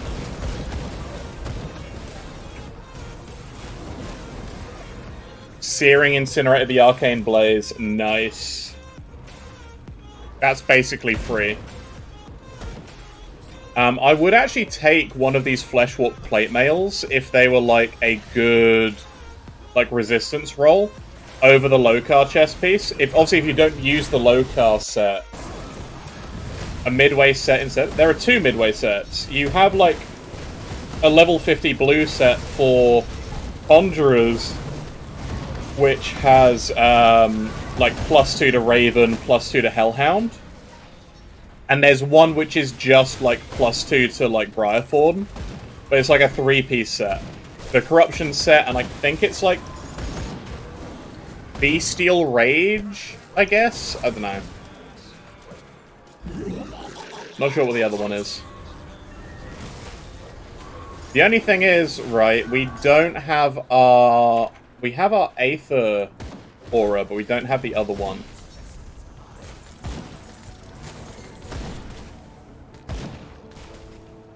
Yeah.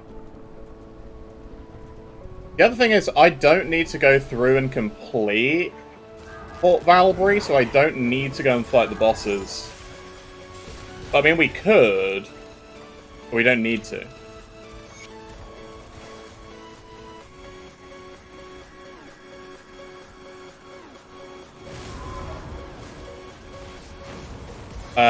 Ordus? Where the heck are you? There he is.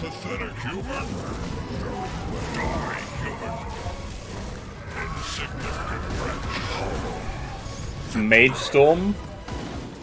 I mean, it's lightning and Aether, so it's whatever.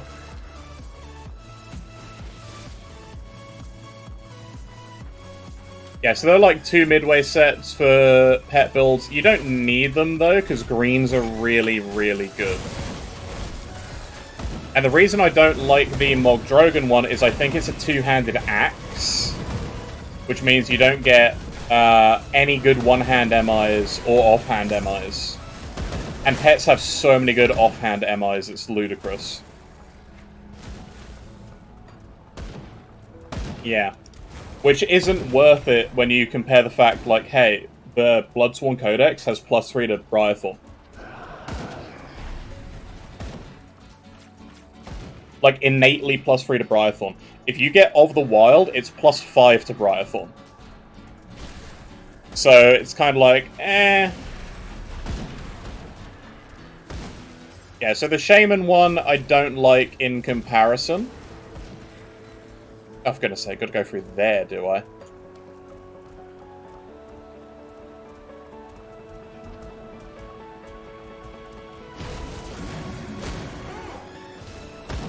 Yeah, you lose the access for, like, the extra shred from, if you're doing bleed from the Wendigo Claw. And the plus levels to Briarthorn, or the Primal Spirit. Like, dang. That's a lot of stuff you're technically missing. Just because you want to use a blue set. And this is why I think the blue sets need a revamp. Because that's an old one. Where? There it is, yeah. I see it.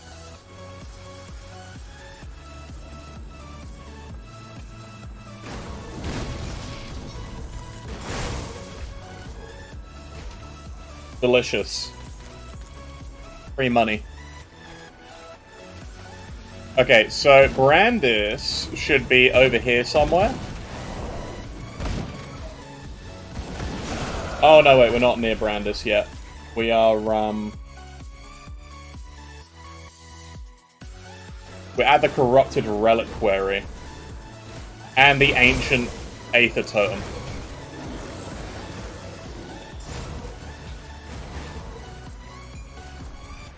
Level 57. At 1 point in Cunning, and then that means I can switch out that ring in a minute. Oh, did I oh yeah, because I just put the more points in there. Yeah. Alright. So he's now got 30k life.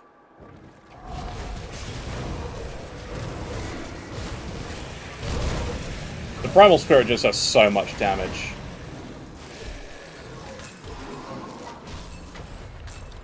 Eastern Glove, Praetorian Chest. Any good gloves? Mage Storm gloves? No. I need... So here's the thing, right? I'm now going to just tick pet bonuses. I'm just going to tick pet bonuses. I'm going to tick my masteries will always show double rare. So now we're only going to see things that give our masteries and pet bonuses. Because around level 60, everything else, like, whatever.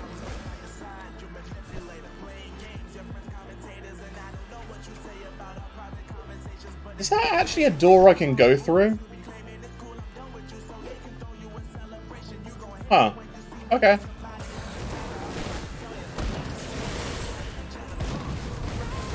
I don't need to do the Reliquary. I don't care enough to waste my time with it. Because we're only really here for Brandis. Oh, look at all these crystals there.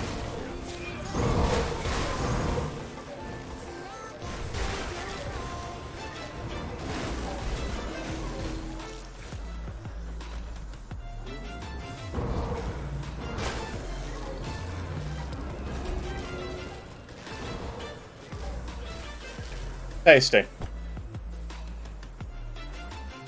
Okay. So straight to the right then. No, is that not straight to the right? Oh, it's not. Alright. So we need to go up. Around the barricade. We should meet Watcher Yeargrad. Somewhere near here.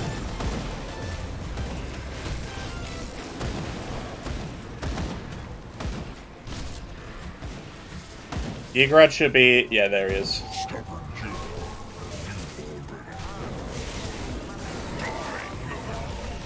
Ooh, Purging of Readiness. That's great.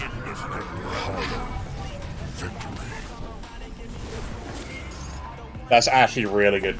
Purging is really, really nice. Because that's 60 acid res.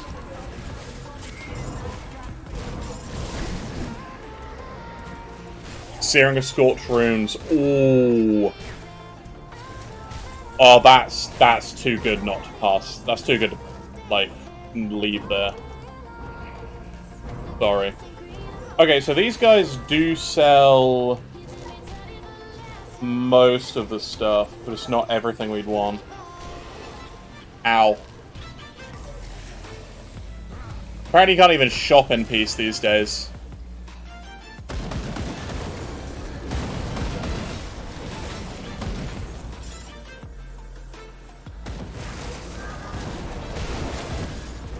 Yeah, as far as hats go, there are a couple of them we can just go and steal. Like, as far as pet hats go, there are two which I think we would potentially go and grab. If I'm going to make a switch out. It actually is. Don't go shopping in Port Valbury. You get stabbed. It's like going anywhere near London or Birmingham. Mystic. I'll take Soul Warding. Soul Warding is a nice roll. Soul Warding is a nice roll. I'll take Soul Warding. Because these only have, like, 14 Pierce res, and I'm overcapped on Pierce now. So, I'll take that switch. That's nice. That is Chaos and Aether. So Aether then helps. As soon as I slap the Chaos res thing back on here, we're back to, like, 83. I could make the switch to, like, the Purging at 60. So we're not doing too badly.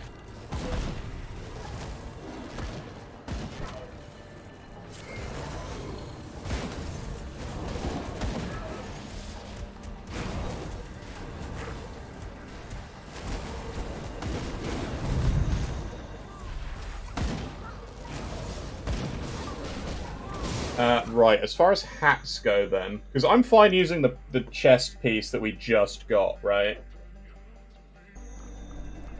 So pet hat.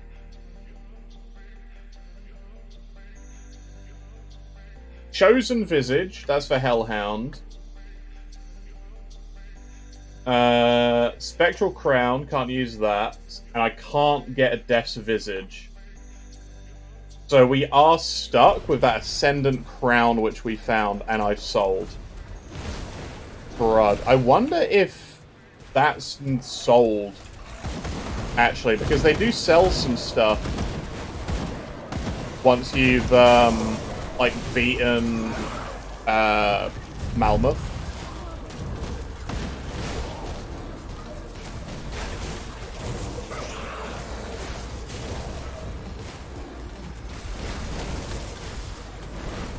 I may as well just take these guys in to wipe out those bosses, right?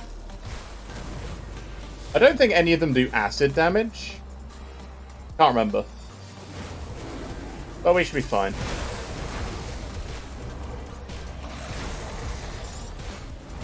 Oh yeah, I got a devotion point, didn't I? Yeah, alright, more turtle then. Yes, I know we're picking up turtle late, but better late than never. And I'm actually wondering how I could pick up crab now.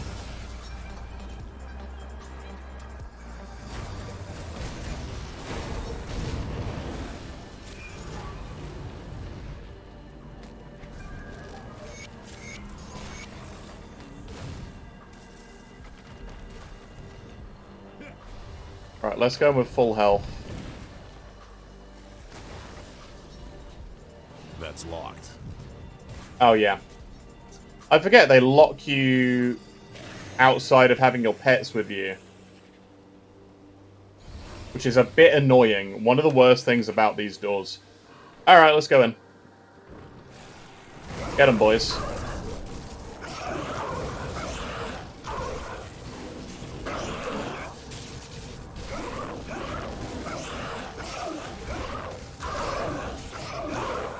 They are all bubbled up.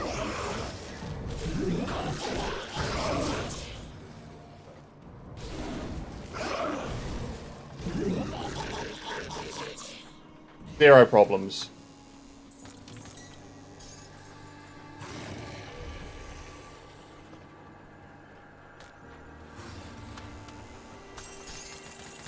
Ribbon of Valiance. There you go, that's fun. Cowl of the Paragon. I'm gonna go down and talk. Actually, I'm not even gonna bother talking to her. Whatever. Whatever. Okay. Oh, free crystal.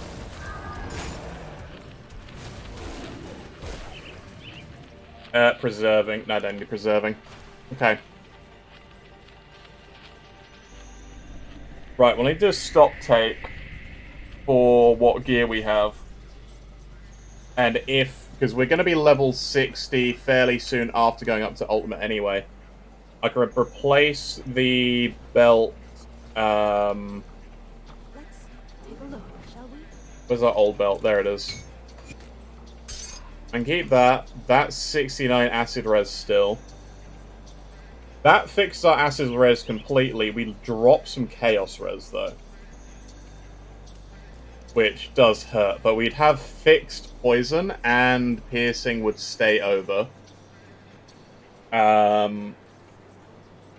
We have the Bismial sect legs, which are also acid, so that would basically fix acid completely. They come with bleeding, and they come with elemental, so that would help with the lack of elemental. Where's the Craval shoulders gone? They also have chaos and a ton of cold res, so that would help. So that would fix chaos. Aether is okay. Vitality needs help. Piercing would be okay, and acid would be fixed. And then fire would need a little bit. So I could actually take the Aether Soul out of the Zarya Pendant. Maybe we go do another Zarya Pendant, so we actually get one with like a pet bonus that's decent. Preferably without, like, bleed res, because bleed, we don't need bleed res.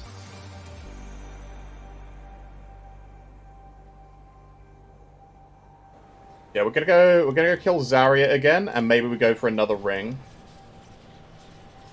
Because getting a second decent ring would be good.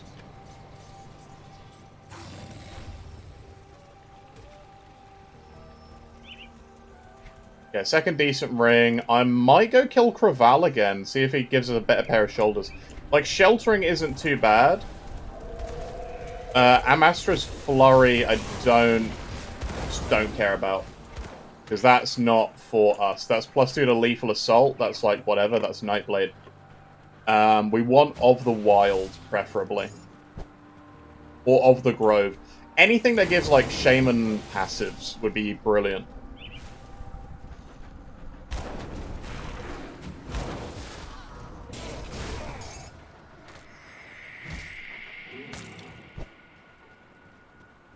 Six-second cooldown to Primal Spirit is super nice. Just keeping him up all the time. Well, actually, when we get that hat at 94, because we have the choice between Hat of the Great Serpent and also the... God, I forget what it's called every time. Necrolord's Gaze. The mythical Necrolord's Gaze, or the mythical Circlet of the Great Serpent. So it would be... So So Great Serpent is -2 seconds to Call to the Grave and -2 skill seconds to Blight Fiend. Adds flat damage to Blight Fiend. Loads of poison, acid damage, up to 10% OA, has mind control resistance on it.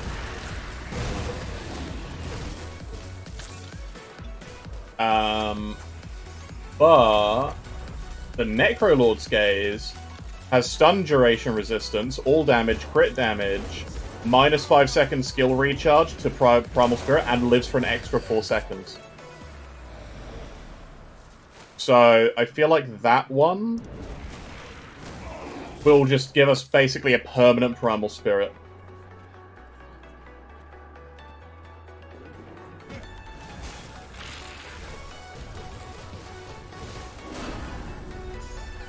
Wraithbound of Attack. I'll take Wraithbound.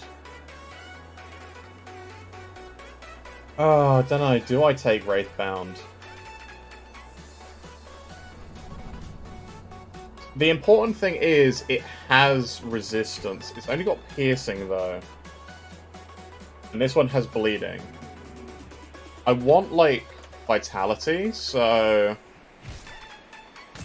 I'm gonna go between Hallion and here. And maybe Craval. I could just do this in Elite, too. She might drop better items in Elite anyway. The Chaos Res would hurt, though.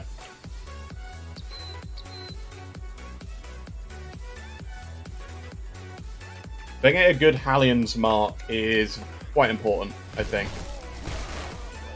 Like, we have one of the Wild. That's probably the best we could have hoped for. But Mystic, not so much.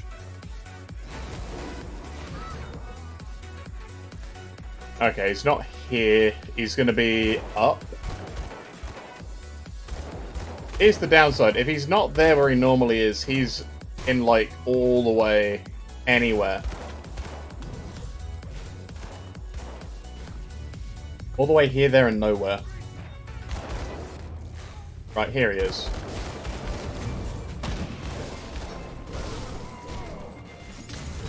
Elementalists of Decay. Okay. Interesting. I don't think I've seen Elementalists for a while. Yeah, no good for me. No good. Alright, we're just gonna... What the heck was that glove I just picked up? Eastern, okay. Actually, Eastern gloves would probably fix the Ellie res and the Vite res going up. I might do that. Actually, I'll wear the Eastern gloves for now, just because that'll fix Ellie res when we go up. Helps fix the Vitality res a little bit. Going out, Silver? You have a good one, bud. We'll catch you next time. Yeah, so we do that. I'll replace the Anti-Venom Salve on there. And then we may as well go up, right? It's going to be a little bit of acid. I can put the Chaos back in there. We'll basically be at the same place we are now, but in Elite.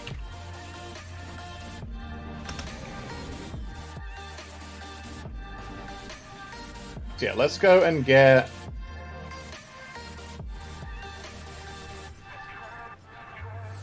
Alright, let's go and get another Salt for the Chaos res.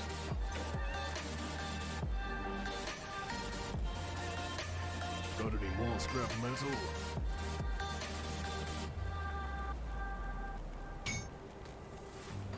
Yeah, we do that, because that also applies to your pets, by the way. The Salt is really nice. Salt and Silver, really, really good. Because it also gives your pets 20%, like Chaos and Aether res. Acid. Acid res. Grab me out the gloves. There they are. Let's take a look, shall we? Keep that add-on, throw that on there. 69 acid res. Could be okay then. Black Legion almost have us at Honored. So they'll have us at Honored by the time we get there at like 60. Alright, I'm going to go to Elite. I will drink an XP pot to start with. And we'll just go TP round. Kill a bunch of things. Go hand in as many quests as we can. And hopefully we'll end up somewhere around 65.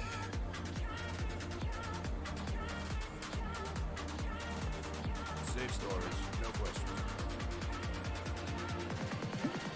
I'll keep an eye out. Yeah, I'm gonna sell some stuff too. So we start this on a mostly empty foot. Yeah, Mystics is fine.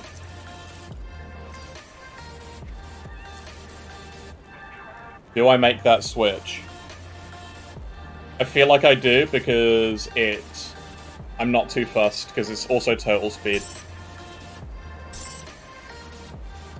Yeah, we'll make that switch anyway.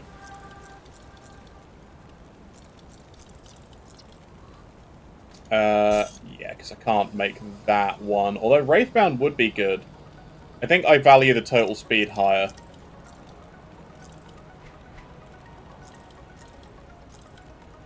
I'm going to keep this one as well. Get rid of the Elementalists. And I want to stick that gun in the bank for potentially the build we do if this one dies. Because the build I'm going to do if this one dies is a Fire Rune of Callistor with that.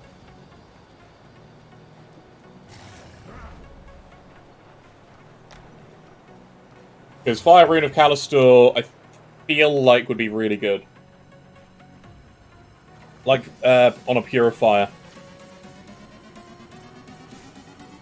Because I need to see if that gun, that 900% top end at, like, level 94, would apply to each rune, or the projectiles from each rune.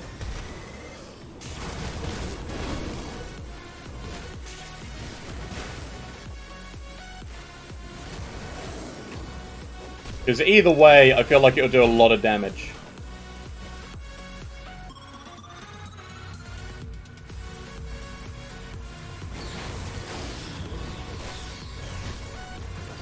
But we don't need to go do Dreeg, we don't need to do Soliel Bird, we just need the Bismiel one.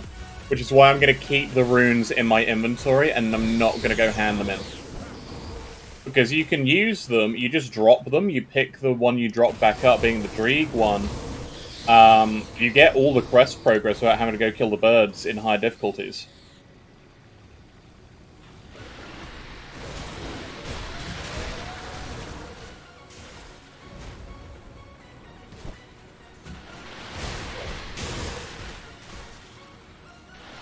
Which is just kind of great.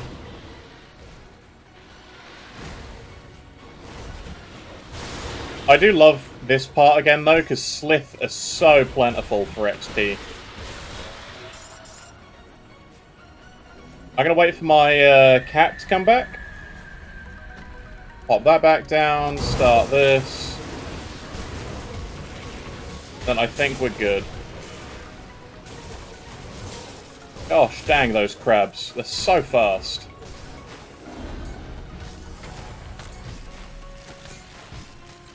Double Knight, Obsidian Grips. Nothing there is particularly great for us. Handguards and Nature's Bounty are actually for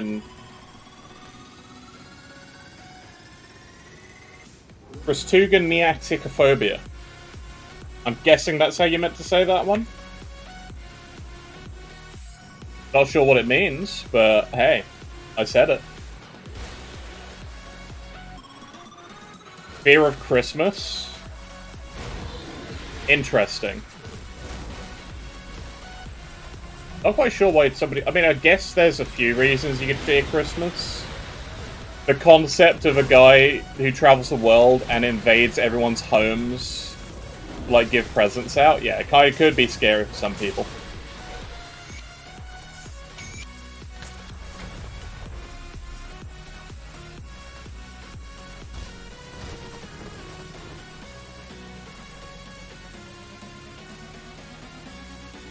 Okay. Okay.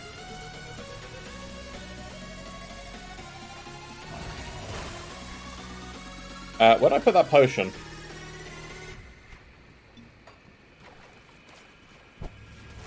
Alright.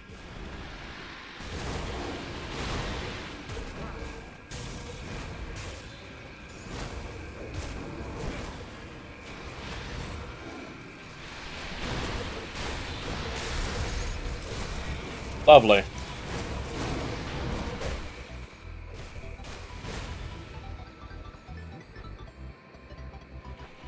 Well, there are a lot of phobias, but then again, the human condition is just weird. I mean, we're all literally made of space dust. So...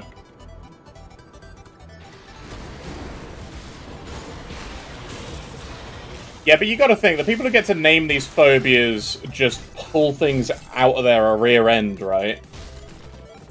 Because the fear of, like, long names is a really long phobia. So, yeah, they're just having a lark.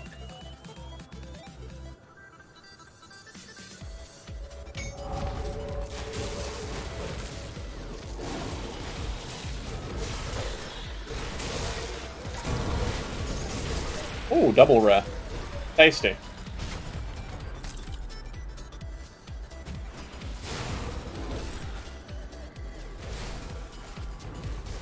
I'm gonna go Foggy Bank.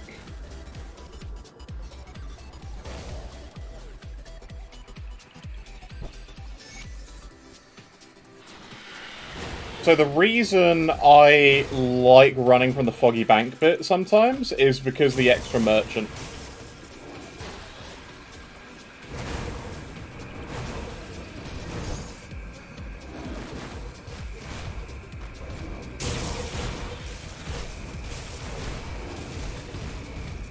Yeah, it's a ludicrously long name.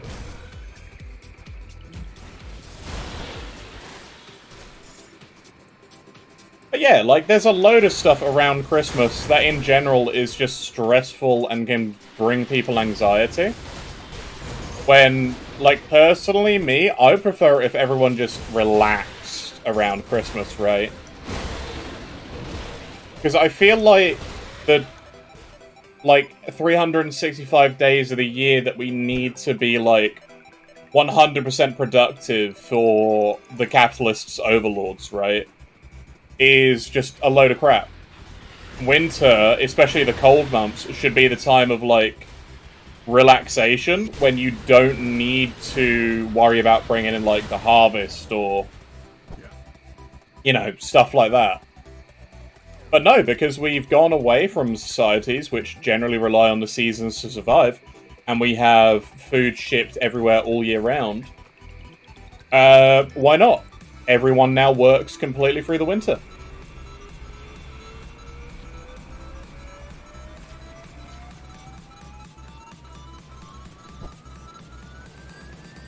It's just crazy. It is weird how we've moved into a be always permanently productive, and your self-worth is now judged on how much money you can make people, rather than, like, you know, your contribution to the survival of yourself and your community as a whole.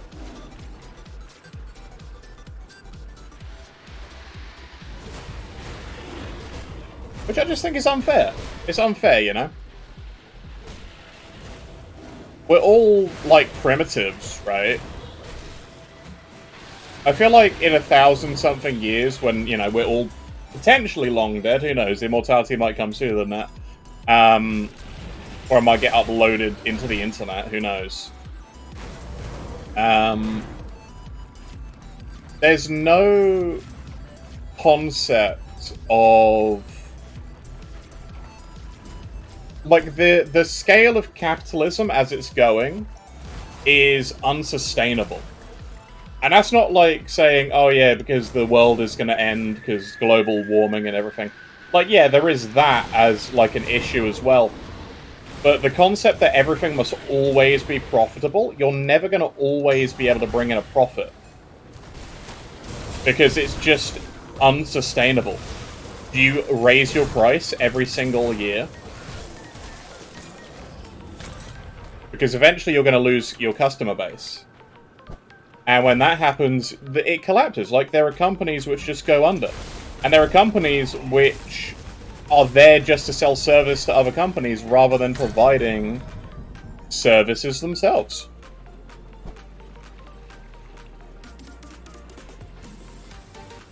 Exactly. We just year-round farm money, and that ain't right. I don't think that's right. I think that everyone should be able... Like, this whole thing with I think we're going in the wrong direction as, like, a civilization, and that's not because, oh, boohoo, capitalism. It's more because capitalism hasn't brought anybody or society as a whole further. Like, humanity is not progressing. Individuals are progressing. The whole concept of, like, individualization is bad, because we are a tribalistic people at heart. And we're making judgments based on the fact that we no longer consider ourselves to be animals. We should be considering ourselves to be animals. We're made of meat. We are not robots.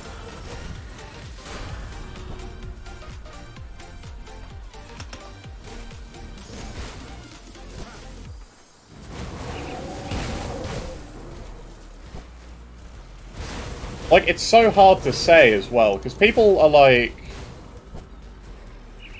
You know, you don't have a moment in time when you're working full-time, like 40, 60 hour a week, to stop and let your brain unwind.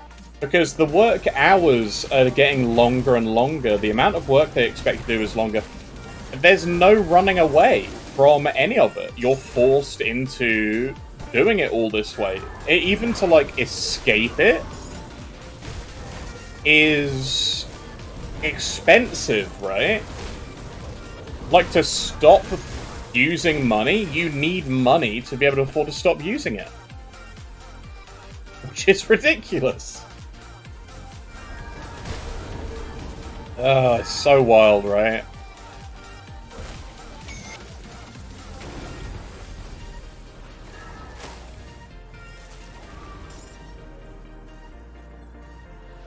If only we could take a step back and go, hey, this capitalism business is bad. We should be, like,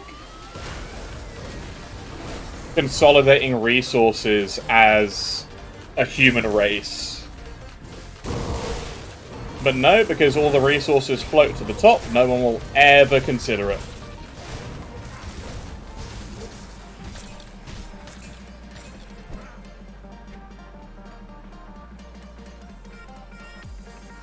Okay, Manticore is done. Turtle is done. I need 3 blue. Back to feudalism? It's not that I'm saying we should go back to feudalism, because that's a bad idea as well. Because that'll get us nowhere. And I'm not saying communism either, because communism just fails because it's the exact same thing that capitalism has. The people at the top of the communist, like, totem pole abuse the concept, right? We literally would, Prime Death. We literally would. And there's nothing to prevent that.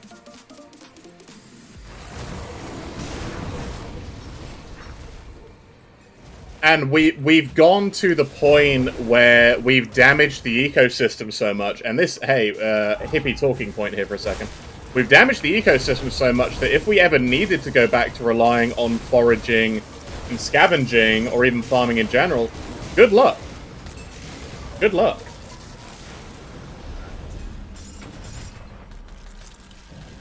Oh yeah, there's at no point anyone in the world that needs more, feasibly more than, like, 1 million. 1 billion is unheard of. You should get a trophy saying, congratulations, you've won capitalism, and now everything else you make goes into helping society as a whole, right? Because advancements in technology, advancements in science and the medical industry, it's all controlled by private companies now. Because that's the way capitalism wants it. Because private companies aren't going to release something if it's not going to make them a profit. It's been happening for now hundreds of years. I mean, light bulbs. I don't know if you guys know about this, but this was a conspiracy theory that was then proven to be true, is that the light bulb manufacturers back in, like, 1930 whatever found a form of light bulb that would last for years. Like, tens of years. Like, up to like 30, 50 something years. And instead of, like, releasing that, they decided to keep making the ones which would burn out in, like, a couple months to a year, because they could sell more. Killing, looting, and pillaging? Yeah, killing, looting, pillaging. We would turn into Grim Dawn in real life. It's planned obsolescence, because you need planned obsolescence to continually make a profit. Which is unsustainable. Right? Planned obsolescence should be illegal.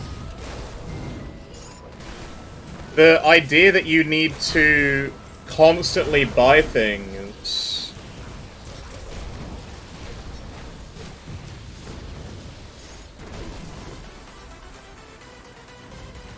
Well, at the end of the day, we are just animals walking on two legs that have learned to realize themselves and the world around them. The fact that we're all conscious and having this kind of conversation is mind-blowing at the end of the day. Are you scared? Being able to question existence itself is mad. Right, so if I take that, then that can support itself. I don't need to get it to support itself because I've now taken Turtle. Okay. I need 2 more purple. That would come from Typho, so that'd be my 2 purple. I need 3 more blue.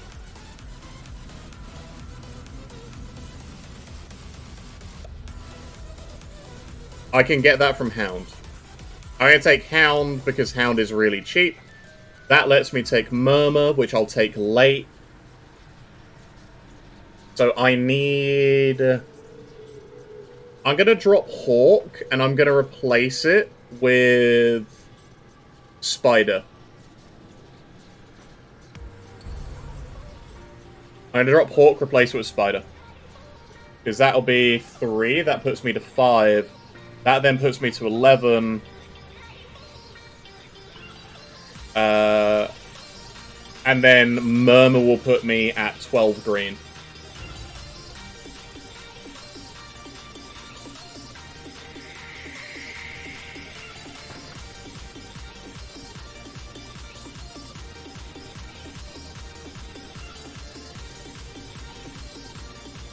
Okay.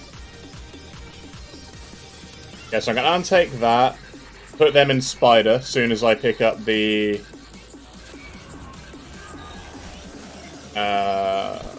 we'll get the thing in here.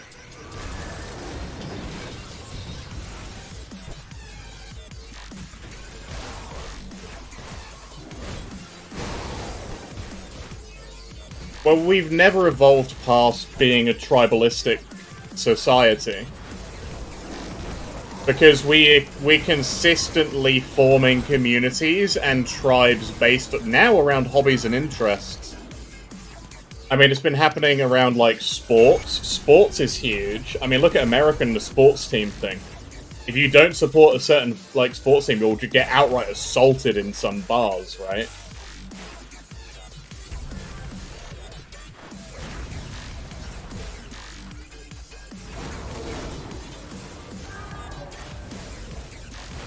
I don't do sports either. But the concept is still the same, right? People form communities and tribes around things that they're passionate about. The thing is, it doesn't work that way for, like, companies. Yeah, Brits had the whole soccer hooligan thing. Exactly the same thing. It's a football thing over here. And that's really bad over here. It's still really, really bad.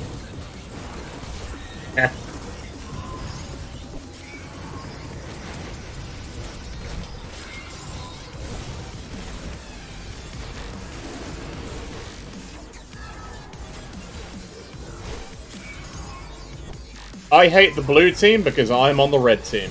There you go. That's it summed up, isn't it? Football. Soccer.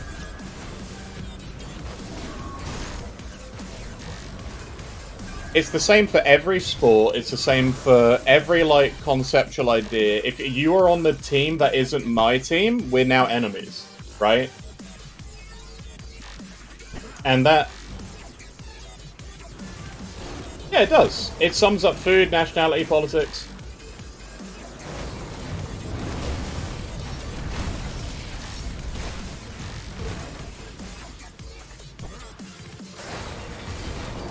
Yeah, exactly. Except, like, familial structure is the original sort of tribalism.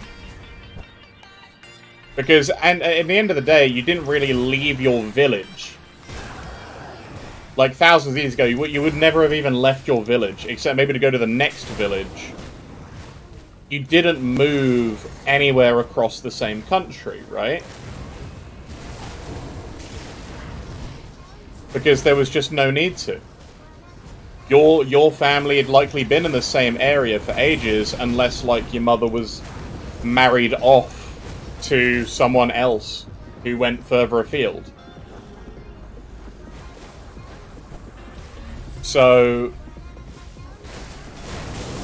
we've never really had a period as a society where we've moved past, because a bit like tribalism is ingrained into us because it's how we survive. Because the lone human dies, which is where all this, you know, be self-sufficient, be, like, if you can't support yourself, and you're, like, not machismo or, like, ultra-personal, lone wolf, yada yada, alpha male bullshit, it's freaking ludicrous, because as a tribal society, if you left it, you died. There is zero way to survive in the wild on your own. If you did, you're an outcast or a hermit.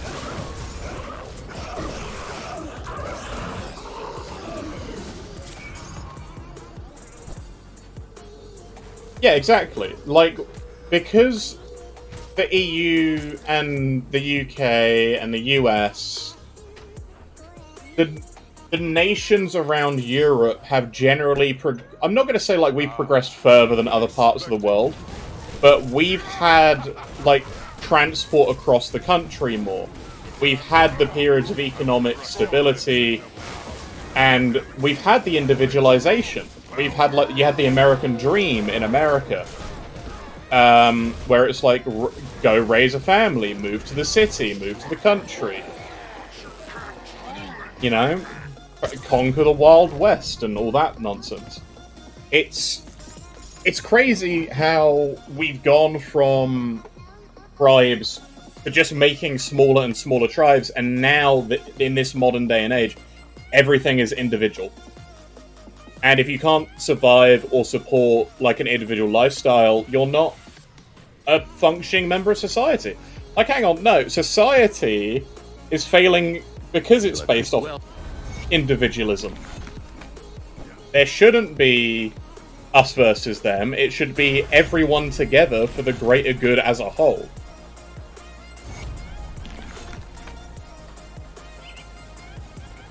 Sadly, it's just never going to work like that. Good, you're one of you. That's good work there. Is that the Wardens defeated? Delicious XP jumps. Still here? Those words will get me cancelled? Which words will get me cancelled?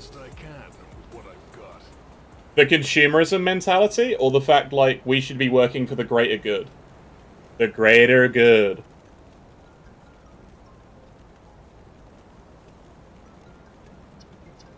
That we should all work together? That we should be decent people and, like, help one another? Yeah, that will get me cancelled. Okay, I need a Mark of Mogdrogan and a Severed Claw. So, Ward Stones.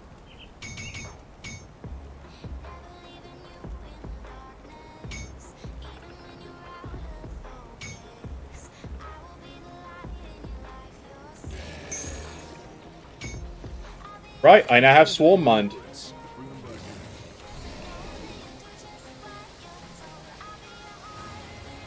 Huh. It is easier to rule over people, especially... Oh, that's the problem, right? Media, politics, all of that nonsense. It is driving people against each other because, hey, that's what gets them more money. And that's what it's all about at the end of the day. If I get mine, I don't need you to get yours. Right, do I make this switch? I think I make this switch. Yeah, I make that switch. That then helps me cap chaos. I need to replace that acid. I think I'm going to need to switch out of the Lokar set now. That drops my vitality res, though. That's harsh. I'm already lacking Vite Res. I suppose I could stick the Vite Res in there. Oi, give me them back. See you around. Right, I suppose it's probably time to do this then. Yeah, it's gonna be time to do that. Say goodbye to the Lokar set, everybody. I'll probably keep the first two for now, just because the hat has Ellie and Poison Res on it. The boots, I can probably replace soon. I don't think I have a pair of boots that's going to be better available to me. Except maybe the Rover boots. I think there's a pair of Rover boots that might be good. Oh, and the Bismeal pants. Where are they? There they are. Sweet. Oh, that has hurt the piercing res and the bleed res. I can fix that with swatches, though. I'll make a swatch. What brings you to my forge?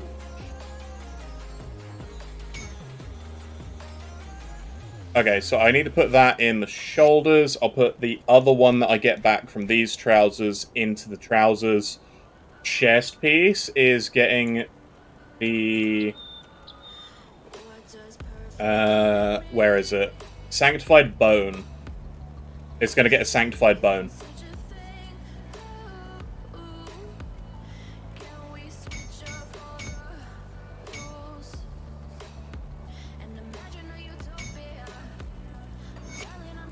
Okay, that's fixed that, and the second swatch should fix the pierce and the bleed, and then we're good on, like, resistances. Let's take a look, shall we? Excellent. Excellent, excellent, excellent. Right, so I need to get something that helps with a little bit of Ellie res, and the boots are also Ellie res. Okay, so the boots and the hat now need to have elemental resistance. I reckon I might go and get...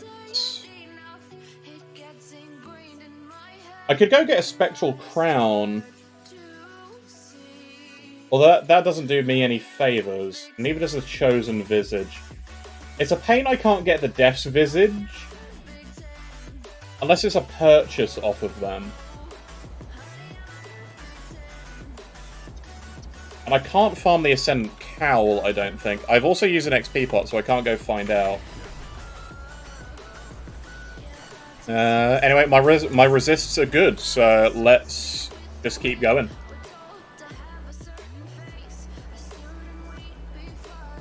Oh yeah, if, like, you have the idea that you want to colonize Mars, it took the combined... like, effort of multiple countries and the US, and, like, most of the USA's NASA program to land on the moon, and we have processing power capable of doing it, like, 50 times that happened originally. We've just never been back, because there was no... It was another us versus them situation, though, right? It was the space race. It was a race. I mean, Russia killed a bunch of people, but hey, they're doing that anyway whenever they want. And it was all for the goal of beating one another, and the US won. And nobody's bothered doing much with it since, because there's no us versus them situation. I don't doubt that we actually do have the resources and like the brain power and the processing power to go to Mars. Because we've landed rovers there. We can probably land people there. I reckon we can probably get colonization within our lifetime just by how fast technology is advancing. They wouldn't even need to reinvent stuff. They would need to recalibrate, like, the thrusters.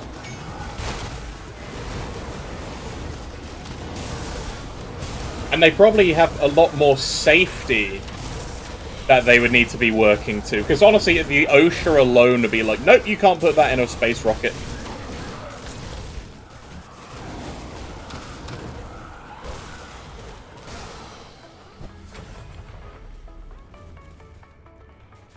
It doesn't surprise me, though. It really doesn't surprise me. But the thing is, that it's like technology like that. You can't lose the want to keep improving. And I think humanity has lost that urge. Because there's no competitive sense, right? There's no competitive sense if there is no tribalism.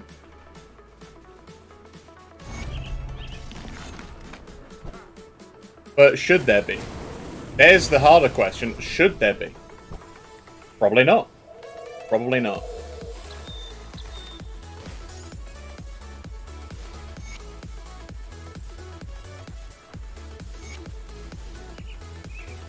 Alright, I'm gonna go blow up the gate, grab the Elder. I'm not even gonna go in and fight Balthazar, because I just don't need to. I have the dynamite already.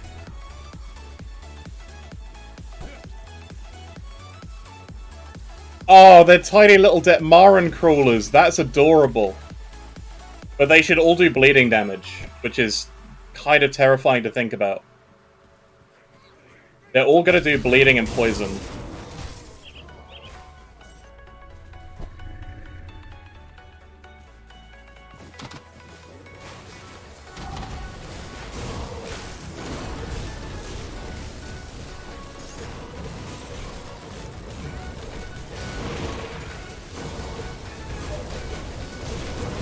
Oh, lovely. We got the damage behind us now again.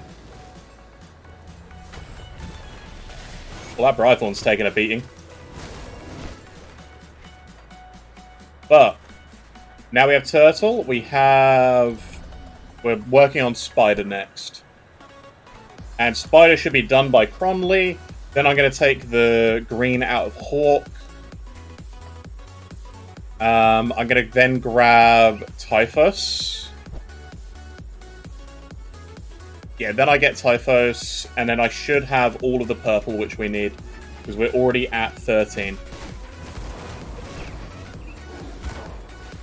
Yeah, everything was a competition back in the day, and, like, everything was based around, like, the tribal societal structure. But everybody worked towards the same thing. Because if you didn't, your tribe died.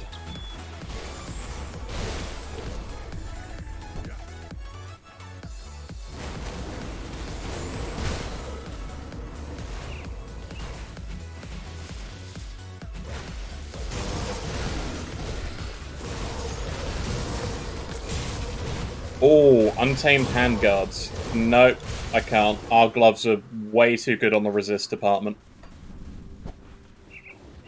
Yeah, the Space War was a proxy of actually fighting. Vengeful Wraith.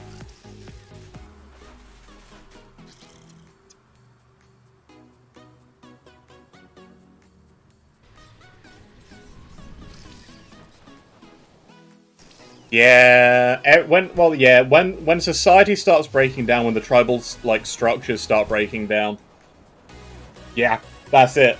Everything goes to pot. We have to hit them hard. Like everybody here has probably seen like riots and all that nonsense. It's been like nothing but for a couple of years now, right? What troubles you? Oh, Manticore depends on that green. Dang it! I need to finish Spider before I can take that out. Then I should be able to take the gold out though, right? No, because I need I need that there to take Typhus. Dang it! Okay.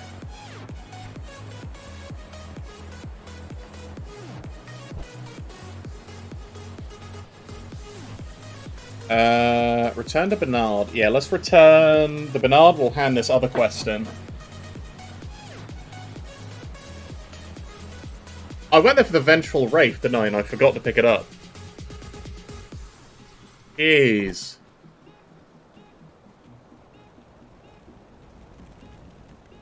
What brings you to my forge? What is it? Riftstone, Coldstone, Amber. If you find any blueprints, come back here. Okay.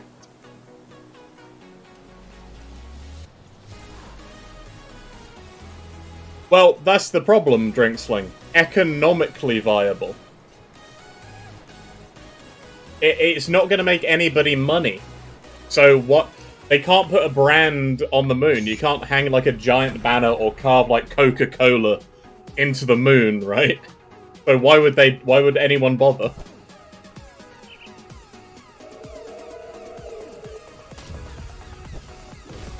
I'm gonna go to the moon and I'm gonna draw Coca-Cola in the moon to get a Coke sponsorship. It'd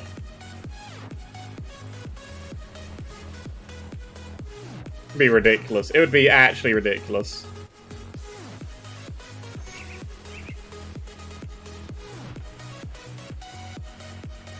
Well, in the end, Silicon Valley gets a load of funding, and it makes profit for somebody.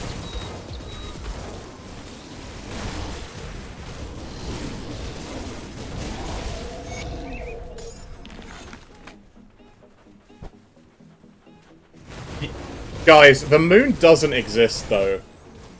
Drinksling has it right. The moon doesn't exist.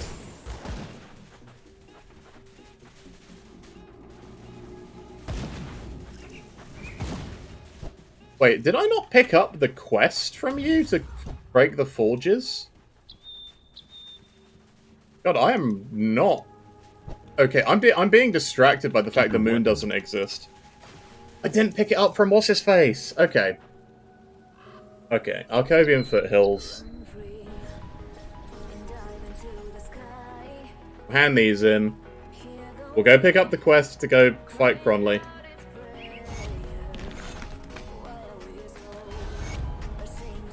Yay!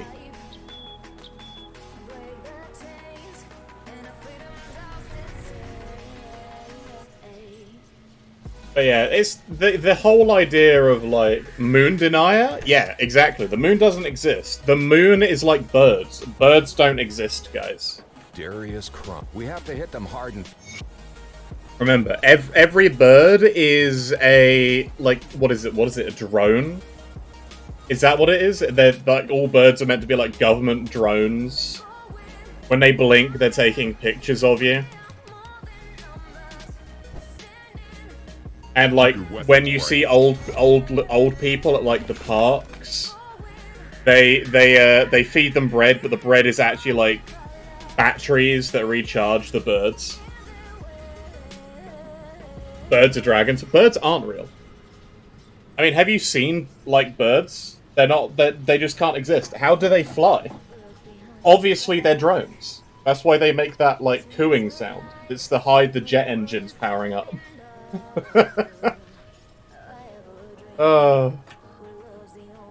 Birds.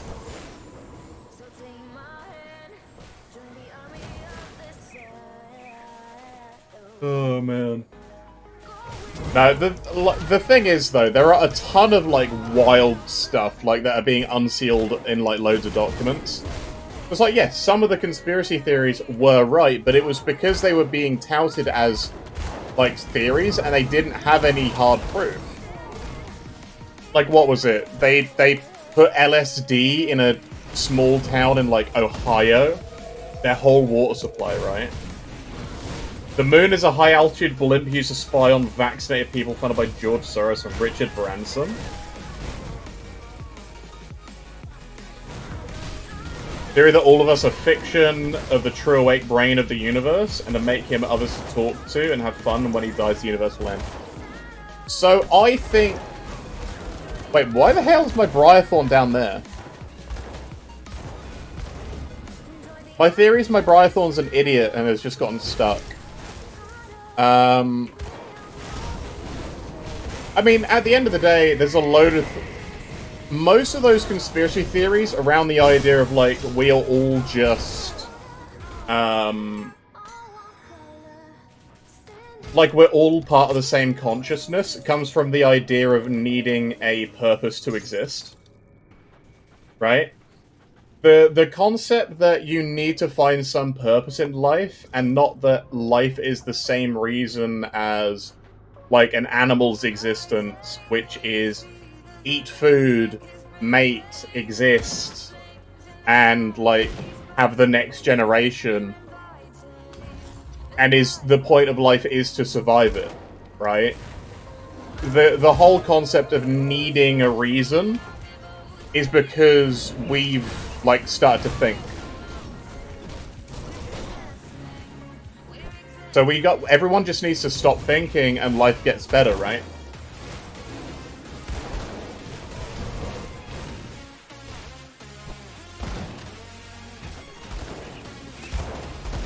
Pet AI isn't the best. Just act like a pet AI. Turn your brain off.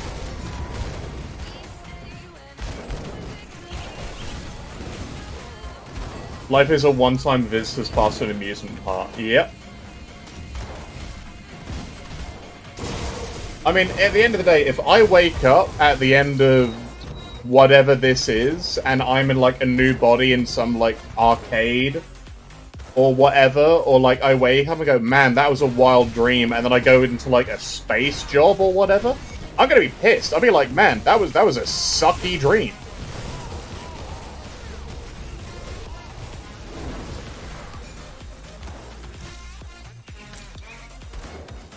Wow, I really spent, like, nearly a decade of my dream working in kitchens, like, under stress. That sucked. Like, why? You know? What you did on a 10-minute break from your space job. Oh, God. Man, that was a fun session. I can't wait for my mandatory space break. Time to go back to it for another galactic aeon. Oh, god damn it. But it's stuff like that. You gotta find amusement in existence, right?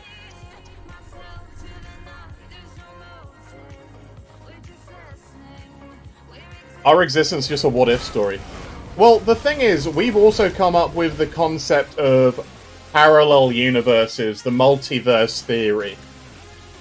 Which means our thoughts are having thoughts, and we can't stand the idea that we are not... we're either not special, and, like, the universe doesn't revolve around us. Hence, we come up with a bunch of stuff like that, or... you know, people are still struggling with the concept that, hey, we exist. There must be more exist. It can't just be this, right?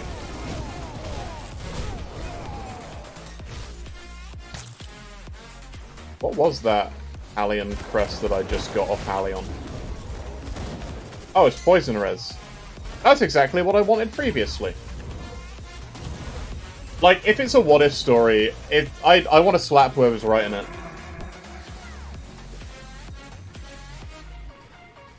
You hope your other me avoided your ex, his life must be grand.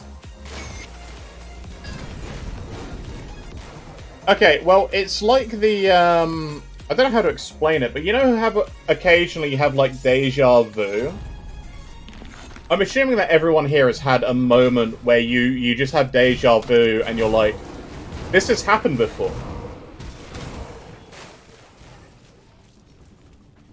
Right?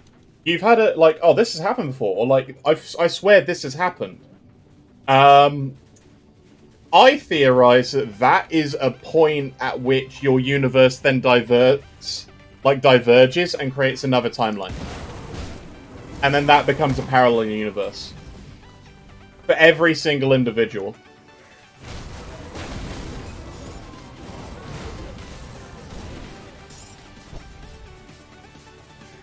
What if we are the AI and we just forgot tinfoil hat? Okay, here's the thing. We are technically AI, right? Because we're made of meat. The idea that we're not an artificial being in a universe that is mostly, like, formed of gases, other things than carbon, right?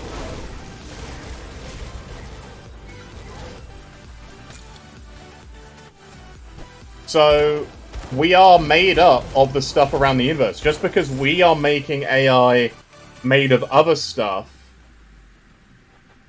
brain is a meat... Yeah, we are brains and meat mechs. Our brain runs on, like, how much electricity? Barely anything, right? And yet we're making AI that runs on more electricity than our own brain.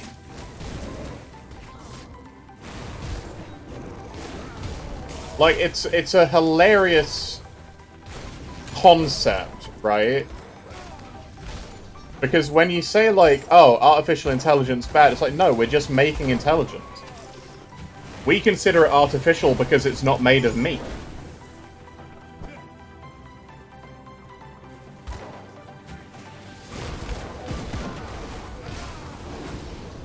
I mean, technically, we have iron in us as well, right?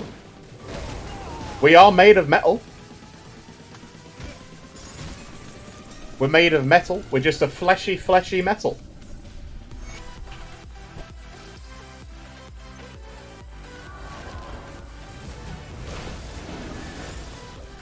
So...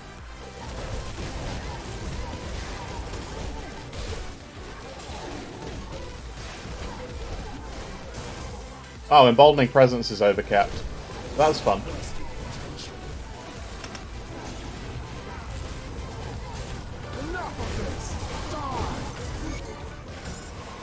We have fixed the problem of stubbing toes.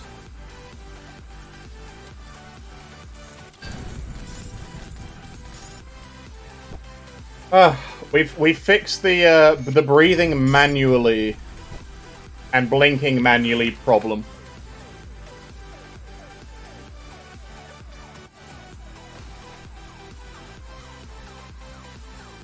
It's just weird. Reality is weird. Okay, let's go handle these quests in while our XP pot's still going. I will be doing the MI from the Scorpion Dude, Wretched. I'm currently still running Bleed.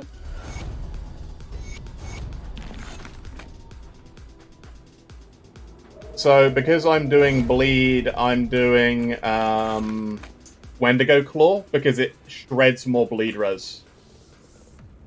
You've only played Acid Pets? Acid Pets Ritualist is great, because the gold set is great. But leveling to the gold set kind of sucks, because you don't have any innate acid shred.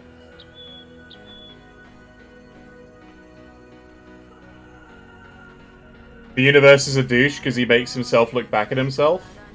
Are we just the universe's mirror to, like, be admiring itself? Oh, man. That's a concept and a half. Oh, that's so many points. I love it. We got so many points to spend now. I sense turmoil within you. Okay. I'm just gonna put these 10 points straight in Necromancer, so I can pick up Rotting Fumes. Now I can pick this up, it's gonna let the pets crit a lot more.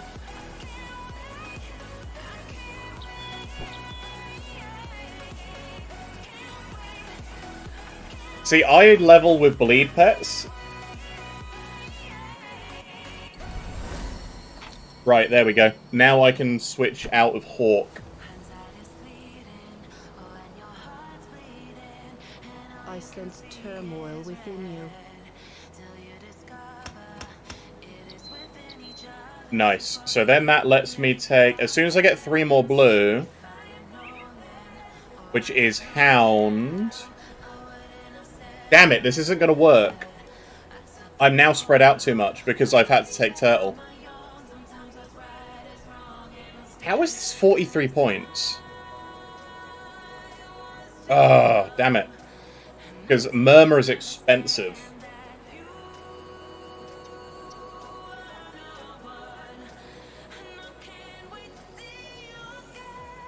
Because I want Typhos.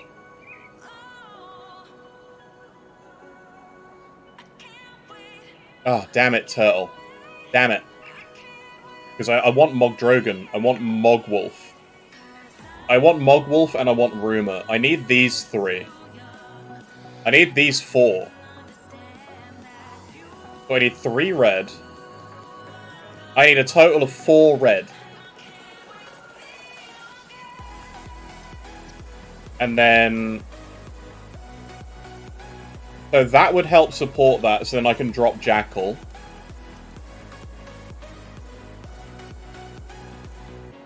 Right, I'm gonna do this.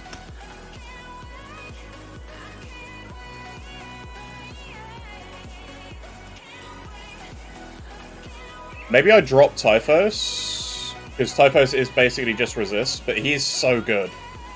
And it's 3 gold. So if I do this, then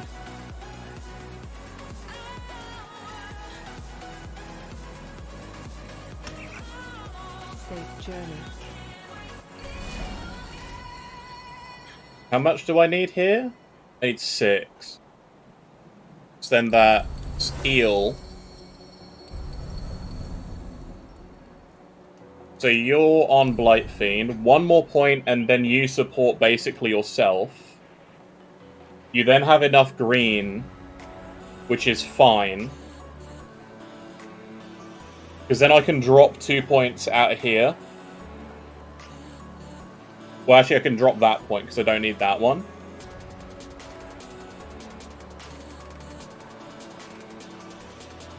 Is Spider too expensive?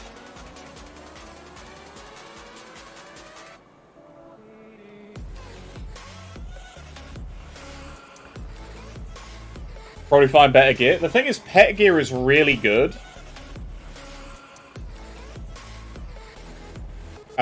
Pets are in general one of my favorite playstyles.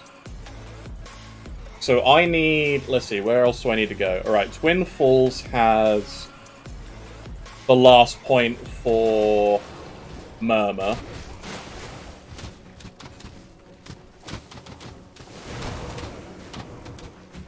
Let's go get this one.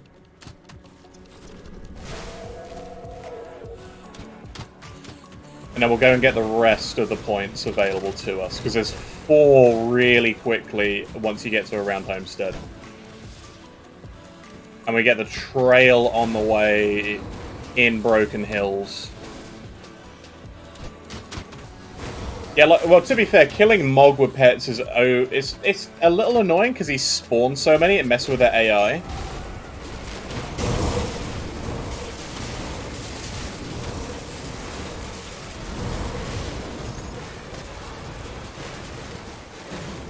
So I'm trying to do half bleed, half acid pets, which is why I need Murmur as well. Which, it just stretches the devotions a little bit too much, I think.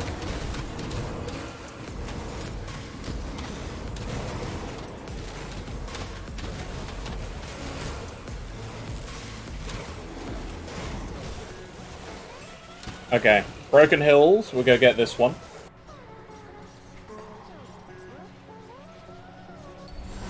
Right, I'm now 13 and 13. That means I can drop Chaos. I can drop the Jackal now.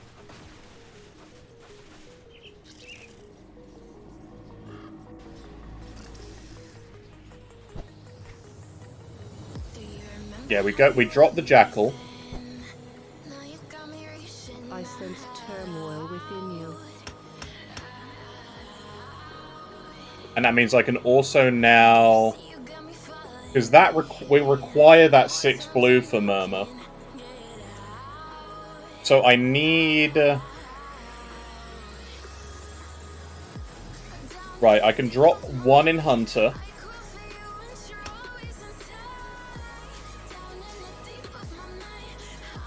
Because I know that's 1 purple, 1 green, but I can then take something that gives me... 3 purple for cheap, which is Crown. Safe journey. Crown is a great pickup, actually. And that means 1, 2, 3, 4, 5, 6. That puts me at 50. Which means I don't get Typhos. But it means I can pick up Turtle. So this does work. It's just pricey. So I can absolutely pick up Turtle then.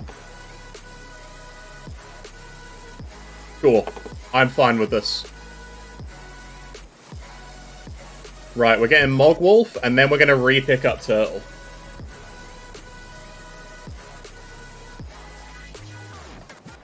And actually, if I do re-pick up Turtle, that gives me 3. That means I can probably switch Eel to, like, Hound, which will give pets armor and us armor. Which works fine. Either that or Eel. Sorry, Lizard, because that's, you know, some health regen. Alright, let's go back to Broken Hills. We'll go pick up the rest of these devotion points.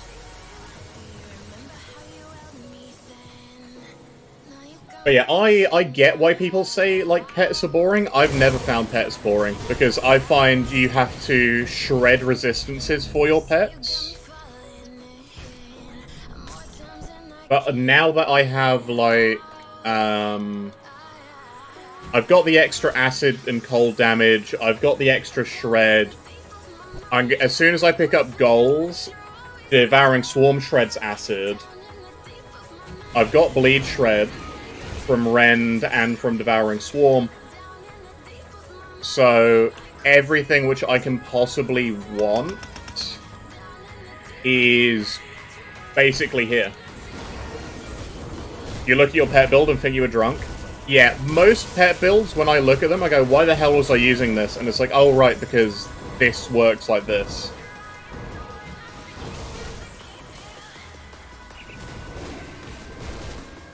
So I'm thinking of, like, going permanent Primal Spirit with this. Because Goals doesn't have an offhand amulet or, like, rings.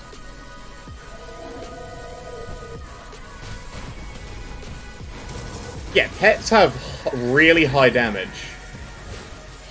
Like, I'm going mostly dot pets. But even then, they're going to hit quite hard because all their I didn't bring a silver. Grumble. Grumble, grumble, grumble. Oh, and I should also go check for a new pair of pants, too. Maybe in a bit. Because these are good. These are really nice. Got any more scrap metal? Yeah, so eventually I may switch from a Wendigo Claw if I can't, like, because it's non-farmable, right?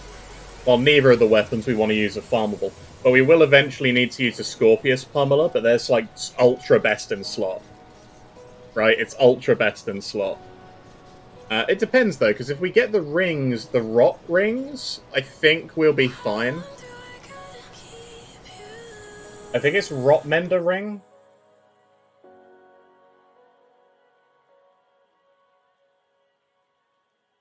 Yukol's Ichor, sorry. Yukol's Ichor. The mythical Yukol's Ichor, we're going to be using one of them, hopefully.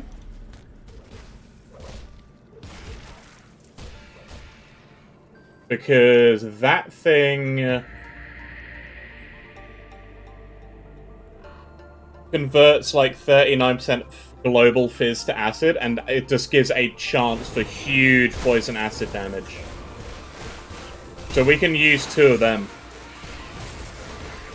Because they also give +2 to Primal Bond.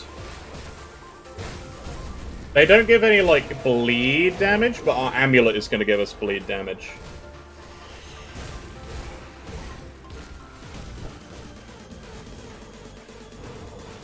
Because there's no bleed damage ring available. So we're going to be poison rings. Oh, I have the Great Serpent Hat. Dreeg's Venom Seal, yeah. That'd be good. That'd be really good. The other thing, the amulet which we're going to use is all bleeding. So we're going to be using the Mythical Heart of the Sand King, which comes with bleed damage, loads of extra bleed damage, and just massive bleed for pets. Which is why, because the thing is, like, they also share bleeding, right? Greetings. I came upon. There's nothing about this build which shouldn't reasonably work. It's just, I think the pets are going to be a touch on the squishy side. Because we're not going to be able to pick up more resistances in the devotion tree for them. But they have the two big acid devotions which support them. Being, well, the only acid devotion which support them, which is the Manticore.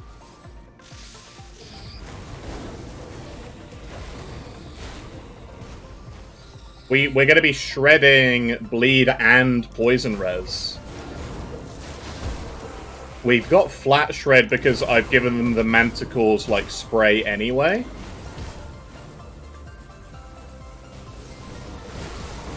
And we get all damage because, you know, Shepherd's Call.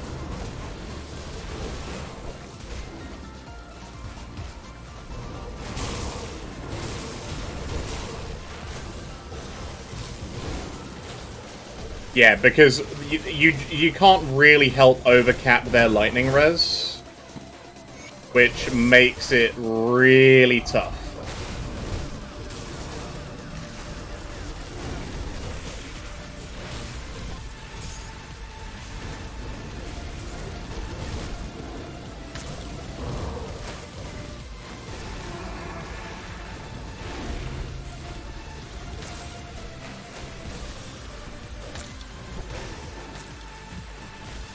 It is, I mean, the Mog fight is just pet v pet, right? It's a lot of pet v pet, which is messy anyway. I don't think they have a lot of OA, because they don't have the OA auras. Yeah, I've only got 41% extra OA for my pets. So they're not going to be critting much at the minute anyway.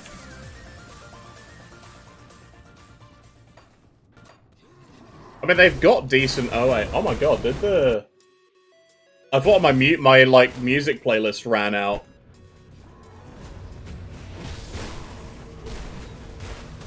Yes. Yes, it does. So when skills are orange, they're overcapped, Wretched. So you can take points out because they're no longer benefiting from extra points in them.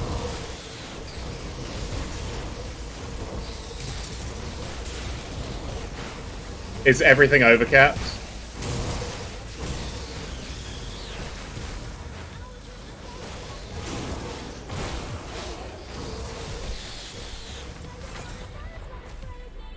Some summons? Yeah. A lot of the time, summons will be overcapped. Summons are really easy to overcap because most summon gear gives like +3.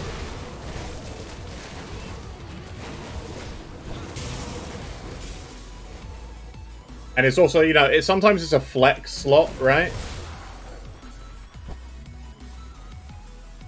And remembering every single time, like, oh, hey, you're 1 point over because you switched a piece of gear is like, ah! Now I've got to go and change it.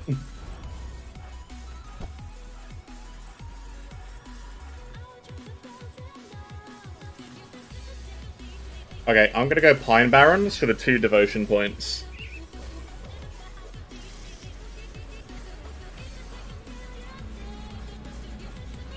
Okay, I'm going to go Mogwolf, because that's going to be huge. An extra 8 points. That's actually quite a lot in most summon builds. The thing is, right, it really depends. Like, I don't think I'm going to be able to fit skeletons in this build, but this is mostly a Blight Fiend build. Because skeletons... Unfortunately, skeletons do, like, fizz and vitality damage. And nothing really in my gear is going to support them. Oh, I went out the wrong way. That's a shame. I went the wrong way.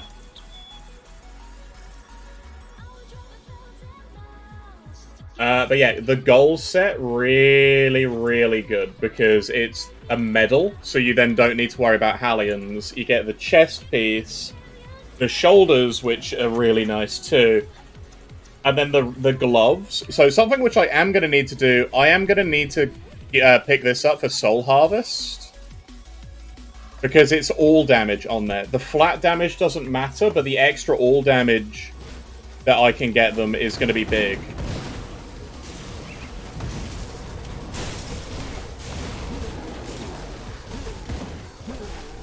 I think Goals actually converts that to acid. No, it doesn't. It doesn't.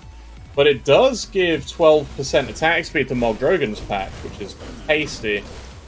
And actually, it means I can drop the Manticore completely out of this build once we equip the Goals set. So I will then have flexible devotion points again. Awesome.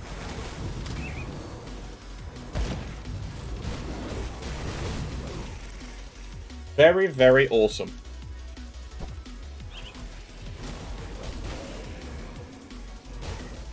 But yeah, the thing is, like, when you get pet sets, it means you can switch around most of your devotions. It's basically free resistance shred.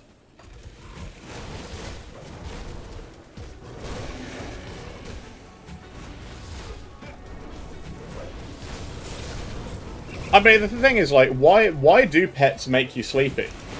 Because for me, I'm always moving. I'm always, like, casting, like, either Curse or, like, Devouring Swarm. If you're not, like, actively engaging, like, if you just, you know, do this and you go, hey, get them, boys, and then you're not doing anything and you just watch the fight, yeah, then it's boring. But when you start throwing in Shred, when you start, like, needing to evade from enemies because you're throwing in Shred, you keep it entertaining for yourself.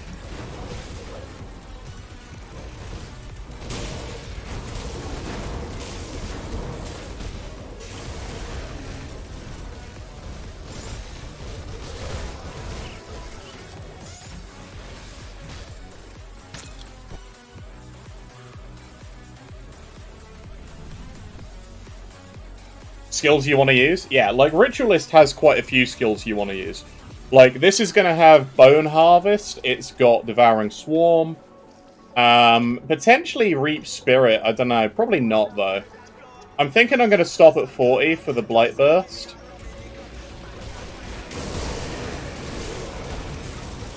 But I'm going to have 2 Blight Fiends, a permanent, Primal Spirit.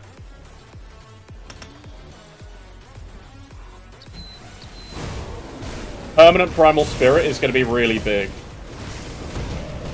Whoop.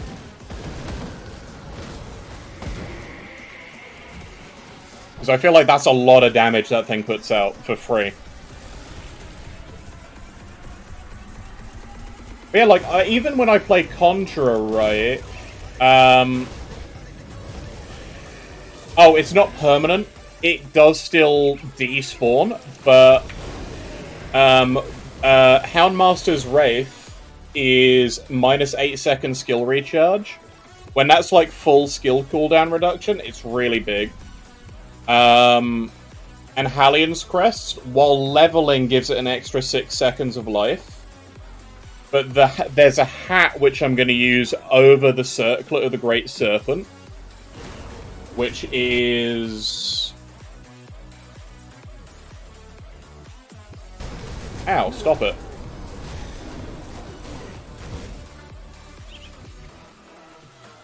Wherever the damn cave is. The Mythical Necrolord's Gaze. So the Mythical Necrolord's Gaze gives it another -5 second cooldown. Because the thing is, your weapon slots in this build are fully flexible. I don't think there's many mythical weapons which are good for this build for pets. So you get away with keeping most of them, whereas I think the Mog Drogon... I know that one of the Bismeal sets requires a weapon.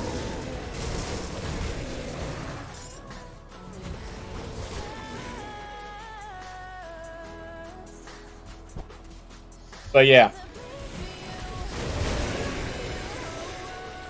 It's gonna basically be a 10-second less cooldown. So as a baseline, it's like a 40-second cooldown. That brings it to 30, and the extra life that it gets puts it longer than 30 seconds. So you can permanently keep it up. Kind of like how Overguard does.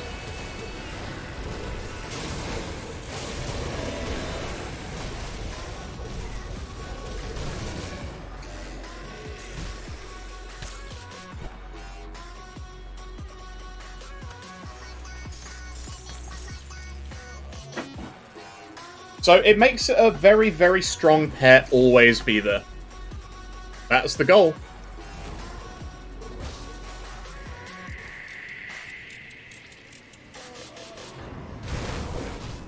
So yeah.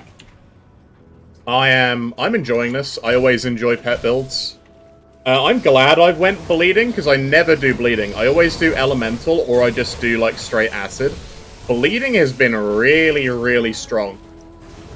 Like, really, really strong. I have been considering, I don't know, like, maybe just going all bleed. And, like, ignoring the poison acid side of things. Because the goal's set... you get, like, a pet web weaver, which also shreds poison res, though. So, I don't know. I still think the poison, like, main damage will be good. Ow.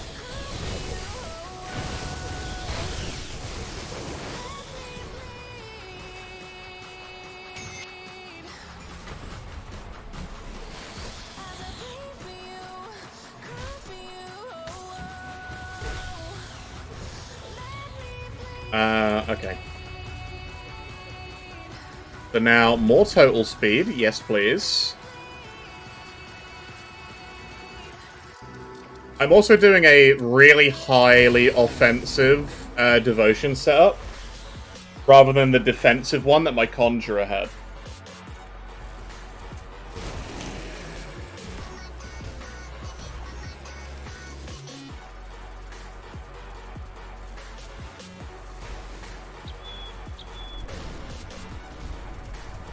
Yeah, like, health stacking is really easy because you are, you know, you're a shaman. You have Heart of the Wild.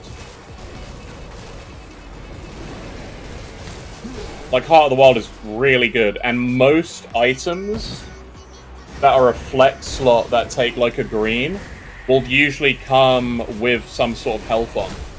Like, I think Bismeal Sect comes with health normally. I think Taskmasters as a role also comes with health. So a lot of the pet roles are defensive, and then you just get pet bonuses, right? So because you don't care about offense, so pet stuff doesn't tend to give you offensive ability either. So your job is literally debuff, and then your pet's job is crush everything.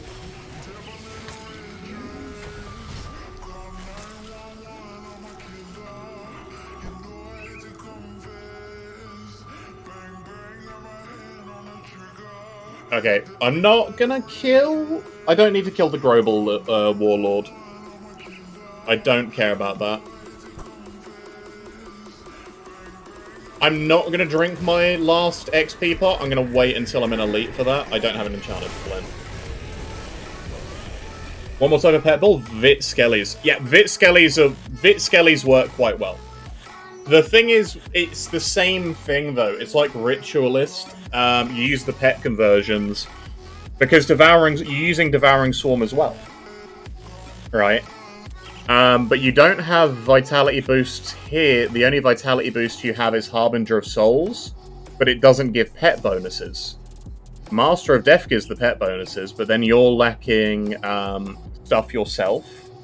So the reason I really like... bleed pets is because your bleed Devouring Swarm actually does do a little bit of damage. Because most of these devotions, like Night Talon's great for bleed pets, and it gives you bleeding damage too. Toad gives you, vitality damage, OA. Mogwolf gives you loads of bleeding damage. Like, look at that. That is all just for yourself. That's like a ton of bleed. Has max bleed res, 80 all damage pets, and then your pets get a bonus, you get a bonus. It's great. It's great.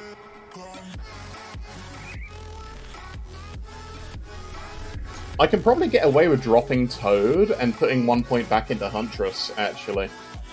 No, because that's 3 green. I can't do that. Yeah, I don't know. I'll probably reset my devotions once I hit 55 anyway. I need Enchanted Flint. That's why I opened my map.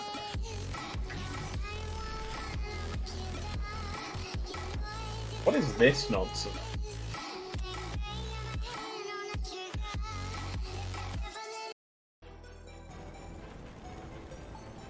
Yeah, so Vit Skellies they work quite well. Pet builds work fairly well. Most damage types to pets are generally very well supported. There is one pet build type which I am tempted to try, which would work as a ritualist. But I'm not going to do it as on this ritualist, and it is Aether Pets. Mostly because I played like 4 Aether builds in a row just now.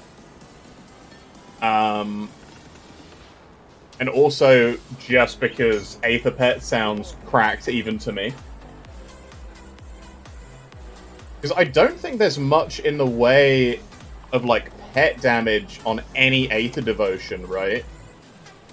So you don't get anything in Spear, you have Aether damage from Mark of Ratosh, and then it's mostly all damage up here in Korvac. But I suppose you could go all blue and a little bit of green. Because I guess most of it is all damage, after all. So I guess you could pick up, like, Croak. You wouldn't need any of this nonsense. But, like, you wouldn't need Spear. You take Widow for yourself for the Aether res drop. And it's 2 items that let you be an Aether build, right? It's Warden's Mallet, and it's Aether Grip Gloves. I didn't realize the mythical Aether Grips, like the Alberic's Aether Ray Gloves, had 100% LE2 Aether for pets on it. Which is wild.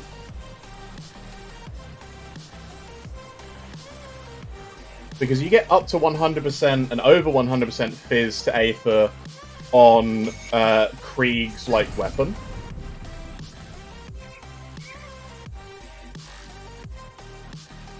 Which is great.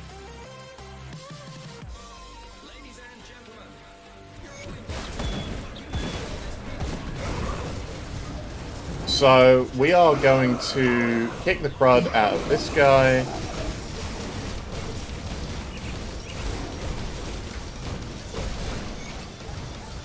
He just got put down.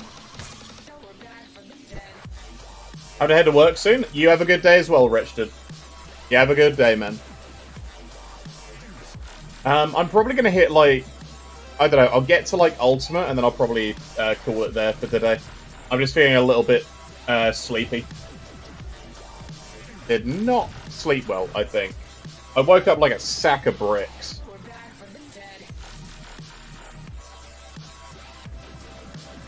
So we'll probably kill... So how now that... Like, I want to hit 84 at least, right? I want to hit 84. Because I'm playing pets? No, it's because I actually didn't sleep very well. But, like, I'm feeling good. Like, I think this build is going well. Sanguinar? Oh, that's the crossbow. That's the thing I was talking about.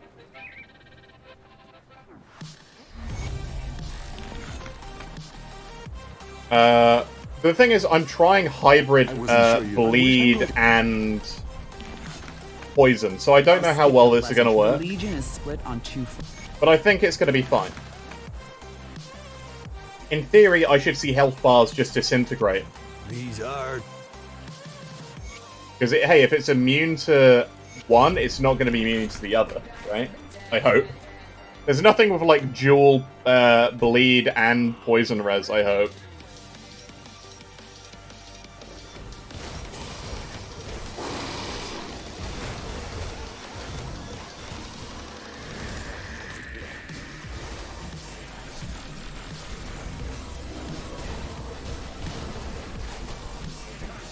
Oh dear. Oh dear, oh dear, oh dear.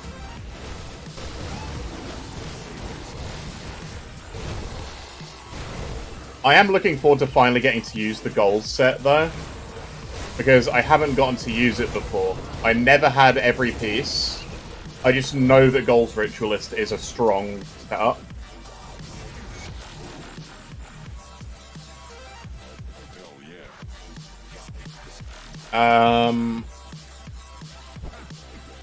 But yeah, we're gonna be good. I still need a better hat. I still need, you know, boots that don't, like, that actually have some armor on them and some more resists.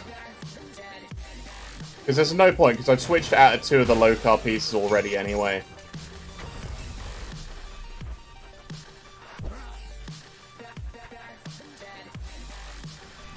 Alright. And that means once we get Gollus, we get Howl of Mogdrogon. That means I need to put 1 point into Grasping Vines. Grasping Vines is also a very nice skill to have for us. Because it slows enemies. It slows enemies, it means the pets can catch them faster. It's a good time. Well, actually, I should probably pick up Bone Harvest instead. Now I'm thinking about it. I'll pick up Bone Harvest and the, like, 1 point in Soul Harvest. So I'll pick up, like, 1 here. I'll attach it to that, and then I'll start using it.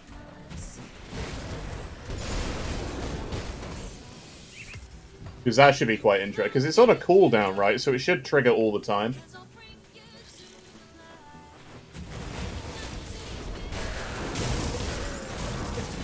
Wait, why can't I put that on...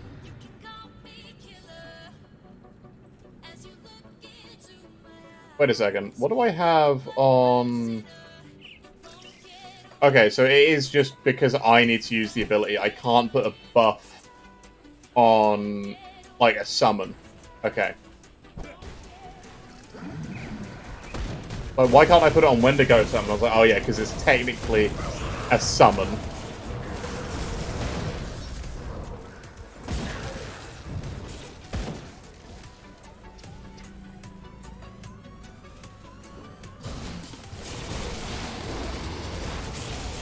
But yeah, you can technically make every damage type work for pets in some way. Because there's Aether pets, there's a Chaos pet item.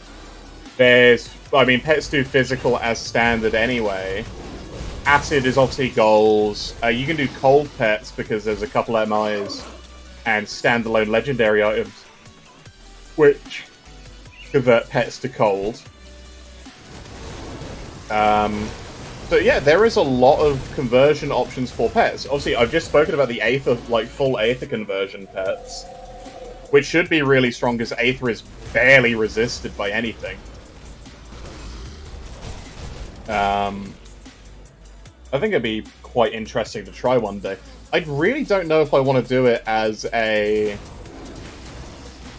I really don't know if I'd want to do it as a Ritualist, though. Just because I'm still not a huge fan of the Blight Fiend. I'd probably do it as a Conjurer. The problem is I then don't have any, like, Aether Shred available to me, except, like, free flat from pet items. But the weapon is taken up.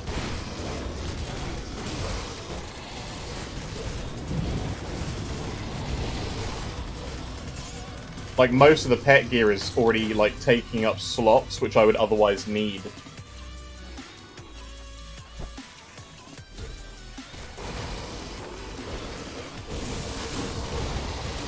I wonder if Aether pets are available in the season. Because there are some conduits which also allow specific pets to be, like, converted to Aether. And by specific pets, I mean literally just the Raven. I don't think Skellies have a conduit. I'm going to check that now. I want to know if Skeletons have a conduit available.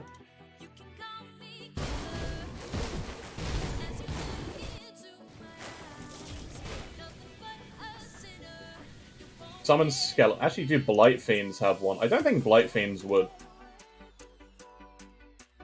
Okay, so Conduit has a fire skeleton, and Blightfiend has a vitality.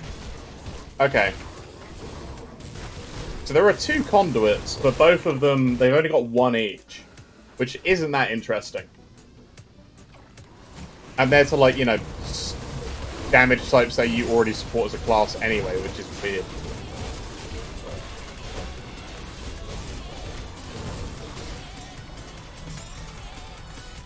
Easy Gollus kill. Rifthound pants are nice, but we have Bismeal. And then this is Mogdrogan. This is the full Mog Wolf. So we're good. We're good at this point, right? We've won being a Ritualist. And I just need to pick up Turtle.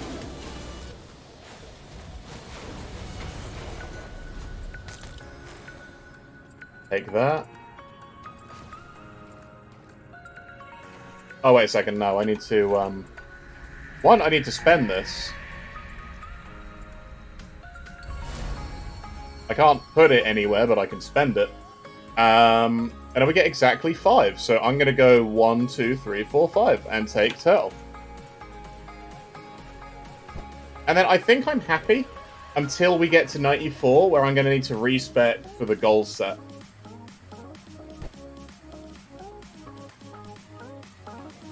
And that's going to be fun in and of itself, because we're going to then go look for a bunch of different gear. I don't know why my Blightfiend died. That's weird. Okay.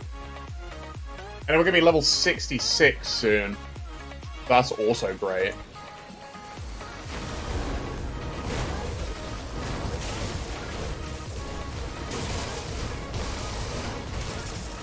Afternoon, Assie. How you doing? Hope you're doing alright.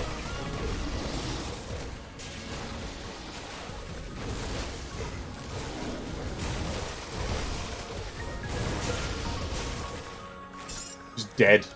Straight up dead. Anyway, welcome in. I'm playing a... Well, it is a bleed Ritualist at the moment, and it is going to be turned into a bleed/poison Ritualist soon. Once I get the gold set equipped, and then we're good. I do need to get myself a nice pummeler, although that's target fumble, and I need to get the droppable amulet from Sand Guy. Actually, does his heart drop? Because there's a 74 version of his heart. But Sand King? So I need to check what level that drops at. 75. Alright, oh, so actually we're in business. We can go get that soon. And it's Elite and Ultimate that drops in. Wait, does he drop it, his mythical one, in just Ultimate? Oh, so I could have farmed it in Elite. I didn't need to farm it in Ultimate. Alright. Sick.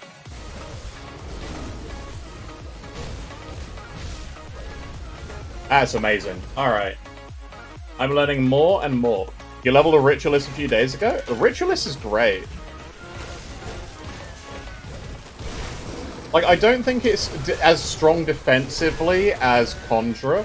I think it's potentially more offensively strong.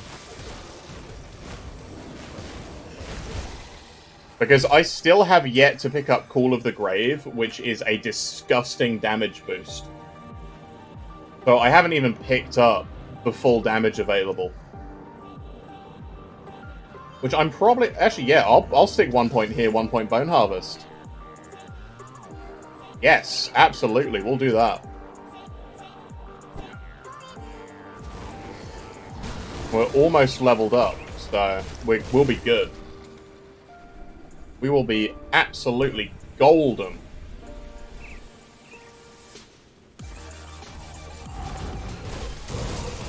So I'm doing a permanent Primal Spirit Bleed Acid Ritualist.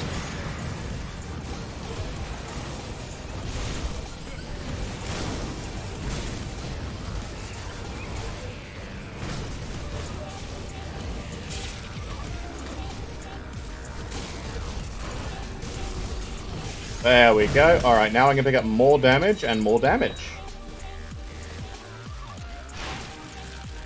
Boom. And then, haha, get bone harvested. We're gonna harvest their bones, everybody. Give me their bones.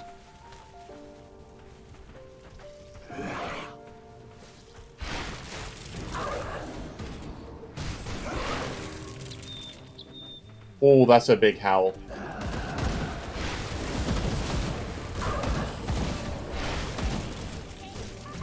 What's the chance on this going off? 68%. Okay, so if it doesn't go off...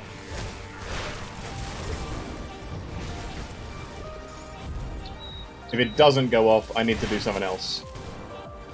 But either way, like, we get a lot of all damage buffs. Actually, I'm going to move you there and move all of the grave to 5, so I can do 4, 5 at once.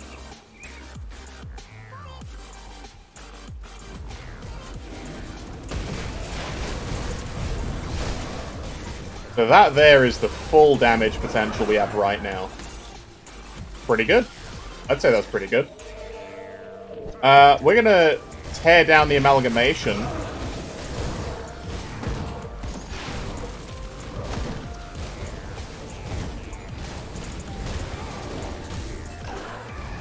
What's the cooldown on this? 13 seconds. Okay.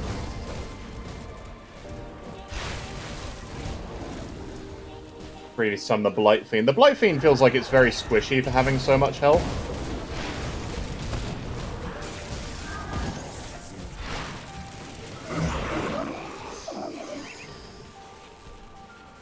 Oh, sod it. Get him.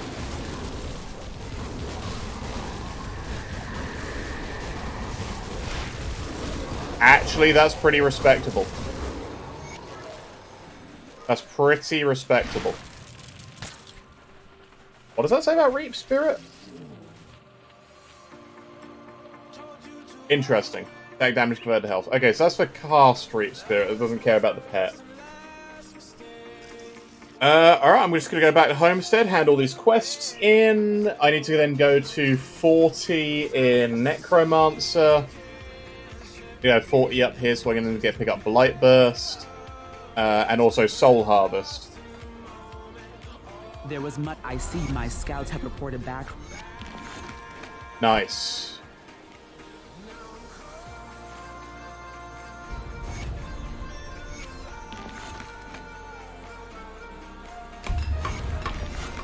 Tasty, tasty, tasty XP. Right. I think we're okay there. I need to check... I'll keep your stash safe. I need to check see if I've got any boots in here. I don't think I will. No, not Venom Spines. I was... Oh, it's the gold ones of those which I need. Alright. Yeah. It's Okay. safe with me. Promise. Okay, we have 5 devotion points left to go. 5 left to go. We're gonna go... We're gonna go grab Turtle, because defensive. Turtle is great.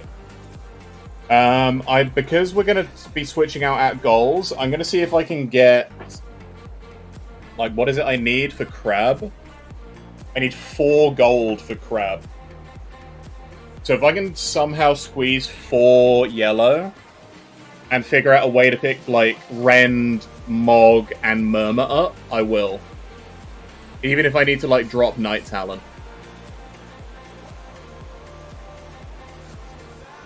Like, it's very tight. Very, very tight. Like, the easiest way would be, like, Tortoise for 3, Lotus for 3 green. Then maybe drop Frog. I don't know, because Frog is nice. Frog has, like, OA and, like, Pet Leech. Difficult choices. Difficult choices. I mean, I can drop this, because this is mostly for our bleeding, but it does help the pets bleed. Just the there are two. Let's join the Necros again. The one. And then let's... Yeah, let's just beeline for shrines, because we should get 3 basically by doing standard stuff now, and then we'll go into ultimate with 55. I'll need to check for like better resistance stuff again once we hit like 72-ish. I think it's around 72 you get another set of gears. I know it's 84 and 92, or is it 94 and 82?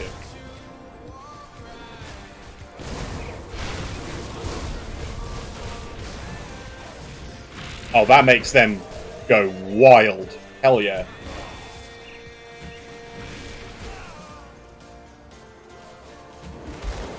Let's try and avoid being absolutely crippled by Bolvar here. Because I have a feeling he's going to do a lot of damage to us.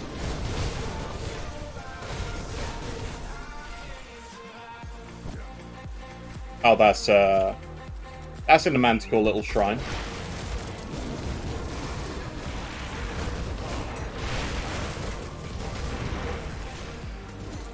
Ooh, Briarthorn Band.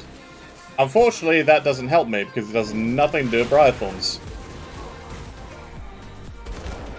Hello, Bolvar.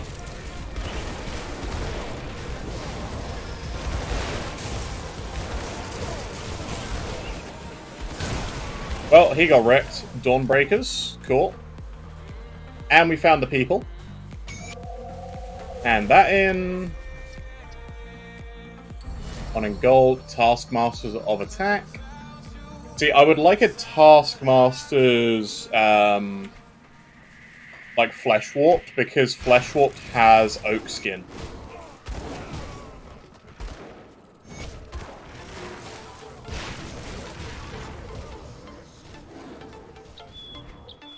Right, we're gonna go up to... We're gonna go up to Zarya, because Zarya can drop us a new amulet. Hopefully a better one than Heretics of Prowess. Houndmasters or the Wild or the Grove would be preferable. But whatever we can get is whatever we can get.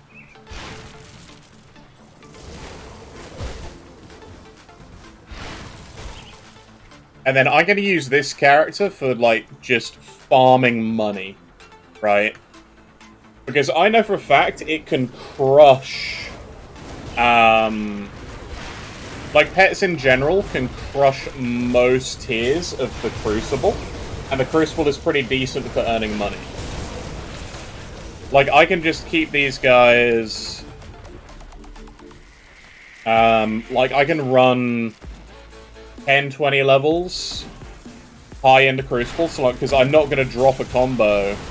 I'll do it in, like, Elite, and I'll go, like, 50 to 70 or, like, whatever. And then I'll just get a load of money. Or I just run some SR. Problem is, this doesn't have, like, super fast movement skill. And pets are a little bit janky in SR unless you have tons of total speed.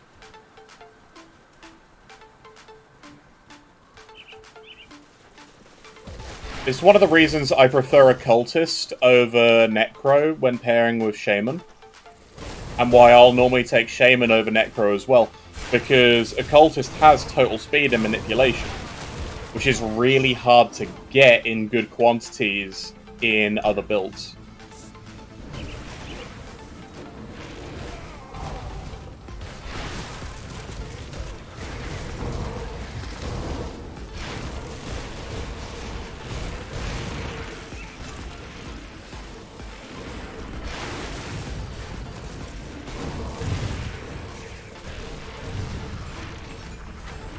Oh, Briarthorn died.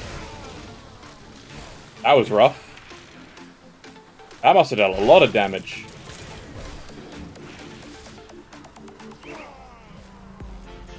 Okay. We go up to Zarya, we get a new amulet, we get another devotion point. Then we kill Karos. He should drop us 2 new rings. That should be really tasty. Because the first time you kill Karos on any difficulty, he tends to drop 2 rings for you.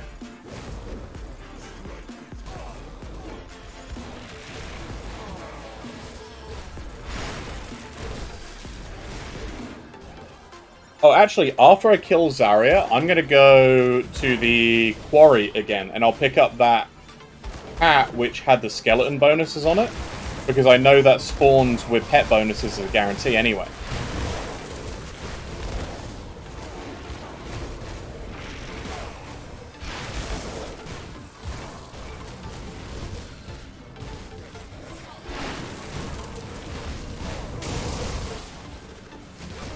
But yeah. I mean, if you want to use skeletons, I mean, Necro's not a bad thing. It's just, I don't like skeletons as far as the other pets. Because it feels like it takes 5 skeletons to do the job of one of these, and you only get, like, a tops 15. And that's with, like, excessive gearing.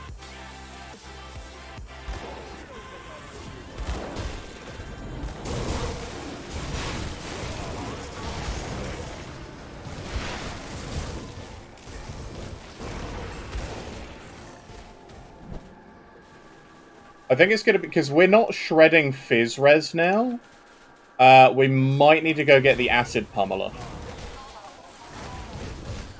And switch from the Wendigo Claw.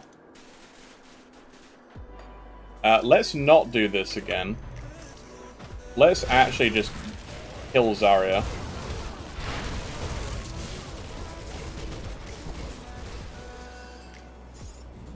Page Souls. Yes. Yes, please. Ah, it's raised skeletons. Dang it.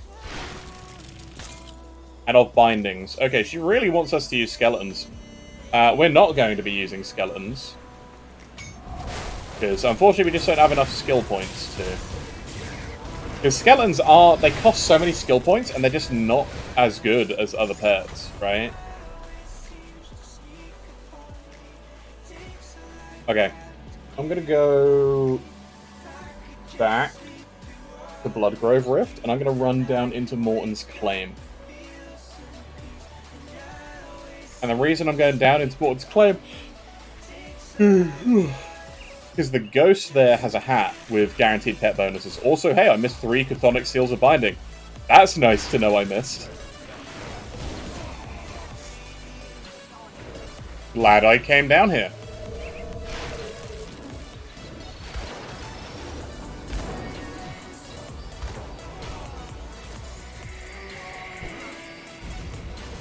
It all comes back to the hat. It does all come back to the hat. I mean, eventually I'm just going to craft either one of the legendary hats we're going to use. So this is just a stopgap. So I'm probably not going to make a better one than whatever we find here. It's just using something better than the Lokar hat now. And preferably we find another pair of, like, Grim Harvest boots. That would be nice. I know that's like a fat chance now. Actually, am I friendly, like, respected by the Rovers? I am respected by the Rovers. Why is my phone pinging me? Oh, are you kidding? I need to delete the... I need to, like, block McDonald's. Because I used to work next to them, I had the app. Because, you know, lunchtime... what do I get? I may as well grab a cheeky Macca's. So I installed their app because they had discounts on the app, obviously. I haven't been there in, like, 3 years.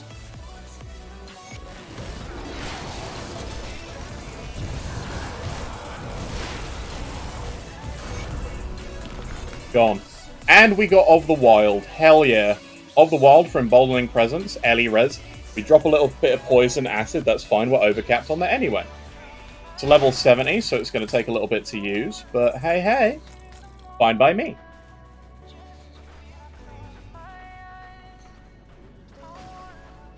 We also leveled up, so that's really nice. I might put the last 2 points in Oak Skin for that full resistance. And also, you know, All that DA and armor, the flat armor, works for them and for us. So thumbs up from me. So I need to keep that away from Young. Yeah, okay. Okay. Okay, great. Right, what time is it? 3 o'clock. Wow, it's only 3? Oh, wow, I've been going for 6 hours. I need to start these slightly later. I'm starting to get sleepy tired. Let's keep going. I want to kill... Let's kill Log Haran, at least. Let's go kill Log. We'll get the last devotion points. We'll kill Log. We'll probably hit level 70. And actually, because we're getting up to Honored with most of these guys... Because we're starting to get up to Honored, we should be... You didn't think Shaman was good for pets? Shaman is, like, the pet class, man. Like, Occultist is great. Shaman has the Briarthorn. The Briarthorn is the most cracked pet in the game, other than the Raven. So the reason Shaman is so good for pets is because you have Mog Pact, which is Fizz damage increase. The flat also applies to the pets, because it's applying the damage as an aura. So your friends get it, all of your pets get the flat damage. They get the increased health, the health regen, and the reductions, and they get the resistances from Oak Skin. The Briarthorn itself is like a ton of damage. Has crit, has retail. Ground Slam is great because it's threat and it's a stun. And Emboldening Presence gives Fizz Res to both you and to other pets, which makes it amazing. There's also free resistance for bleeding. Load of all damage, really good. Primal Bond is similar to... Well, actually, Primal Bond is what you use in most of these builds, because it's all damage for bonus to pets. You like the two-handed weapon synergies? There are also synergies for the two-handed weapons, true. Bone Harvest, Primal Strike also works. You also have Conjure Primal Spirit, which is the best, like, temporary pet in the game. Necro, I don't really like Necro. I'm using it because the goal set is what we're going to be using in the end. If I didn't do this, I'd be playing a Conjurer right now. And I would probably be having a better time, because I love Conjurer. Not that Bleed Shaman is, like, bad to level with. It's just by now, like, I would have had Ellie damage, free Ellie res. I would have had Blood of Dreeg. And Blood of Dreeg is amazing. Because Blood of Dreeg also affects your pets. Manipulation, obviously. Soleil's Witchfire is like the only thing that you get as an occultist that pets don't get from you, right?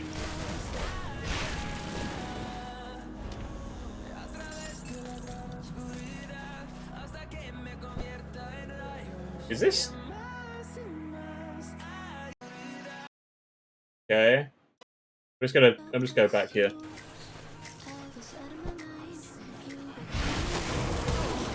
What is it? No, go away. Why? Right, here we go. Wall of Blood. Yeah, so Ritualist is more offensive based because you get more defensive shred coming from the Blight Fiend. But Conjurer gets a lot more Fizz Res, it gets a lot of free resistances from both the Hellhound and the Raven. And it also comes with, like, a better healing. Like, Ritualist, it's still defensive because it's a pet build, right? But I feel like for hardcore, I prefer Conjurer. Like, I just prefer Conjurer all around because I don't think Necro is that great. The fact it has, like, a free pet damage on demand button is pretty nice, though. I will say that. Is that the Wildcaller cowl? Oh god, no, I can't use that, because it's the Primal Strike thing. I do kind of wish that Primal Strike did the same thing that, like, Bone Harvest does with Soul Harvest, giving damage. I think that would make, like, Shaman more able to combo with the pets. That would be very nice. Necro just needs a lot more love in general. Also, wow, that was a lot of damage we took. Ow. I feel like Necro needs, like, a rework of Skeletons, because Skeletons, great early, they suck late. So their damage hits a plateau, and it's impossible to make it, like, feel good after a while. Whereas, like, Briarthorn, Hellhound, all of that, their damage scales and keeps scaling. They become really squishy really quickly, and you need, like, high-end sets to make Skeletons worth using more. It's also their damage type, right? Because they're a vitality-based... Because they have Fizz damage and vitality damage. And then you have, like, Summon Blightfiend, which is physical and poison. And it's got, like, an acid on death. It does more poison. It does acid, vitality, and poison. So the only thing that it combines well with Skeletons is, hey, it does Fizz damage as a baseline, and then, hey, it gets some vitality damage here. It doesn't support Skeletons anyway, and Skeletons don't support the Blightfiend in any way. Shaman, you don't really support Briarthorn with any other pet, but you have auras, and it supports you with an aura. And then the Hellhound and the Raven both also have really, really good supportive auras. That's locked. I just think that it doesn't synergize well enough with itself, so it feels like you either should pick Skeletons or the Blightfiend. I also feel like the Blightfiend should have its own model, rather than being just the flesh-warped guys. Oh, nice. Of the Wild. Get in. I think I can switch that out with the first ring now. Again, level 70, so I'll need to wait for a little bit. But that's really nice. Bite Wraith doesn't matter. But yeah, Necro, it has a lot of stuff going for it. It's just... I don't know, I prefer having the defensive measure available to me that Conjurer gets. I also feel like Conjurer is easier to build and play because most of the gear that you get has, you know, Conjurer and Conjurer pet bonuses. Like, Raven needs a little bit of love because although Raven is amazing late, there's not a lot of support for it throughout the game. At least in, like, MIs. Skeletons have, like, next to no MIs specifically, except for Demolitionist Necro, which is... Why? Why would you do that? Why would you demo Necro? That doesn't feel like something I should say or play. Because don't get me wrong, Demo combines really well with, like, Conjurer. Because that way you can play Chaos pets, because you have Chaos conversions and Chaos abilities in Demo. The Hellhound can support that, and also the fire damage. The Raven can support lightning damage. So you can use the pets as a stat stick. Especially if you toggle them to, like, set to defensive. They won't go out and fight things and draw aggro.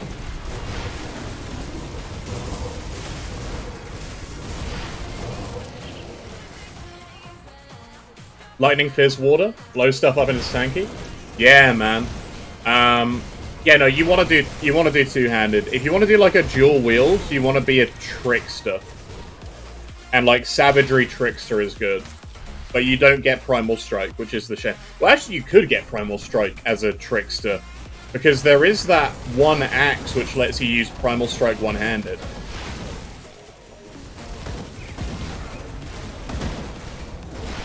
Which is... I love the sound of that as well.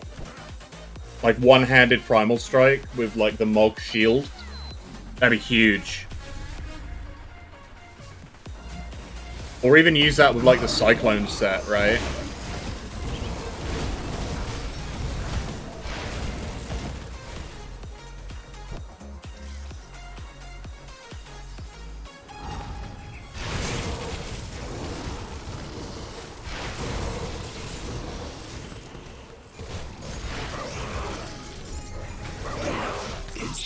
Mutiny, Veil Warden Band. Veil Warden Band is Reaping Strike, whatever. But yeah, like, the Shaman stuff in general has a ton of stuff it can do. I just feel like Necro doesn't feel as versatile, and its skills feel awkward. Like, and that's not even limited to, like, Blight Fiend is the most awkward pet, right? Because it has the old problem that Hellhound had, where it has to stand still to do, like, its belly spew... that. It has to stand still to do that, like, spew attack. Whereas Hellhound had that fixed. Hellhound's Infernal Breath can now track enemies, and it can turn as it's using it. Blight Fiend can't. Blight Fiend is, like, locked into that animation. Also, weirdly enough, spawning that, no cast speed. Spawning Briarthorn, no cast animation. Summoning Blight Fiend, you actually turn and you summon it. So it makes it awkward. Just the explode Blight Fiend, yeah. You can go triple explosive Blight Fiend, which is fun. But the thing is, you don't get any sets, because it uses a medal and a hat. So you're locked out of doing any other set. And pet sets are, like, a requirement for bringing pet builds into a higher tier of, like, content. Unfortunately. Like, as good as MIs are, you are going to be stuck unless you get some of the legendary items for pets. The good news is they drop quite a lot.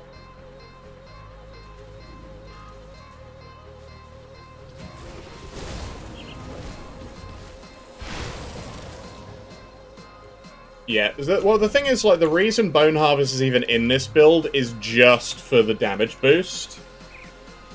And I'm not really fussed about it not having, like, a super long range. It's a decent, like, area.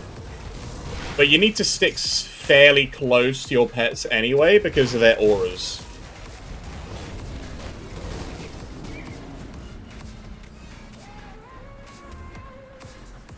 Oh, I forgot to pick up a new Bismeal set of pet trousers. Ah, it's fine. They'd only be, like, what, level 70 anyway? And they're probably not going to be as good as Taskmasters. Ah, sod it. Let's go get it.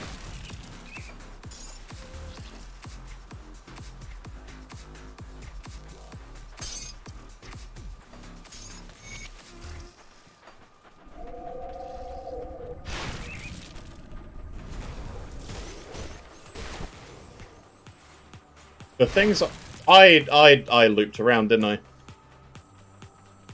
Oh dear, I'm losing my mind. I am losing my mind. I might need a break in a minute. Or lightning damage, but I think you'd be more squishy. You'd be a lot more squishy if you're an Elementalist. I wouldn't recommend, like, Elementalist if you're worried about being squishy. It's one of the classes which I'm not going to say is bad. No class... Well, some class combinations are just not great. But... yeah, it's just one of those things. It's a bit squishy for hardcore. You need to take it a bit slower. Yeah, otherwise just have fun, right? If you're on hardcore, worry a little bit. If you're not, enjoy it. Because it's good fun. It's a lot of damage.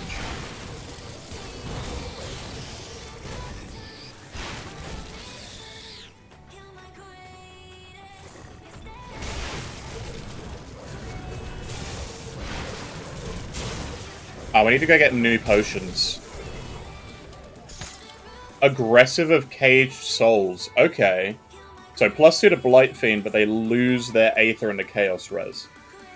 Ooh. Ooh, that's rough. I don't think I'll make that switch. Rage tossing your controller keyboard? Fair enough, my guy. Fair enough. Yeah, it can be a little bit... ragey when you get killed, I'll be honest.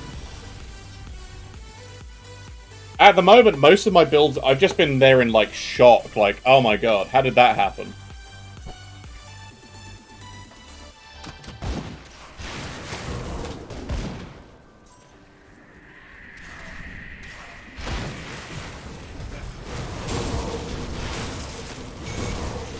off of that, thank you.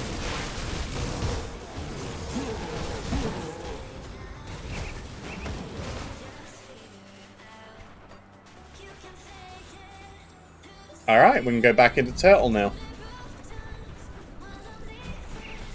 Not me getting too ballsy. Yeah, it can be some BS. I mean, my warder got one shot the other day. And I feel like I was cheated. I feel like there is no way that should have happened. Oh, hello, Wendigos.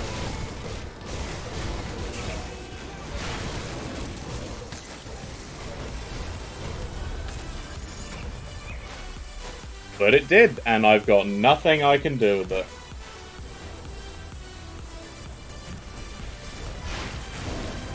Well, here's the thing, Vorador, right? I was farming for the amulet for this build, right? Because I wasn't planning on necessarily doing this on stream. I just wanted another pet build to, like, do high-end content with, because my Avenger... like, I saw the amulet that I want, and I was like, I need to farm one. So I went and farmed it on my Avenger, still didn't get one drop. I killed him 6 times. 7th time I fought him, he one-shot me. And it's not even a difficult enemy.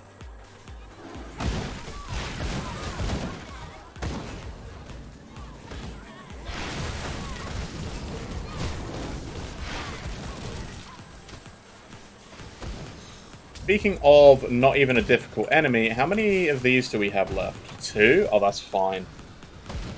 I'm actually going to go fight him now quick. I'm tempted to see if he's going to drop it. Because apparently he drops it and it's at like level 75. I imagine he will be level 75.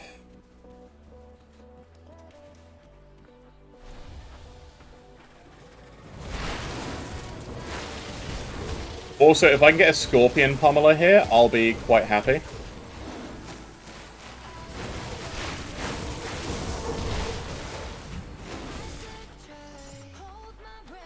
So, the Scorpion dude who lives over here, that guy, the guy who just is sprinting around like a maniac, being like, ha ha ha ha, he one-shot a 21k health, fully geared Avenger Warder. And I am kind of salty about it, I'll be honest. It was with that Spine Nova there. One shot him. Yep, got nothing. Got absolutely nothing. Big sigh.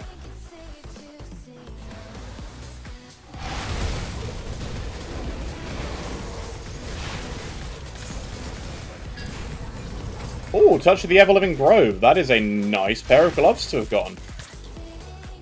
It's actually a really nice pair of gloves to have gotten.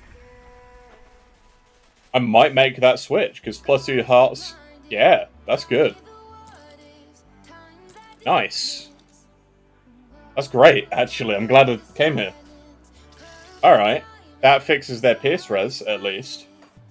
+2 heart and oak skin. Very nice. Well, I got 21k HP, Vorador. I had 21k HP, I had 3k armor, I was overcapped on res. He had a Plague Bearer's weapon. So the Plague Bearer's weapon had flat shred on it. And I know he had one because he died after he killed me. So I actually went back there on my max block Warlord and I killed him twice. The second time I killed him, he dropped Crimson Claws. And Crimson Claws was the last, item I needed to say that Avenger Warder was maxed out gear. So I'm very salty about it still. And thanks, man. I'm glad you're here. I'm glad everybody's here. Here's what I'm here for. You know, just chill out, hang out, play some games, listen to some tunes. Have a good time. Have a good time. No, talk about a game we all like playing or interested in playing. There we we go. Oh, we need to go talk to them in Homestead still. Okay. Well, it was free quest XP. Free hand-ins. I think they're going to be happy with me. Yeah, they'll be honored with me soon. Mega Man X and Zelda metal covers. Hell yeah, man. I am told that I could, when the Legion was forced to abandon. I've already. Honestly, I was so not expecting the Avenger to rip. I'm still in shock over it. I'm like, there still just ain't no way he's actually dead, right? Like, I was quite tired. It's like, okay, I'm just gonna go to sleep, and I'm just gonna go to sleep, and when I wake up, he'll be alive again, right? Nope, he is dead. He is dead, Jim. They're dead, Jim. The relic on your Warden is Decimation? There can be only one, it wasn't that Warden. Well, it was a mutually assured destruction for that boss anyway. I'm just still... the fact he got one shot. I have a healthy respect for that Scorpion boss now. May this... Yay! Level 68.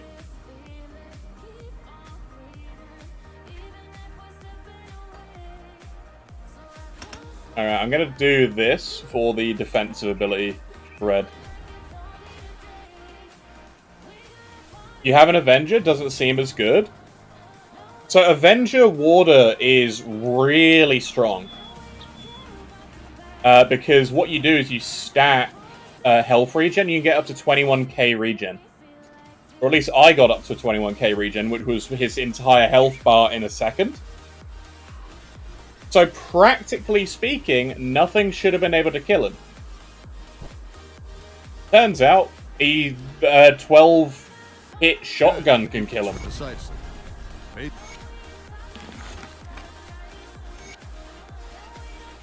Just still like, god damn it, I can't believe that happened moment for me. 21k regen, 4k with 22k DPS, yeah. Well, 22k DPS with a specific weapon and... oh god, I mean, yeah. At the end of the day, that's all that you need. I mean, he killed 2 of the super bosses. 3, actually. He killed 3 super bosses.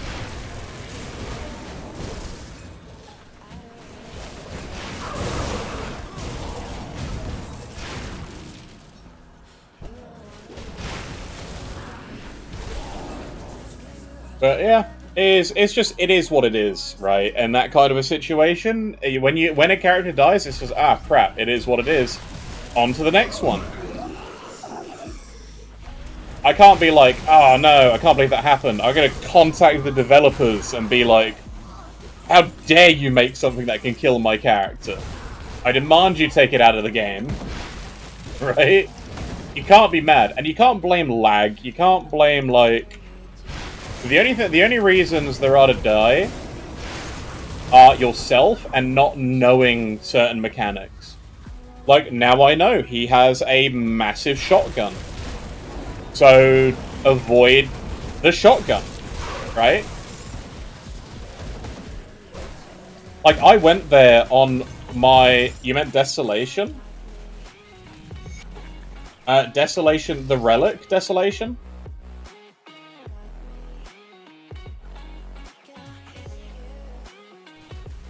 So what I used for my Avenger...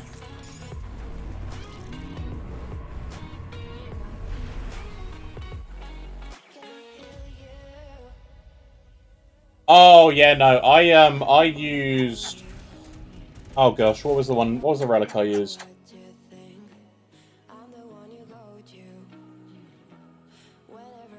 Not Eldritch Pact, although Eldritch Pact, not quite worked. I was using Salvation. I would recommend using Salvation if you're like a regen-based Avenger Warder. Because it's a ton, it's Fizz Res, it's a ton of health regen, and it increases your health regen by a lot every time it procs, and it has a longer duration than like the recharge.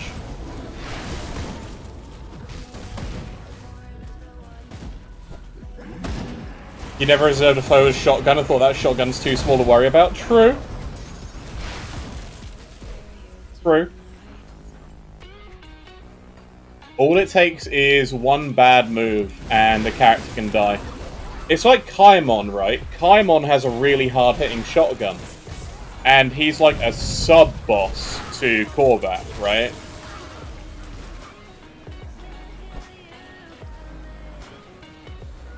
But you don't really worry about going into the fight against Kaimon, except now he has a Sunder and he has a shotgun.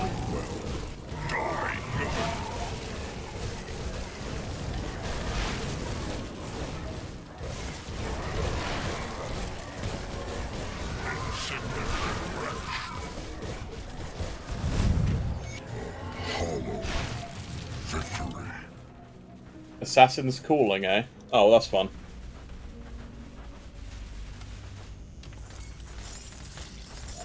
Yeah, so, yeah, because Kaimon has a shotgun and a Sunder, and then Korvac... I mean, don't get me wrong, Korvac is still scary. Because Korvac has a lot of stuff that can hit you at once. But it's dodgeable. Kaimon's arena is red, his attacks are red. He's just a bad fight. And that's not saying, like, he's a bad boss. It's just, like, it's a red arena, his attacks are red. He makes it redder and covers it with VFX because of the fire plumes. It's quite a dangerous fight. It is honestly a big DPS check. Because I think that if you don't kill him fast enough, you're gonna just end up making a misstep, and you'll be dead.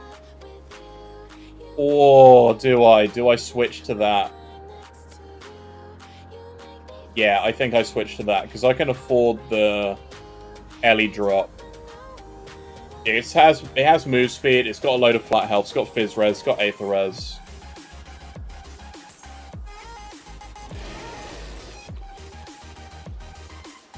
I don't know why the pets died. That's weird. I really don't know why the pets died. Okay. Oh, did they die because I had that 10% health? I don't know. Get caught by his leap? His leap is very fast. His leap is very, very fast. Oh, see, if I didn't have those good rings, these are actually quite nice. The Conjuration Seals. And where are they? Yep, here we go. 2 of those, please.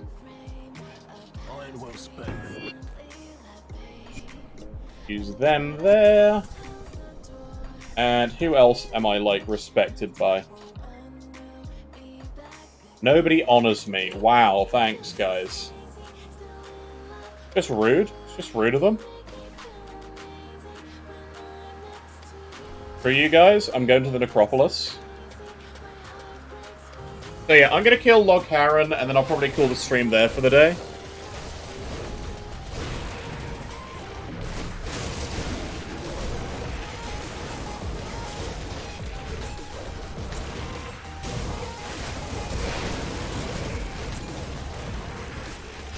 I also feel like Logharan is going to get just absolutely decimated. So I'm going to run back, grab this Devotion Shrine.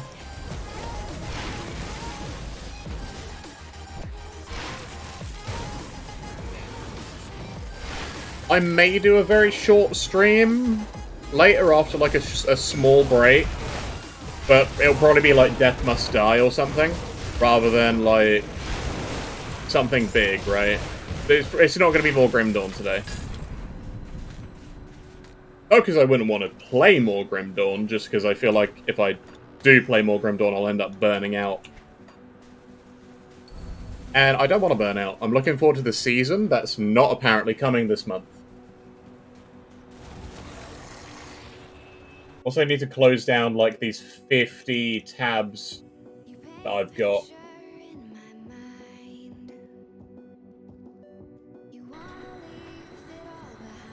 Took you long, and the cult of Cool. What do you have in mind? We'll stop the cult. Let's go kill Logharan. I think we might end on level 69. Which is as good a place to end as any.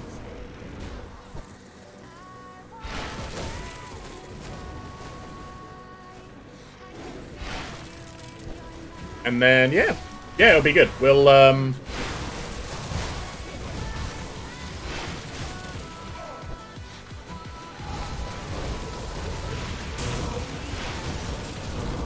yeah, you might get 2 today. Ah! Not what I meant. Not what I meant. Ooh, Bloodhound Greaves.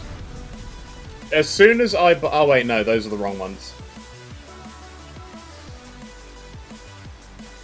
Oh, that is fine. Oh, Nature's Bounty Hat. Oh. Tempting. I'll take it with me. Filthy Flu. Filthy. Alright, let's... Alright, there's the first wagon. Oh, my Blight Fiend died.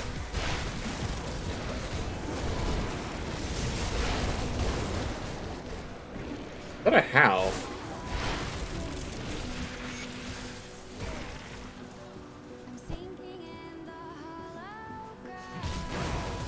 Alright. So, we want... Kill the wagons, go down, get our last devotion point. That gets us Turtle back. Turtle is great. And then we need... I'll probably plot out the devotions for once we have the gold set. In fact, I'll plot out the rest of the build with the gold set because we're close to it. And tomorrow's stream, although it will be a slightly shorter one, we'll hopefully... I'll stock up on, like, XP potions. And as soon as we hit, like, level 70, we'll grab everything we can and go up to Ultimate.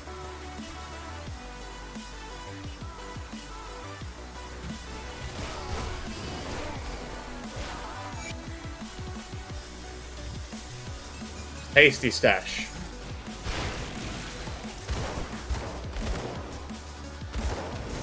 Wait, did I not destroy the northern one? Oh, it's down there, that's why.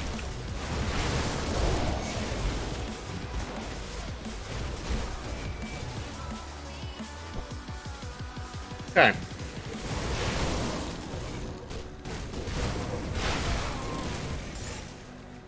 Delicious bindings. How many of these have I got now? 12? This character is getting loads of them. That's real nice.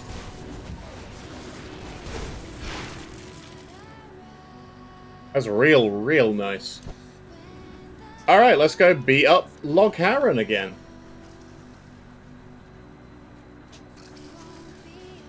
Yeah, we'll go do Log Harren, and then we'll call it there for the... Double entrance, that's great. Again. It's because it has the angle here when you enter.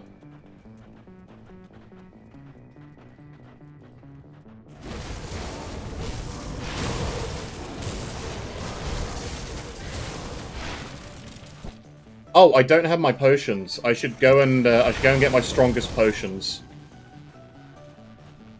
Because the Rovers, if you didn't know, as soon as you become friendly with them, will sell you 80% all damage pet potions. For like 700 iron. Which is really good. I've been using them against most bosses.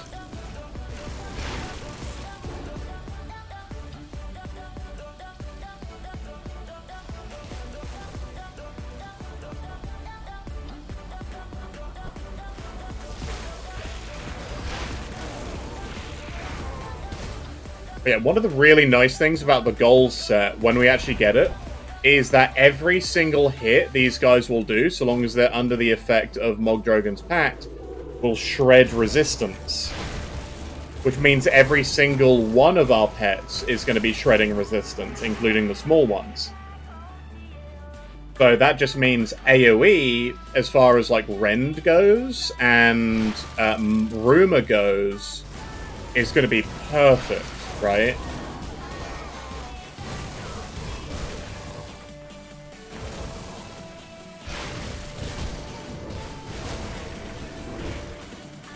Like we shred the... We're also going to be shredding with Devouring Swarm, because it adds Acid Shred to Devouring Swarm.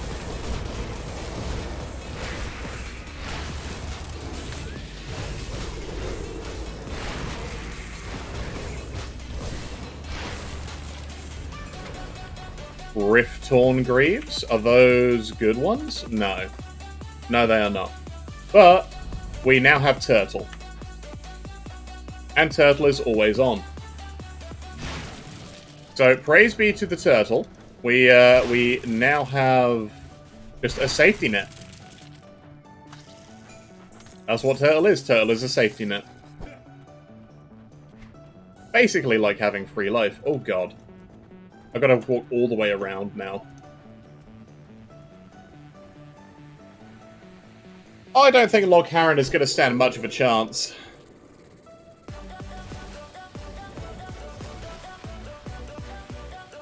But yeah, I think we're going to be in a good state to hit 94.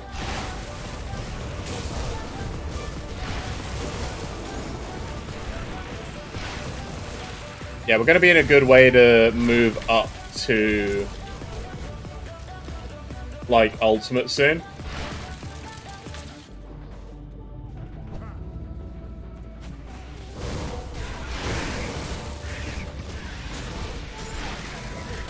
As soon as we hit 70, we can slap some more augments on a few things. I'll put a few in my stash to help fix this guy's augments from other characters. And then we should be okay.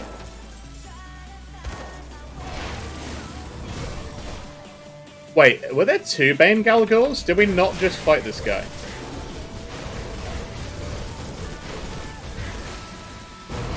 That feels off. That's weird. Or maybe it was the Little Hero version. It was the Little Hero version, wasn't it? Okay, I'm gonna grab some pet pots quick because I don't need them to fight Log Haran, but it would be nice.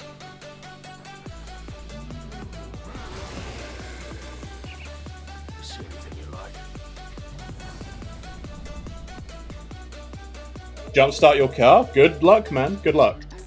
But yeah, I probably won't be here when you get back, depending on how long that takes.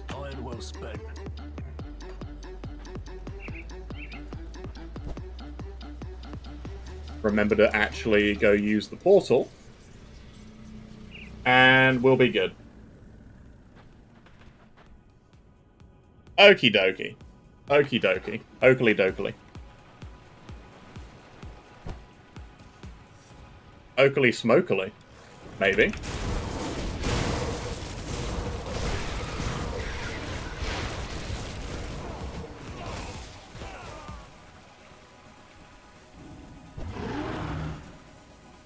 Yeah, there he is. There's Log.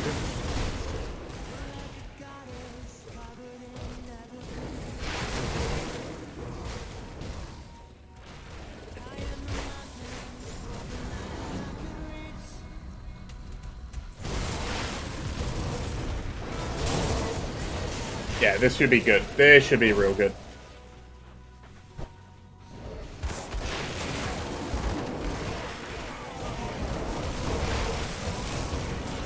Just gotta remember, these guys are quite resistant to bleeding. These ones especially. And also fairly resistant to acid, if I remember correctly, as well. I mean, go figure, eh?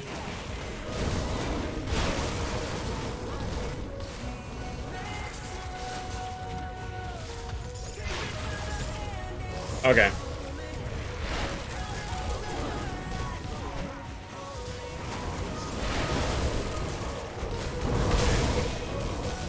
Ow. Can you not hit me, please? Thank you.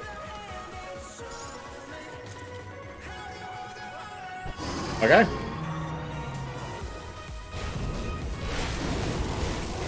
Get him.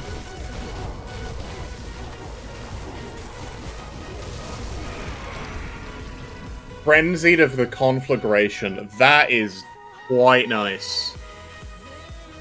Okay. I'll take that. Thank you. Alright, I'm gonna wait for the cat to come back. And then we'll go beat the crud out of Log Haran. Alright, I'm gonna resummon. So we go in with full health. Everything is fine. Everything is nice and dandy. Our resists are all good. Let's do this.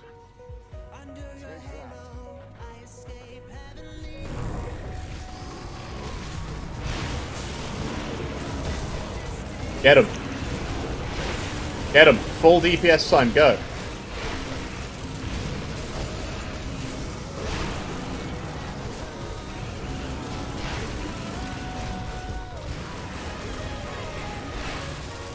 Okay, the DPS is wow, he killed my pets.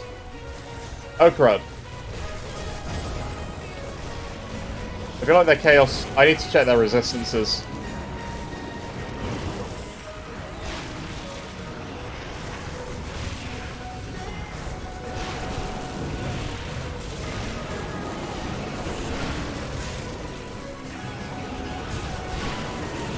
I feel like it might be the acid breath.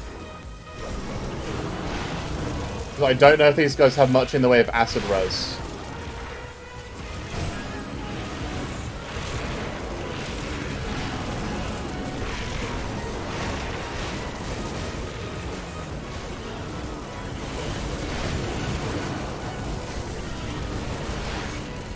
And that's level 69 by killing Logharan. Yeah. Nice. Alright. Good, good, good, good, good.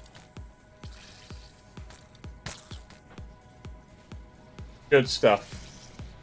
Alright. And that's basically going to be it for the stream. That's basically going to be it for the stream. So, I'm probably going to be...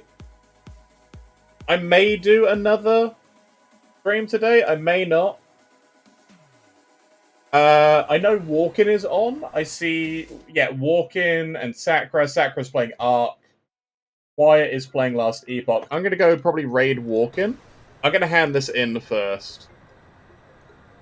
And then I think we're in a good spot to start Ultimate. I'm going to buy some more XP pots. Probably need to farm a little bit. Might do that late tonight. Don't know. But just for like money to buy some XP pots. You've reached a great moment. There we go.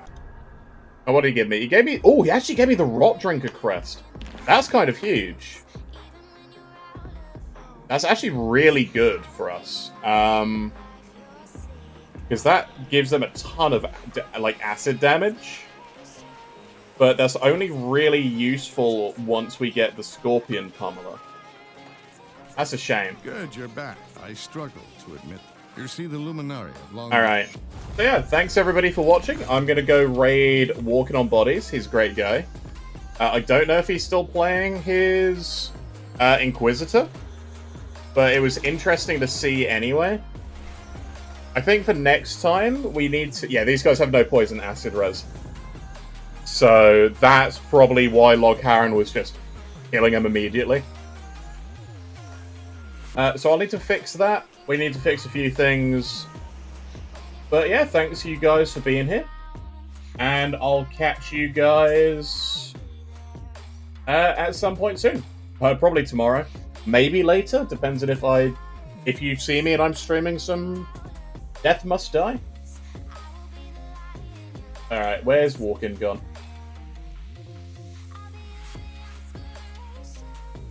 Let's go drop in on Walkin. So have a good one, everybody. Thanks for being here. You all are wonderful, and I hope you've had a wonderful day and a wonderful time on the stream. Because I've had a pretty good time myself. So, toodles, folks, and see you tomorrow.